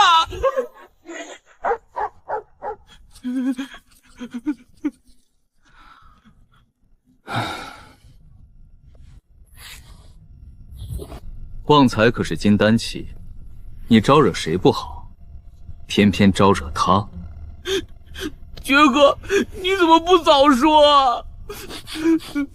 我跟旺财还有正事要聊，你先一边待着。爵哥，那我先回去换身衣服了。回想刚才，族长好像只强调了臭豆腐，这到底是什么意思？你们族长是不是想要你的名字？慢一点比划，我也看不懂你想说啥呀。爵哥，旺财是想说，全族都想要他的名字，尤其是他族长。有正门不走，你翻墙干什么？翻墙这不是方便吗？全族都想要的名字？你们族长没有名字吗？这么想要你名字？什么意思？旺财的意思是，族长有名字，但对自己的名字很不满意。你能听懂？唉，在下听不懂。不过在下曾学习过一门灵兽行为学，可以猜测灵兽的意思。这么牛，旺财，童子他猜的对吗？谢谢狗哥。怎么感觉我跟个聋子一样啊？你们在说什么呢？没什么，就是狗哥说我懂事儿，以后不咬我了。不是，旺财就汪了2声，你整出这么多意思啊？灵兽行为学不靠言语，靠的是对灵兽动作的解读。刚才这傻狗除了眼皮翻了翻，根本没动作吧？旺财，你族长叫什么名字？旺财说他的族长叫狗蛋儿。这个名字很好记。不对，狗蛋这2个字，你也能通过灵兽的动作解读？说你是不是能跟灵兽交流？旺财，咬他！我先给他的衣领里塞一颗炼体丹，你再咬。爵哥别，我承认我确实能听懂旺财说话，不过并不是所有灵兽我都能听懂，我只能听懂狗类灵兽的语言。早承认不就好了吗？嘘，这关乎我家的一个小秘密，我爹不让我对外说。爵哥，你可千万别往外传啊！放心，我可是玄天宗小死嘴。什么意思？就是什么消息来到我这儿，都会死在我嘴里，绝对不会外传。哼，简称死嘴。既然是李正通家族的秘密，我也不再询问。既然你能跟旺财交流，那你就在这儿给我们当一会儿翻译吧。遵命。你族长想改个名字的心情，我也能理解。这样吧，我给你族长取个新名字，省得他总是惦记你的名字了。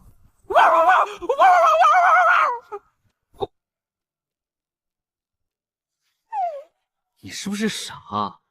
你只需要给我翻译就行。哦，我还以为旺财也听不懂你说话呢。把这个拿回去交给你族长，这是我送给他的名字，看看他喜不喜欢。只要收下，可就欠我一个人情了。以后不把族长位置留给旺财，他好意思吗？嘿嘿，我倒不担心族长拒绝，天底下没有比狗蛋更难听的了。不知道哪个人才起的，哪怕叫来福也比这好听啊！一声是响，两声是骂，都几千年过去了，谁还在想我？居然响了2次！旺财，你族长如今是什么修为啊？旺财说他族长是天底下最强的。得，问了白问。行了，旺财，你先回去吧。他说好的。这次收获如此丰富，那些小母狗肯定爱死我丧彪了。你今天是有什么好事吗？这么兴奋？爵哥，你猜得真准！我今天终于布置成功了一个阵法。是吗？你那阵法在哪儿呢？有什么功能？在我院子里呢。你这么爱翻墙，直接在墙上砸个洞不更方便？那不行，爵哥，你院子里的那股炸臭豆腐味我受不了，这个院墙还是留着比较好。这个阵法名为反重力阵，阵法范围内的所有物体的重力都会减少90%以上。若是这阵法能伴随人移动，就能大大提高我们的速度了。这个我暂时还做不到。不着急，慢慢来嘛。今天还是要恭喜你的。要不我做份独家秘制臭豆腐，送给你做礼物。爵哥，可以换个礼物吗？可以。最近我又炼制出一种新丹药，要不作为礼物送给你？爵哥，一份臭豆腐是多少啊？可以量少一点吗？瞧你这样，不逗你了。去抓几条鱼，晚上给你烤着吃。爵哥，河里结冰了。东捕，听说过吗？活动第6天，提示词如下。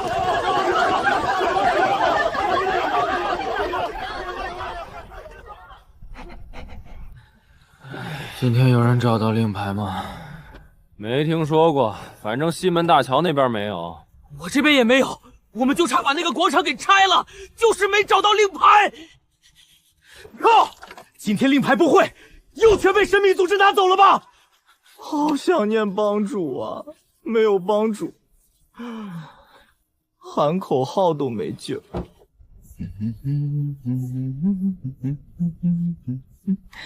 我这办法就是好啊！修仙界不只是打打杀杀，关键时刻要动脑子。知识就是力量。谁能告诉我，今年幻梦拳为什么对玄天令牌这么感兴趣？谁能告诉我，现在我们该怎么办？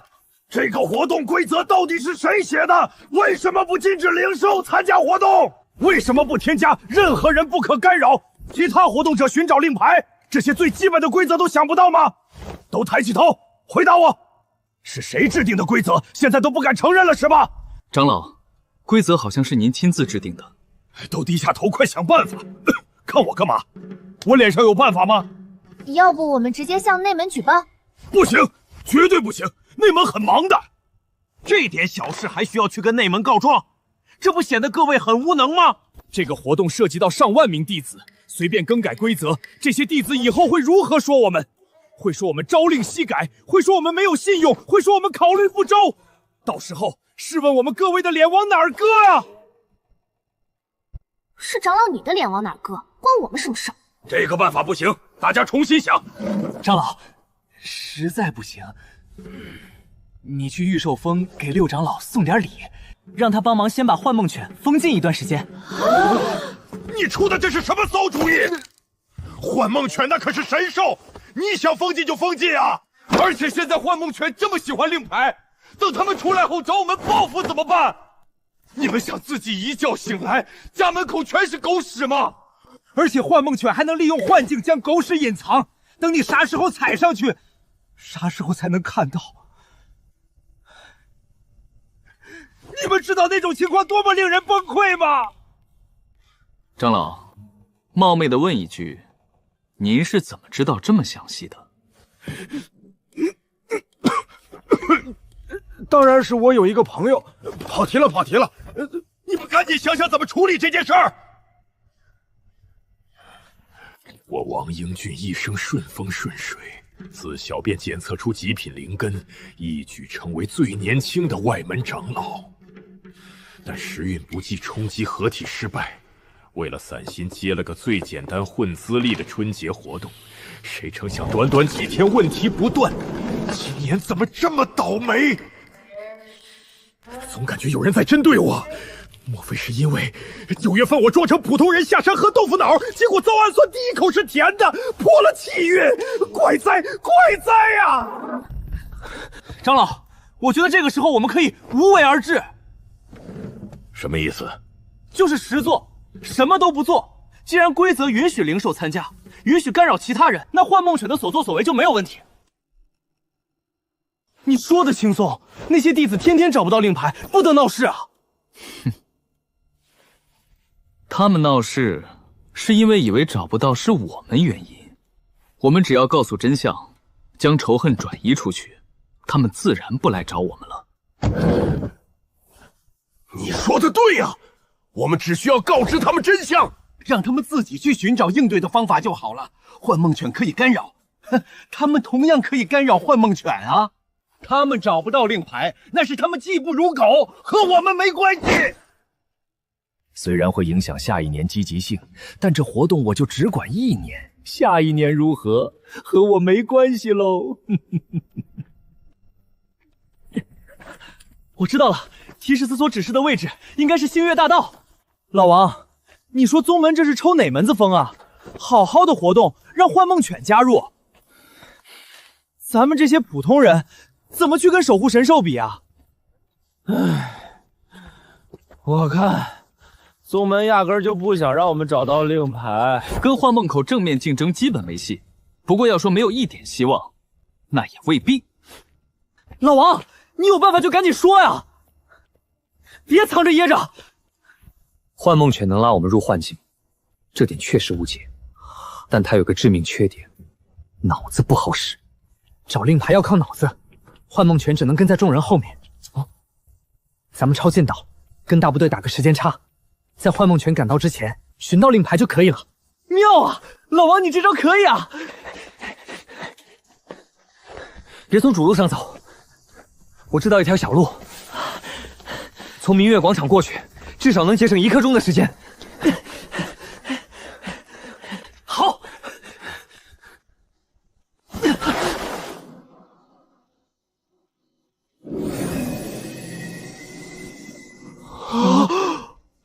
老王，明月广场什么时候开始施工了？而且还施工这么长时间，我怎么不知道啊？不清楚，我也一点印象没有。算了，找令牌要紧，等年后再查一查吧。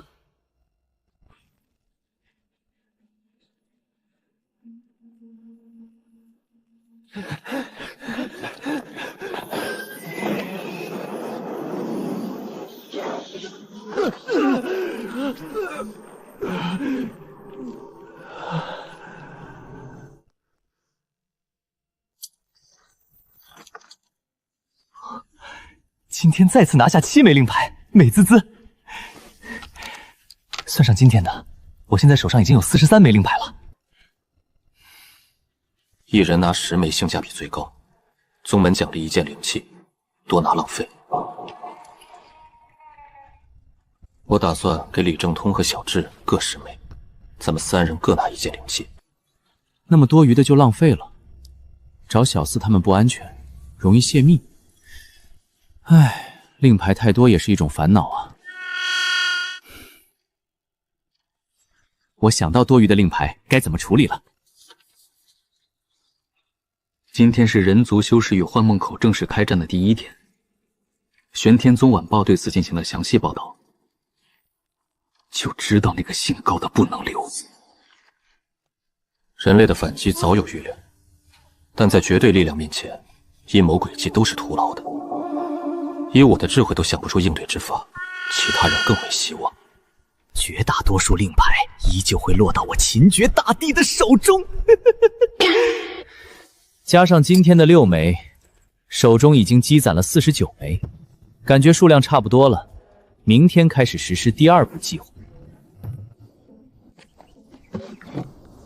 爵哥，你叫我们来这儿干什么？今天有件大事需要你们俩帮忙。今天我需要你们当我的保安，保护我的人身安全。没问题。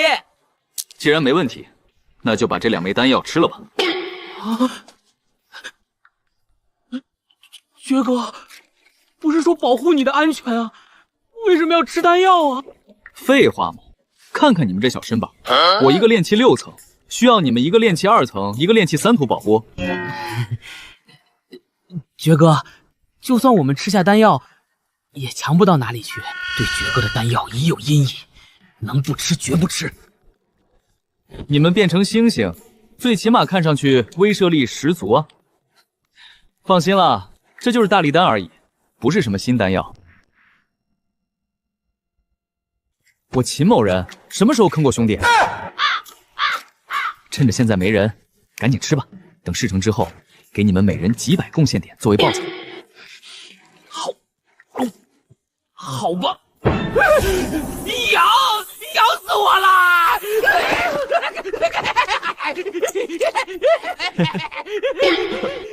坏了，我拿错丹药了。刚刚给你吃的好像是炼气丹。抱歉哈，这次我一定检查好。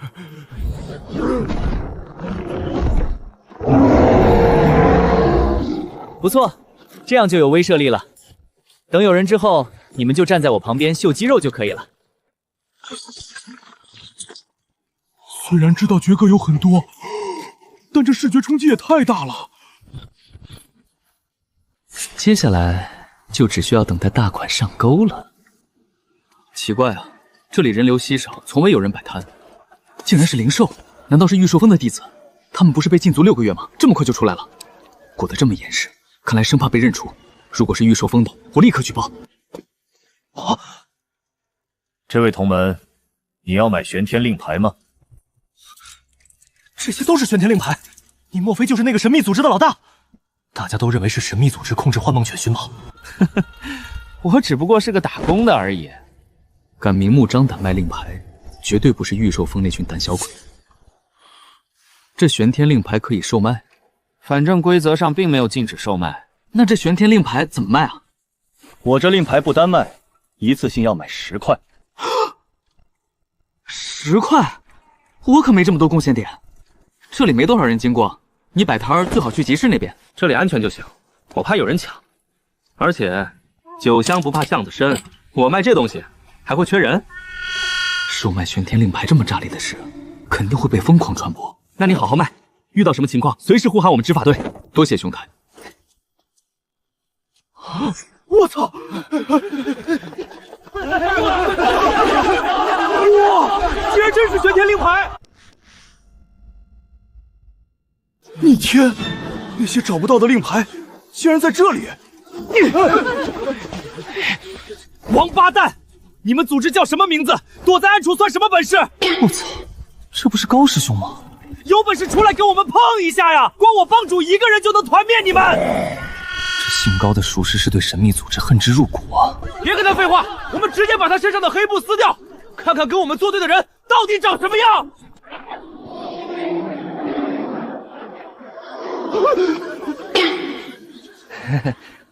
头皮有些痒。玄天令牌，谁寻到便是谁的，这是规则。既然宗门没有出面，已经足以说明我们没有违反任何规则。各位找不到令牌，只是技不如人，为何还有脸在此大吵大闹？菜就多练，玩不起就别玩，懂？你找幻梦犬帮忙，你臭不要脸！幻梦犬是护宗神兽，就在那儿摆着。你有本事，你也可以请他们帮你寻找令牌啊。大家的资源是一样的，你用不了，还不让别人用，别人都有义务让着你不成？是不是别人修炼速度比你快，也必须停下来等等你啊？你好一个牙尖嘴利之人，恐怕只有请帮主亲自出马，才有胜算。大家如果有意见，完全可以去举报。我来此也不是来与大家吵架的，而是要将这些玄天令牌卖出去。这令牌怎么卖的？10块令牌为1份，1份售价2000贡献点。你想钱想疯了吧？10块令牌只能兑换1000贡献点，你卖2000贡献点，你要是能卖出去，我把头拧下来给你当球踢。我买。哪个不长眼的东西，跟你朋友我作对，想找死不成？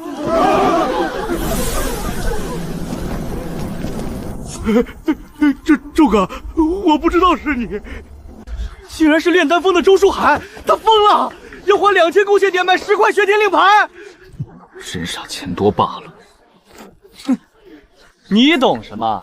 你知道集齐10块玄天令牌有什么用处吗？就在这儿乱说。当然是能够讨道侣欢心了。你们没听说过昨天突然火起来的一句话吗？爱他就送他冬天里的10块玄天令牌。昨天没白忙活。你们难道忘了，一个人拥有10枚玄天令牌，宗门就会额外奖励一件灵气法宝。老弟子都知道，这奖励好像从未有人领到过。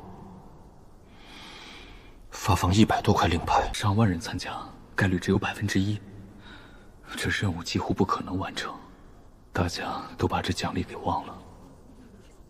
原来如此，多出来的1000贡献点，相当于买一件灵宝法宝。我买1份。这炼丹师都这么有钱吗？我还怕2000太贵没人买得起，低估了大家的财力，下次可以卖得再贵一些了。2000贡献点到账。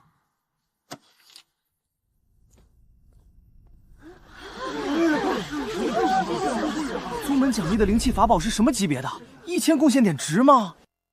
灵气分为天地玄黄4个等级，周书海这是一场豪赌啊！1000贡献点都能买黄阶上品法宝了，若是奖励黄阶中品或下品，他就亏大了。我觉得宗门奖励的法宝最低也是黄阶上品，大概率是玄阶法宝，花2000买稳赚不赔。那你赶紧去买啊！开玩笑，我上哪儿弄2000贡献点啊？我们几个可以借给你啊。那我也不买，万一赔了怎么办？宗门奖励肯定不会太差。越难的任务奖励越丰厚，大概率是玄阶法宝，最差的玄阶售价也在2000左右。帮会近100人，一人出20就能买10枚。如果奖励玄阶下品，纯挣1000，利润高达50%，值得一试。找令牌哪有买令牌挣得多？这还有多少令牌？还有最后10块，能不能先给我留着？我回去筹钱。不能，不过你可以预定，以后若还有令牌，给你优先购买权。可以，怎么预定？支付10贡献点作为定金，如果以后我们不再售卖，原数奉还。如果我们继续售卖，而你不再购买，定金不归还。别付，小新是骗子！你看他裹得这么严实，以后就算不卖了，你也找不到他呀。随手卖20块令牌的大组织，会在乎你这10点？下次售卖时间是5天后凌晨，还是在这个位置。我知道了。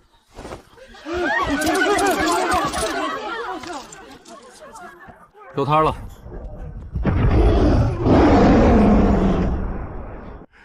我怎么就这么倒霉呀？这个活动过去几百年就没人买过令牌，怎么偏偏今年被我给摊上了？怎么感觉一直有人在针对我？长老简直太倒霉了，以往都没出过乱子，今年第2天抗议，然后幻梦犬杀入，现在连买卖令牌都出来了。到底是谁非得逮住这一个活动霍霍？为长老默哀。你们都说句话呀，想想办法，怎么解决此事？长老，这事没法解决啊！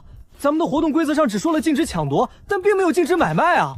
弟子们都是你情我愿的事儿，咱们干预不了。这还用你告诉我？你觉得我想不到这一步吗？最近几天都不敢修炼了，刚突破失败又遇糟心事，真怕一修炼走火入魔。实际上这件事解决起来很简单。关键时刻还得靠你啊！快说快说！很简单，既然是你情我愿的事儿，咱们就不需要干涉。唯一需要解决的便是灵气问题。照现在这个发展情况，怕是要准备10件灵气才稳妥。这我当然知道，关键是咱们的活动预算不够啊！预算最多只够买2件。这很容易解决啊！快说，应该怎么解决啊？长老您自掏腰包，把不够的预算补上就可以了。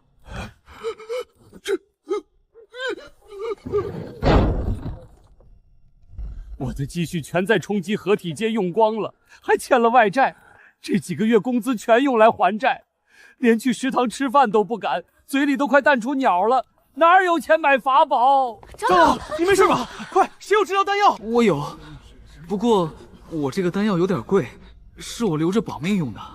别心疼了，反正长老有钱，等长老醒后给你报销，说不定长老一高兴还能多给你报点呢。快把你那颗很贵的丹药收好！长老，你没事了吧？要不要我出去找人给您治疗一下？千万别叫，我没事的。冲击合体期时受了些内伤，等休息一段时间就好了。等你们以后冲击合体期时，就明白我现在的感觉了。我们这辈子可能连元婴期都达不到，谈何冲击合体期？那个，咱们刚才说到哪儿了？说到您自掏腰包购买灵气。长老，您没事吧？快，丹药！没事了，没事了。可能是最近这个活动搅得人心烦，导致气息有些不稳定。我喝口水休息一下就好了。除了自掏腰包购买灵气外，还有没有其他办法了？当然有，有你怎么不早说？吓我一跳！快说！长老，您可以凭借敏捷的身手去武器店偷几把。想被逐出宗门，你就直说，不用这么拐弯抹角的。长老，我刚才开玩笑的。我还有一招，咱们就只准备2件法宝，他们谁的玄天令牌多，咱们就奖励给谁。那岂不是违背活动规则了？违背又能如何？大不了咱们被人骂几年，大不了我们再也不干活动人员了，大不了长老您成为内门长老的时间向后延一下，反正我是无所谓的。你的建议很好，那你觉得我应该去偷哪家武器店呢？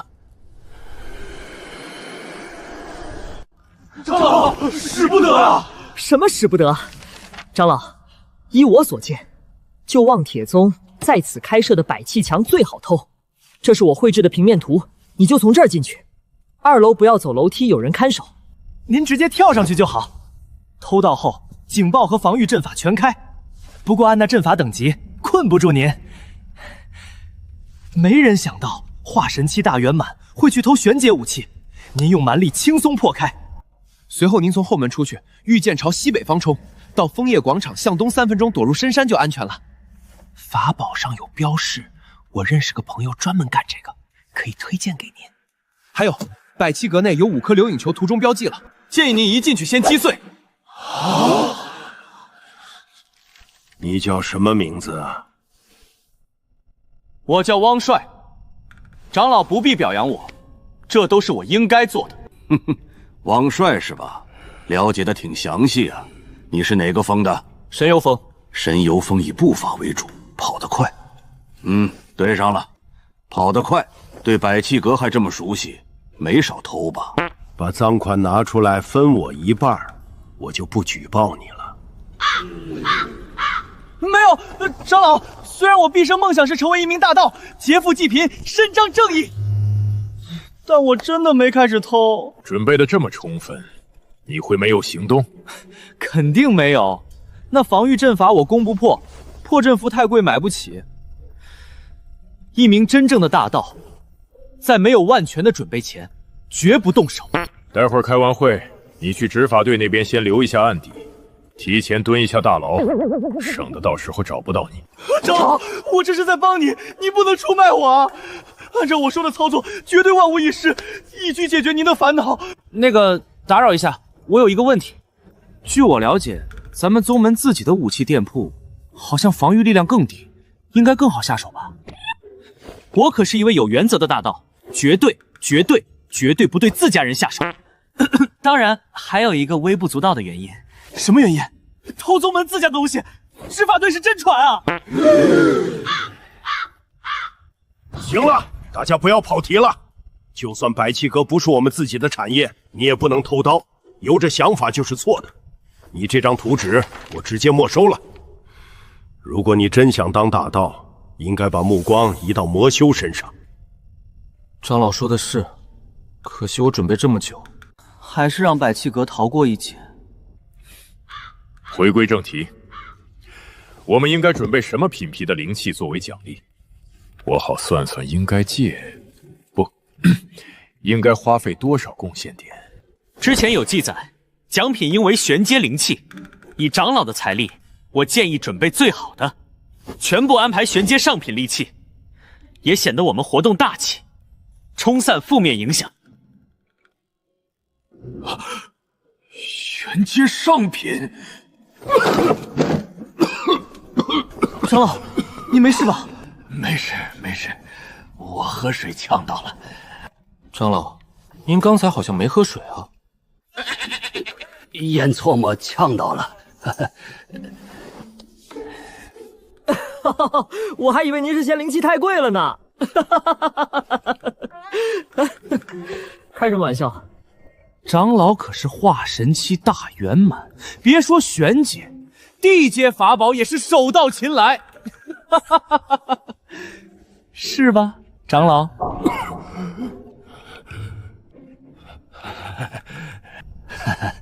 贡献点我还是有一点的。玄阶上品不是买不起，而是感觉没必要。外门弟子不到金丹期，灵气再好也发挥不出效果。就算发挥不出效果，我们依旧准备最好的，这样才能显示出我们活动组的大气。合着不是你掏钱是吧？行了，买什么级别的灵气，我自有决定。大家都散了吧。是长老。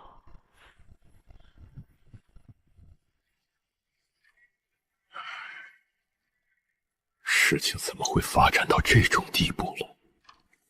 原本每人集齐10枚令牌，买灵气的预算都会余出来，大家分掉。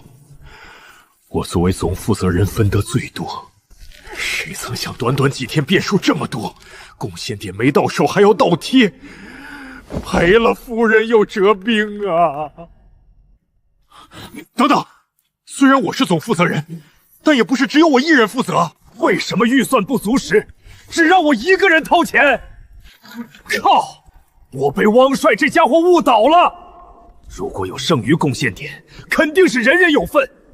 不足时，也应该大家一起摊钱啊！最多我掏的钱多一些，但也用不到我一个人承担所有吧？我可是最年轻的外门长老，未来必定踏入合体期，成为内门长老。现在若把他们喊回来，要么暴露我非常贫穷，要么会被误以为是小气之人。王英俊背地里是个极其小气之人，预算不够，需要他补缺口。这点贡献点对他9牛1毛，他竟然让跟着他干的弟子掏钱填补窟窿，简直是铁公鸡！为了以后的好名声，这个贡献点还是我自己掏吧。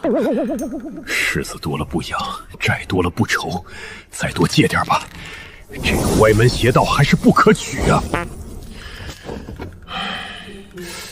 既然玄天令牌可以买卖，那我为什么不找人收购呢？奖励的至少是玄阶灵气，就算花2000贡献仙，也是稳赚不赔。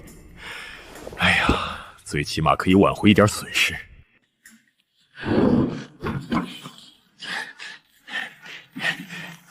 我是负责人，不能参与，但我有徒弟呀，让徒弟收购不算违规。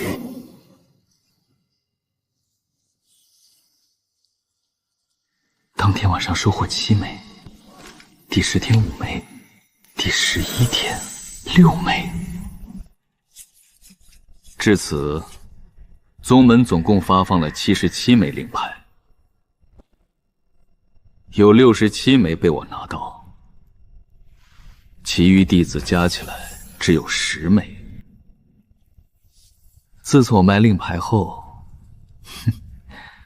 宗门出现了不少高价收购的组织，李正通和小智各有1枚令牌，现在天天有一大群人在他们洞府门口转悠。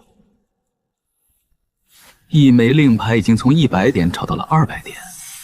与我10块令牌的单价相当了。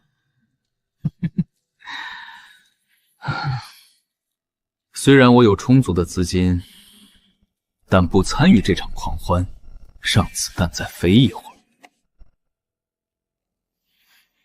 很快，我秦某人便让各位知道，什么叫螳螂捕蝉，黄雀在后。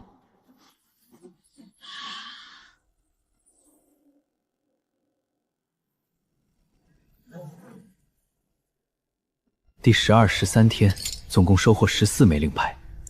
至此，我已经得到81枚令牌，去掉卖掉的20枚，手中还欠61枚。我买10块令牌，2000贡献点立刻给你。喂，懂不懂先来后到？明明是我先来的，要买也是我先买。玄天宗不缺聪明人，很多人嗅到有利可图，筹集资金准备大赚一笔。大家不要急，5天前预定的2位在现场吗？我在。拜托，兄弟卖我一套，我借的高利贷啊，买不到令牌就要破产了。兄弟，别卖给他，我比他惨多了。不知道那个傻家传播的，爱他就送他洞天里的10块玄天令牌。现在我道侣天天问我要令牌，说是我搞不到令牌就要离开我。兄弟，宁拆10座庙，不拆一桩婚啊！大家先不要着急，现在我手中只剩下最后1份。而想要令牌的最少有20人以上，所以，我无法保证你们所有人都能买上令牌。我来的最早，应该让我先买。哼，你放屁！我来的时候天还没亮呢，这里一个人都没有，所以我才是来的最早的。别吹牛了，我昨晚就来这儿等着了。哼，你们谁能比我来的更早？不行，咱们就比一场，只有赢到最后的才能有资格购买玄天令牌。比就比，怕你不成？大家先别吵，听我说。在卖令牌前，我想先跟各位普及一个常识：市场是由一双无形的手在操控。当供大于求时，商品开始降价；当供少于求时，商品开始涨价。不是，你到底什么意思？没什么意思，就是按照市场规则，玄天令牌要涨价了。2000贡献点了还涨价，你们真是太贪了！你涨吧，我不买总行了吧？大家先别着急。虽然按照冷冰冰的规则理应涨价，但我们组织老大是个非常善良、非常帅气、非常善解人意的大佬，他非常理解各位的心情，所以我们老大特意叮嘱我，大家既是同门，也是家人。既然是家人，那就不能太过分。因此，今天我们老大就为家人上福利。最后一套玄天令牌原价2000，现在不但不涨价，反而降价。降100不够，降500不够，降1000还不够。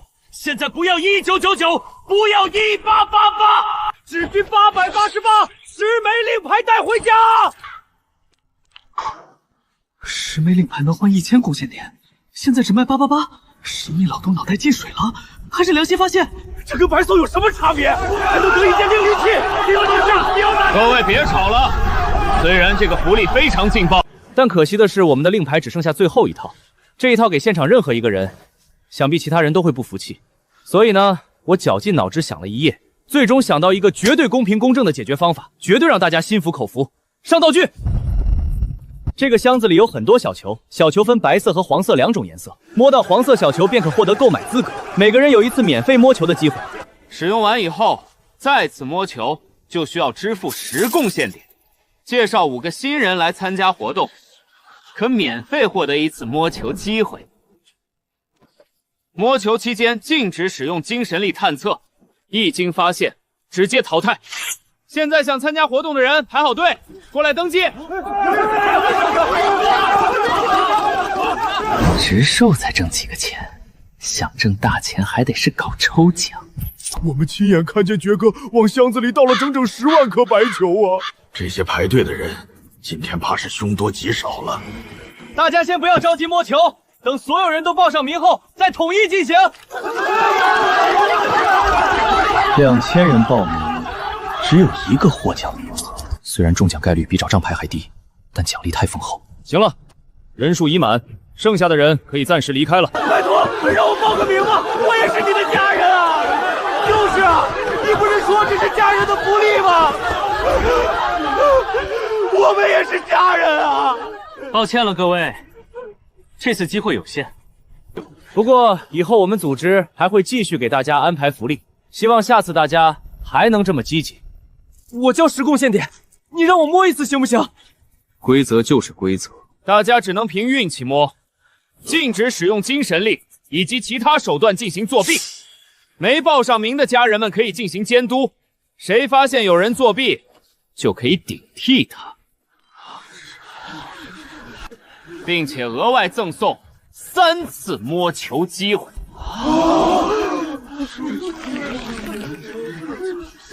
好了，大家按照报名的顺序排好队，开始摸球。这不公平！前面的人若是直接抽到黄色小球，那我们不就白报名了吗？此言差矣，已经被抽到的白球是不需要放回木枪的。虽然前面的人占据先机，但越往后抽到黄球的几率就越大，只能说各有利弊。原来如此，黄色小球肯定不会轻易被抽到，我排在后面抽到的几率才更大。先让前面的大冤掌们垫一垫。几率大有什么用？等我把黄球抽到手，后面的人连抽奖的机会都没有了。后面的一群可怜虫，看好吧。第一位王开明邀请了10个新人，有3次摸球机会。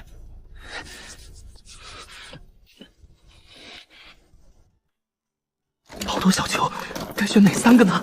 没中啊！太好了，我们还有机会。刚才吓我一跳，看那架势，我还以为能中呢。原来是个小丑。我花10贡献粮，我想再抽1次。我感觉那个黄色小球已经离我不远了，那是一种命运的安排。第一次买彩票的人都会感觉自己能中大奖。付费抽奖需要等所有人都抽完后才能进行。如果你想要付费抽奖，请到队伍后方排队吧。快点吧！另外那个黄球属于我，那个黄色小球注定是我的，玄天令牌也注定是我的。你们这些人存在，不过是为了给我增加概率罢了。看我等下当着你的面把黄色小球抽出来。何浩，你邀请了5个人，总共有2次抽奖的机会。我感觉黄色小球正在向我靠近，快要摸到了，快要摸到了！我要举报他作弊！你干什么？你别想诬陷我！这枚戒指戴在手上，可以通过戒指感受周围的变化。刚刚他的手一直在翻来覆去，就是想通过这枚戒指作弊。各位戴上戒指一试便知。我这戒指这么隐蔽，你怎么知道我这枚戒指的作用？巧了，你这枚戒指就是我打造的，鄙人不才，正是炼体阁的炼器师，你发布的任务正是我领取的。哼，算我倒霉！箱子里的白色小球至少几万只数，别说随机摸了，就算倒在地上让你们找，你们都不一定能找到。都别在这傻乎乎的排队了。哟，某人吃不到葡萄说葡萄酸喽。哼，一个喜欢作弊的小人，能说什么实话？你就羡慕我们吧。现在的韭菜都已经进化到这种程度了吗？都能自己寻找理由克服困难了。这位家人，既然你成功抓到一个作弊者，那他的名额便归你了。你可以额外获得3次抽奖机会，总共可以抽取4次。此外，再加一条新规则：摸球时禁止佩戴任何饰品。这么做都是为了公平，可以理解。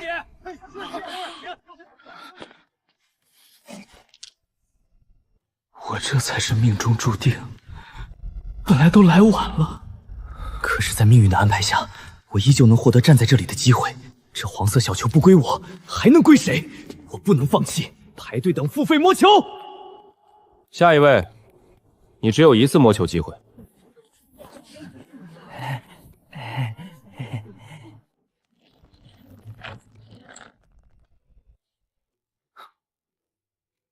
太可惜了，又是白球。如果想要付费摸球的话，可以去后面排队。算了，我可没有那么多贡献点。明智的选择。现在你可以去旁边抓作弊了。如果抓到，依旧会有3次免费摸球的机会。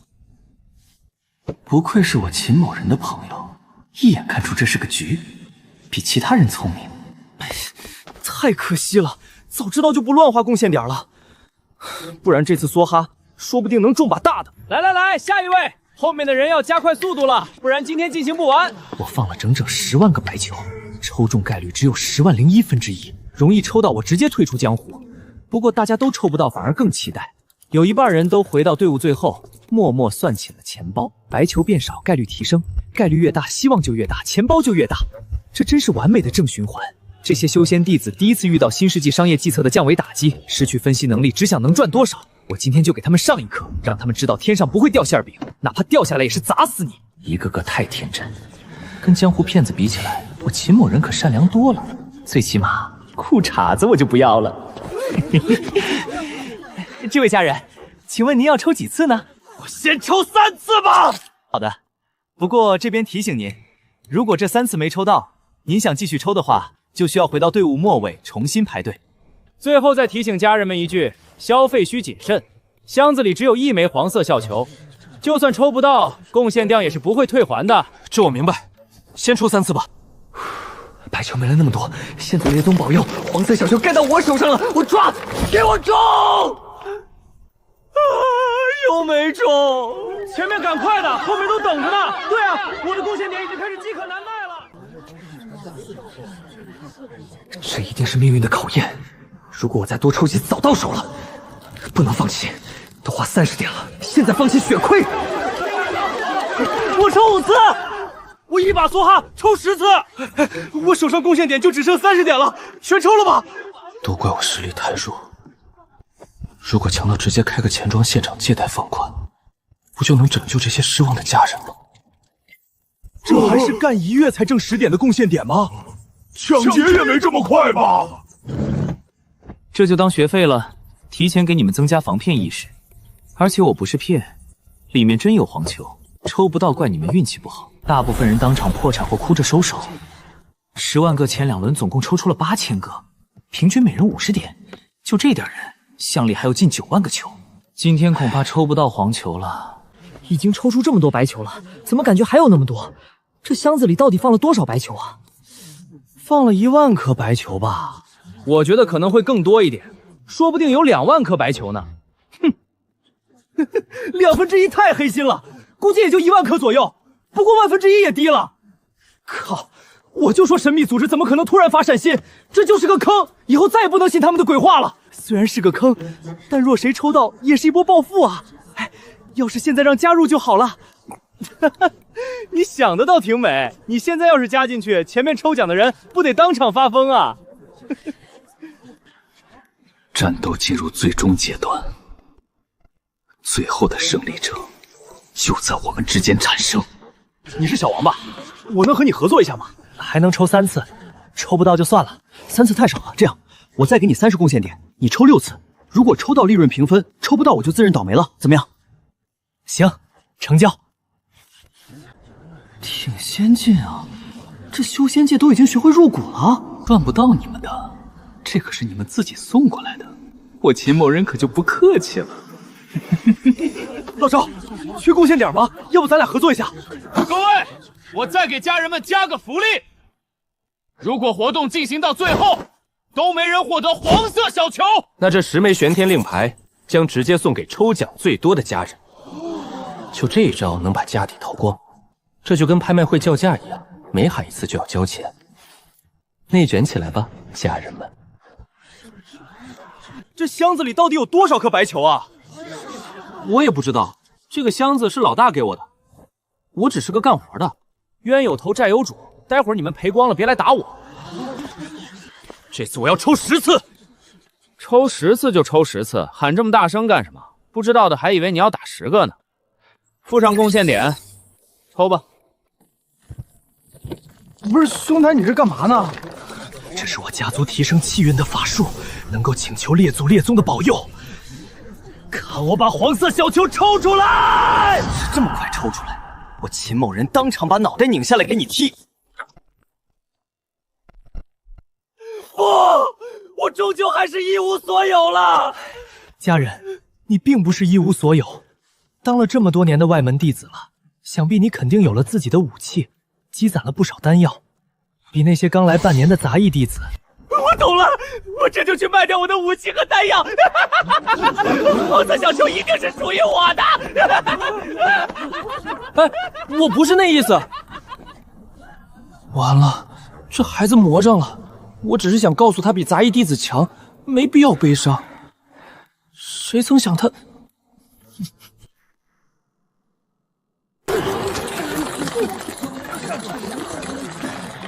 天啊！你这里面到底放了多少白球？我真不知道啊。没说谎，10万颗只是估计，谁会一颗颗数啊？好，不会真放了2万颗吧？这也太黑心了。虽然我不知道具体放了多少颗，但我可以肯定，绝对不是放了2万颗。不是2万颗，那我就放心了。我就说你们组织虽然不是啥好玩意儿，但也不至于这么黑心。不过我们怎么一直都抽不到啊？我也不知道啊。你老大不会是忘记放黄球了吧？这个绝不可能！如果里面没放黄色小球，我把我身后这2只猩猩的头给你们拧下来当球踢！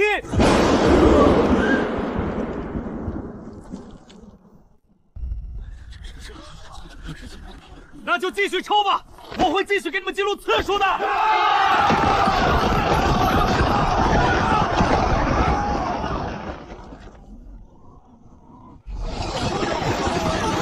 崩溃啊！这个该死的黄球怎么这么难抽啊！不抽了，不抽了，一点贡献点都没有了，这就是个坑！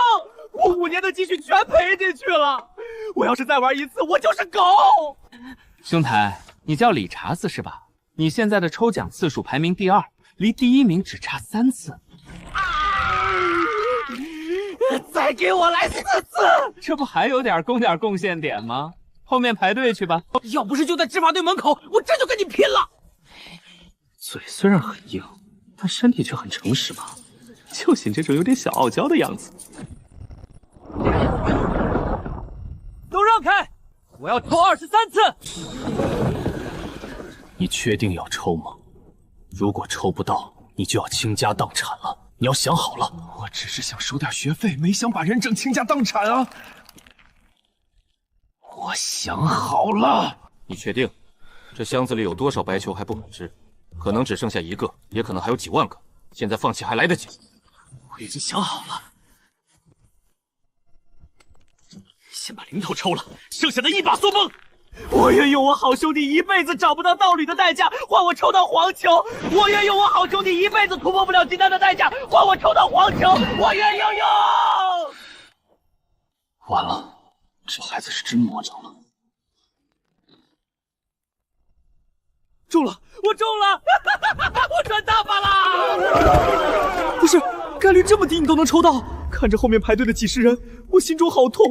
这波至少少赚几千贡献点啊！老王，你运气简直太好了，那是。请问你是？我是老王最好的兄弟。原来你就是害我少赚几千贡献点的罪魁祸首。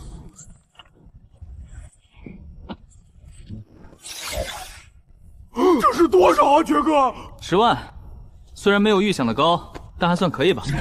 可惜这个活动只能进行1次，本以为能挣个几10万，没想到这帮外门弟子都这么穷，而且黄球抽出来的也有点早了。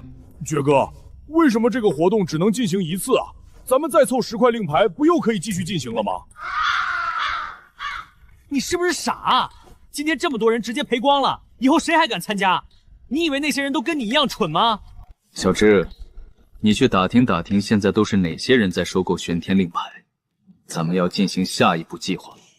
爵哥，这我早就打听清楚了。目前到处收购的主要是一个组织和一个人。组织就是前几天大火的帮会，现在拥有5块。另一个人名叫赵黎明，是一个内门弟子。内门弟子？他确实是内门，据说达到金丹后期。我还打听到小道消息，这个赵黎明的师尊，正是此次活动的总负责人王英俊长老的亲传弟子。哦，此言当真？不好说。那他手上有几枚玄天令牌？也是5块。赵黎明出价很高，昨天已经达到200点一枚。据说他今天会去找帮会商议，准备高价购买他们手中的牌。200点的价格确实很高，他若凑不到10枚就赔惨了。看来奖励的灵气品质绝对不会亏。这是给你们的报酬，这2天辛苦了。薛哥，这是给我们的，这可价值2000贡献点啊！你觉得我在乎区区2000贡献点吗？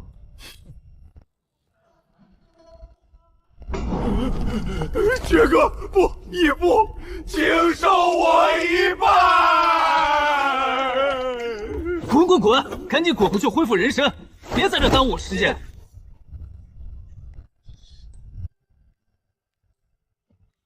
都出来吧，都闻到你们身上那股臭豆腐味了。你们真是太棒了！今天你们7个都是并列第1，全部可以获得2份臭豆腐。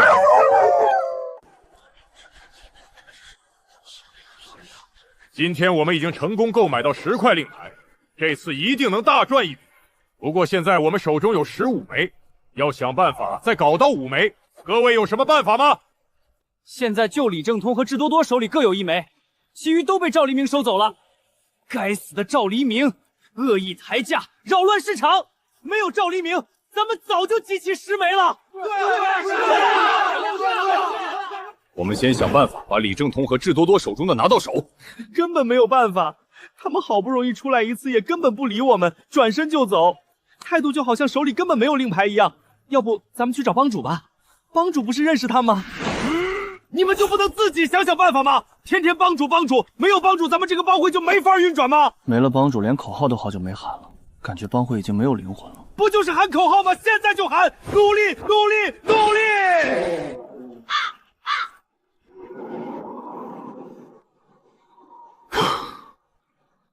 这口号也喊得没有灵魂，有种为了喊口号而喊口号的感觉，那还不如不喊呢。还是怀念帮主喊的口号啊！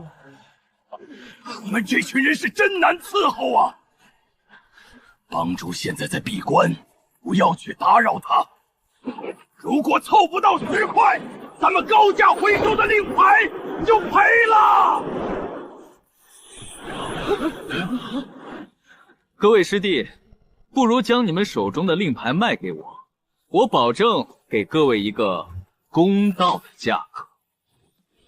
赵黎明，你来干什么？我当然是来帮助各位师弟的。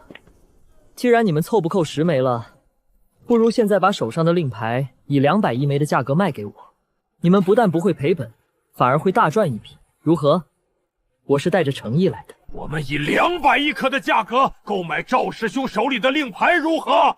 我们诚意也很足。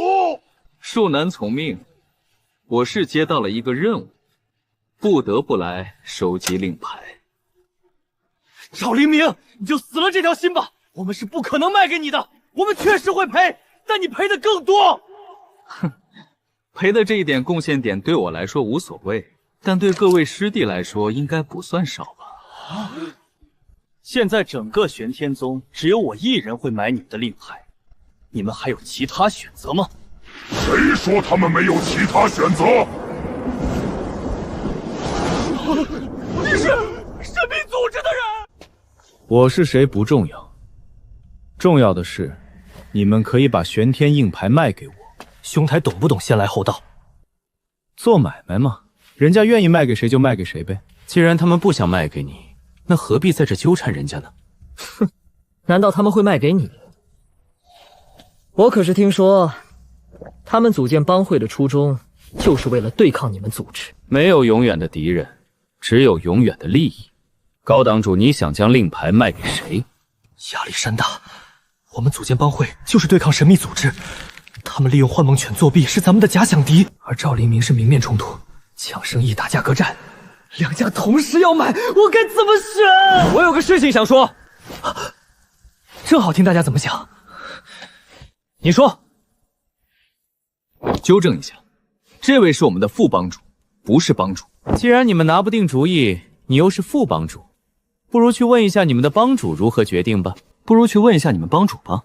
好吧，我待会儿去问一下帮主。明天就是活动的最后一天了，明天还是这个时间、这个地点，二位再来商讨一下，如何？再会。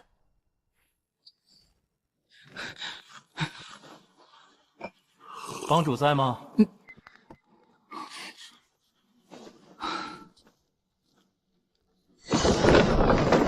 高副帮主，是遇到什么事情了吗？确实遇到了一件事，希望帮主帮忙做一下决定。好，你说。这实际上，那个神秘组织和那个赵黎明都没有错。神秘组织利用幻梦犬收集令牌，宗门没有出面制止，说明这是合法合规的。而且幻梦犬是属于大家共有的资源，人家能利用是人家的本事，咱们用不了，说明咱们没本事，只是技不如人。这番话怎么这么熟悉？帮主，你这番话跟前几天给神秘组织售卖令牌的黑袍人说的好像啊！坏了，大意了！难道那个黑袍人售卖令牌时，帮主也在现场？啊，对，当时我也在现场。看他一副我猜到了的表情，吓死我了。我当时出去散散心，恰好遇到这一幕，感觉那个黑袍人说的还有些道理。那帮主也应该知道我们帮会集资购买10块令牌的事。这我知道，你的决策很正确。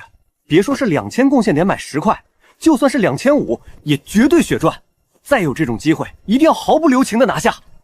再说那个赵黎明，人家跟咱们公平竞争，也没耍阴谋诡计，人家也没有错。那帮主，咱们该把手里的5块令牌卖给谁啊？当然是神秘组织了，这还用问吗？啊？为什么？不是说都没错吗？我内心更倾向赵黎明。神秘组织见不得光不是好东西。之所以让你跟神秘组织做交易，总共有2个原因。第一，咱们对不起人家。我们对不起他？我们干什么了？对不起他？你忘了咱们当初组建帮会是因为什么吗？因为咱们怀疑人家作弊，采用不正当手段。但事实上呢，人家公平公正，遵纪守法。咱们误会了别人。难道你心中就没有愧吗？难道咱们不应该跟神秘组织说声对不起吗？好像确实是这么个道理。所以，我觉得为了表达咱们的歉意，咱们应该主动降价20%，以180贡献点1枚的价格卖给神秘组织。你觉得呢？我们的令牌不是很抢手吗？这时候不涨价，为什么还要降价？理解不了。你不说话就当是默认了。高副帮长，我就知道你也是个明白人。毕竟那些愚昧、目光短浅之人，根本理解不了我的意思。只有我们这种聪明人，才能理解其中的深意。我明白帮主你的意思，帮主你说的简直太对了。刚刚不是说2个原因吗？那另一个原因是？另一个原因是，我们根本惹不起那个神秘组织，不但不要得罪，还要尽力讨好。就算他们是宗主的亲传弟子，他们打我也是触犯门规，要遭到重罚。我们怕他们什么？糊涂啊，高副帮主！他们想对付你，你根本不会有所察觉。我不信，帮主，你说他们能怎么着我？神秘组织能调动幻梦犬，如果他们想用幻梦犬对付你的话，他们会让幻梦犬跑到你家门口上厕所，还会用幻术把粪便隐藏。不就是踩点狗屎吗？我不怕。幻梦犬会溜到你的洞府里，翻出你平时修炼用的丹药吃掉，然后把搓成球的柱变放回去。之后他们会躲在角落，用幻境干扰你。你取出丹药无法发现异常，毫不知情的你一口将丹药塞入嘴里，这才发现味道有些不对。行了，别说了。帮主，我早就看不惯赵黎明那家伙了，一个内门弟子来跟我们外门抢生意，简直不知羞耻。既然他敢来赚我们的钱，我们就要让他亏到底。所以我们还是将令牌卖给神秘组织吧。我还以为你会说，不就是吃点屎吗？我不怕。帮主，我绝对不是怕神秘组织，我只是看不上赵黎明而已。帮主，我说的都是真的。啊，对，我觉得吧，再降20贡献点，可能会获得神秘组织的好感。帮主，你说的太对了。不过我觉得再降20太少了，我们均价是130，卖给神秘组织150就可以血赚了，没必要卖的那么贵。牛逼，孺子可教也。发放105块，我拿到95块，除掉卖出的50块和送给星星的20块，我手里还剩25枚。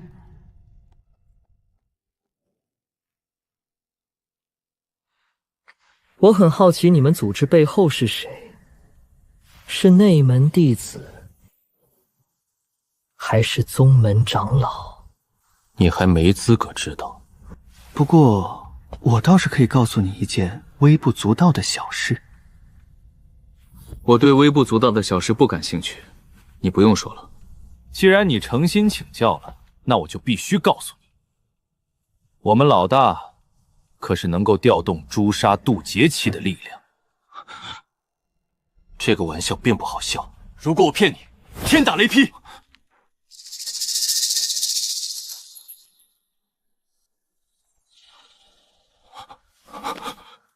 他说的是真的。诛杀渡劫期的力量，宗主或大长老？宗主没必要。那背后就是大长老，难道大长老想造反了？大长老是执法峰峰主，所以黑袍人敢在执法队门口摆摊卖令牌。执法队是保护伞，神秘组织能调动幻梦拳，说明玉寿峰6长老已经投靠。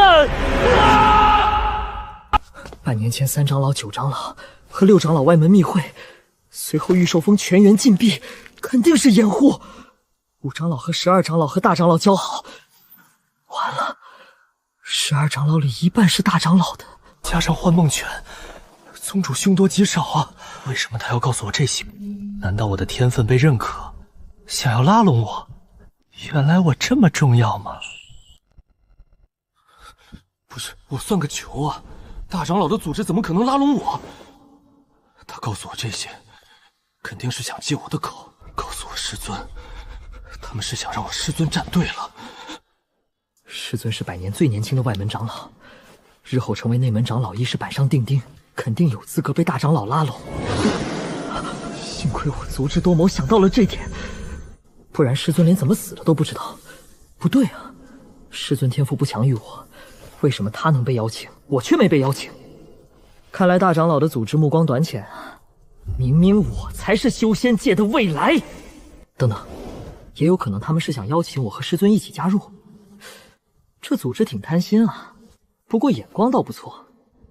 那我到底要不要加入？大长老势力强，但太上长老和太上宗主肯定反对造反，站宗主那边。幻梦犬族态度爱定，难道也有权想造反？目前看，太上长老出手，宗主占优；不出手，大长老占优。再看外部力量，宗主交友广泛，一呼百应。大长老整天不务正业，人脉都是小修士，连我这种未来的希望都没几个，完全被宗主碾压啊！坏了，大长老好像不妙啊！不对，我能想到，大长老肯定也能想到，明知危机还敢现身，岂不是有后手？这也不对，师尊夸我足智多为，我能想到的是，大长老未必能想到。好烦啊！还是告诉师尊，让师尊决定吧。实在不行，我和师尊分别加入两方阵营。无论谁输了，另一个都能找个熟人保命。赵黎明，你没事吧？吹个牛皮！这家伙先是惊慌冒汗，又皱眉沉思，表情复杂的很。不会是有啥大病吧？看来这是要催我做决定，我不能上当。越遇到大事越不能惊慌。这件事我会告知师尊的。明天还是这个时间地点，我会来告诉你答案。必须要早一点告诉师尊，让师尊有充足的时间考虑利弊。不是哥们儿，都这么大人了，你竞争不过我就去找家长，羞不羞啊？掩人耳目嘛，我懂。咦，赵黎明师兄怎么走了？不知道啊，是他自己要走的，跟我可没关系。既然他走了，那咱们开始做生意吧。好吧，那尊敬的神秘组织代表，我们帮会经过商议，最终决定跟您交易5枚玄天令牌。为了表达我们的友善，以及庆祝我们之间的第一次合作，我们决定每枚令牌给您150贡献点的友情价，您选。您觉得怎么样？170吧，多少让你们赚点。不能让你们这段时间白忙活，手握巨款，不在乎这点。收购5枚只是为了凑个整，凑齐10块就能卖高价了。原来神秘组织也不那么坏。大哥，你是个好人。等一等，你们手里的令牌还对外出售吗？你想买？我手里现在还有20枚令牌可以卖，10枚令牌2000贡献点，你确定你们能吃得下？您稍等片刻，我们商量一下。好。现在有一个绝佳的机会，我们只需要花费4000贡献点，就能购买20枚玄天令牌，大家觉得如何？副当主，你的意思是，咱们以170亿枚刚卖给别人，然后再以200亿枚收回来？你不妥妥的大冤种吗？我服了啊！200亿枚能被你砍到170，现在又想200买回来。你是跟我们一伙还是跟他们一伙啊？要是帮主在，以帮主的能力，一定能以170收回来，再以200卖出去。我都怀疑李正通是不是混在人群中啊？为什么能问出这么睿智的问题？单块令牌和10枚令牌一起卖，肯定不一个价。10枚最大的价值是能兑换1件法宝，肯定价格高。我觉得2000真不贵。高副首长，我们支持你。刚170卖出的令牌，又被我们以200买了回来，我心里不舒服。帮会里确实有些人脑袋不太灵光，不过也正常，脑袋灵光怎么可能选我当帮主？但是咱们200买回的令牌，等明天一兑奖，至少能价值300，血赚。小明花130块钱购买一件商品，反手卖了170元。随后小明又花费200元买回这件商品，反手卖了300元。问，小明赚了多少钱？这简直就是太离谱了吧！疯狂买进卖出的奇葩商贩吗？昨天我跟帮主商量过了，帮主说2500都能赚，更别说2000了。啊！帮主说2550枚令牌也能赚，那赶紧买啊！我这就掏贡献点。帮主虽然不在帮会，但依旧在为帮会出谋划策，太感动了。帮会能发展成这样，全靠帮主在幕后把控方向啊！副帮主，咱们赶紧凑钱吧！帮主都说话了，咱们就不可能亏啊！对，快说每人多少钱，不够我回去借。这么多天过去了，我终究是不如那个男人吗？师尊，不好了，大事不好了！你又分析出什么了？师尊，这次真是大事不好啊！师尊，你又偷喝师娘珍藏的剑仙茶，你不知道那是师娘的相好。说吧，这次又有什么大事？师尊，幸亏这次我反应快，不然咱师徒俩怕是要陷入万劫不复的境地了。如果没有我，师尊你连死都不知道怎么死的。对于徒弟的行事风格，我早已习惯。师尊，咱们玄天宗要变天了。哦，大长老要造反了，他联合3长老、5长老、6长老、9长老、12长老以及一部分幻梦犬，准备打败宗主，夺得玄天宗的掌控权。其他长老有没有参与，我暂时还不知道。你确定你说的是那个满脑子都是扮猪吃虎的幼稚大长老吗？还有，为什么是一部分幻梦犬族？因为我也怀疑幻梦犬族也有犬想要造反。外门的内库阵区就是大长老组建的，大长老已经准备动手了，现在想要邀请我们师徒俩加入。师尊，你说咱们要加入吗？按照现在的分析，宗主还是略占优势，但大长老既然敢有所行动，肯定也有底牌，咱们必须要斟酌一下，毕竟这种事情一旦站错队，就将落个万劫不复的境地。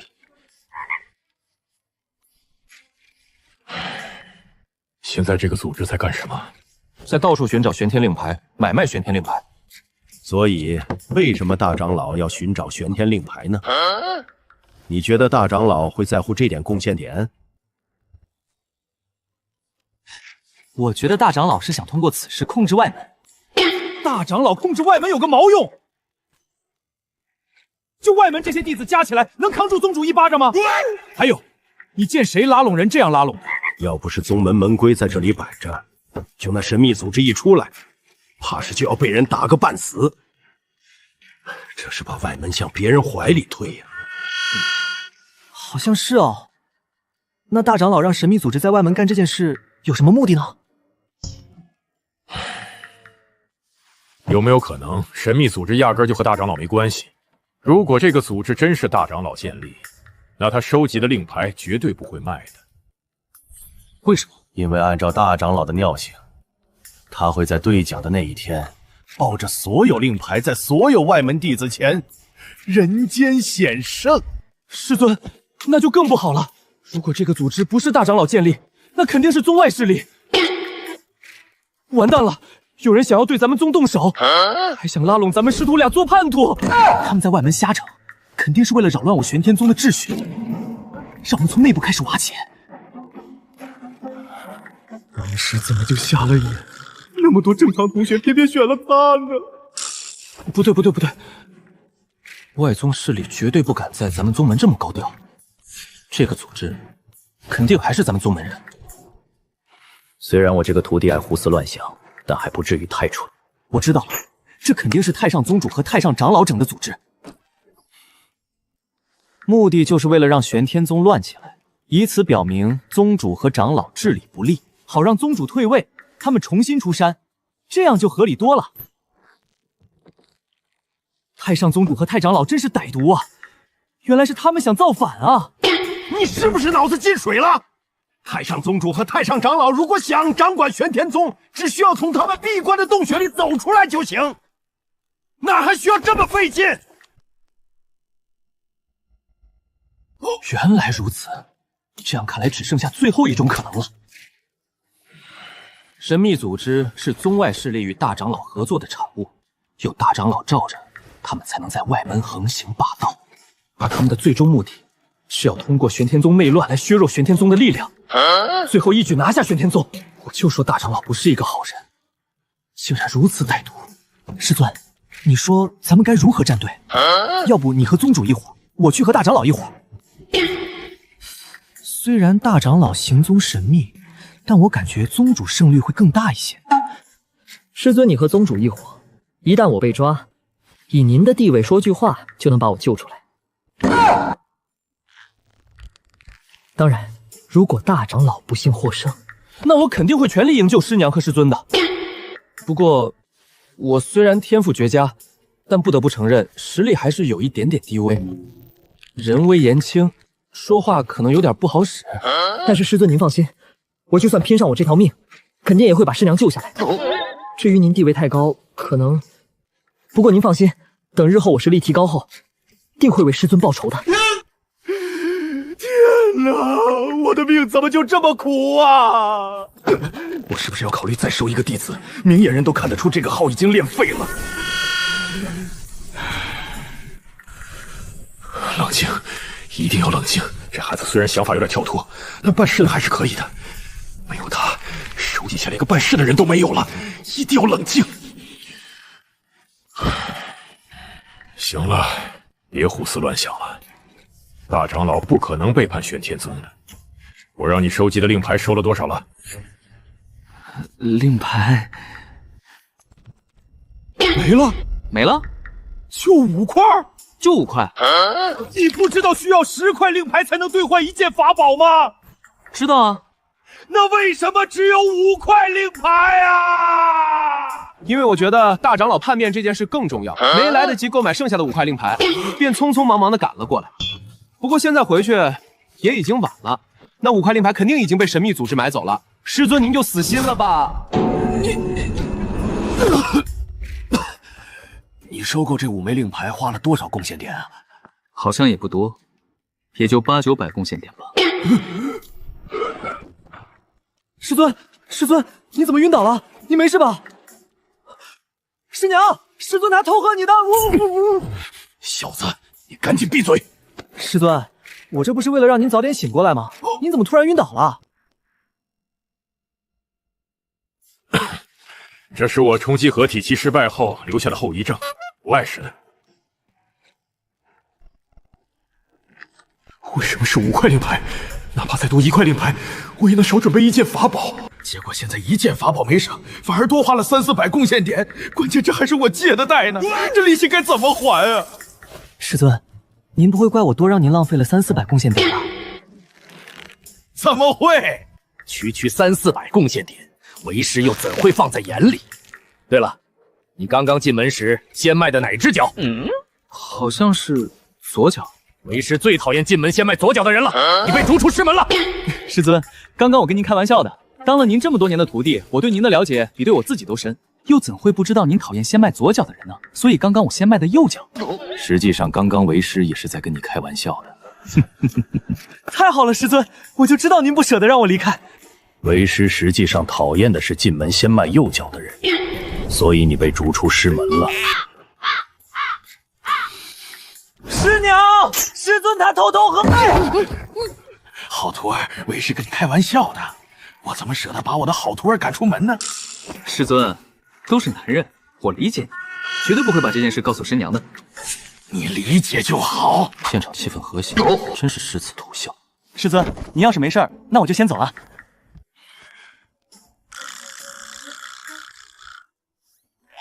走吧，走吧。师尊，师娘老相好送的茶很好喝。干还是不干？现在我手里1点贡献点也没有了，还欠着1屁股债，凑齐10件法宝只能再借1笔外债，仅仅利息就让人头疼。如果干这一票成功了，不但外债还完，还能余下1笔私房钱，直接一波暴富。干了！失败了，大不了就是被暴打一顿。没什么比穷更可怕了。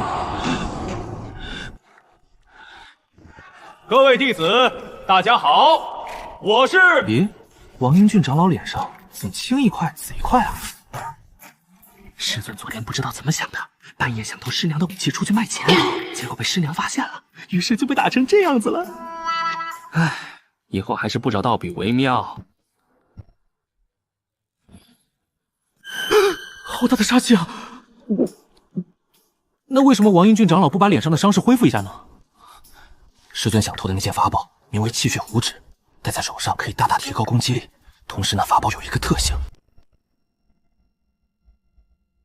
能够延缓伤口的恢复，极为霸道。可以想象那顿打有多猛烈。你回答我一个问题，我告诉你一个关于气血血符纸的秘密，如何？什么问题？是不是大长老想要造反啊？啥？不是大长老，那是不是太上宗主和太上长老想再次掌权？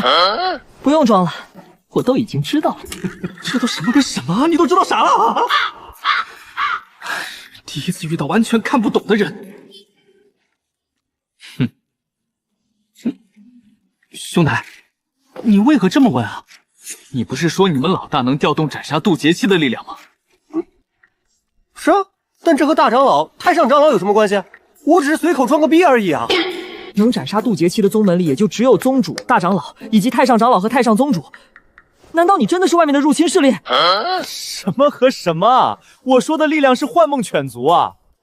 你不会不知道幻梦犬族曾经斩杀过渡劫期吧？你这样说显得我很呆啊！好了，现在你可以跟我说气血胡指有什么小秘密了。实际上，这件气血胡指是我师娘的老相好送给她的。你别说了，再听下去可能性性命不保。那股杀气就是奔着他来的。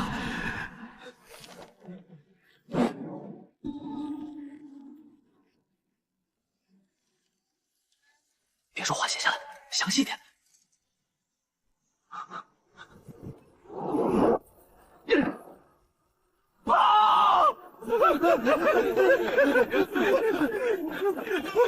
下次再也不八卦了。小智，接着。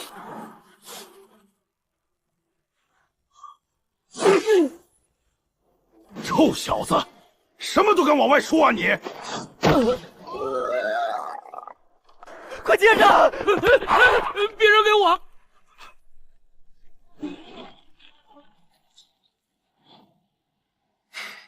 小样！师尊，对不住了。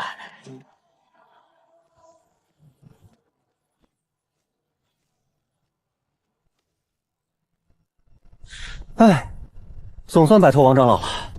哎，让我看看王长老你还有些什么小秘密。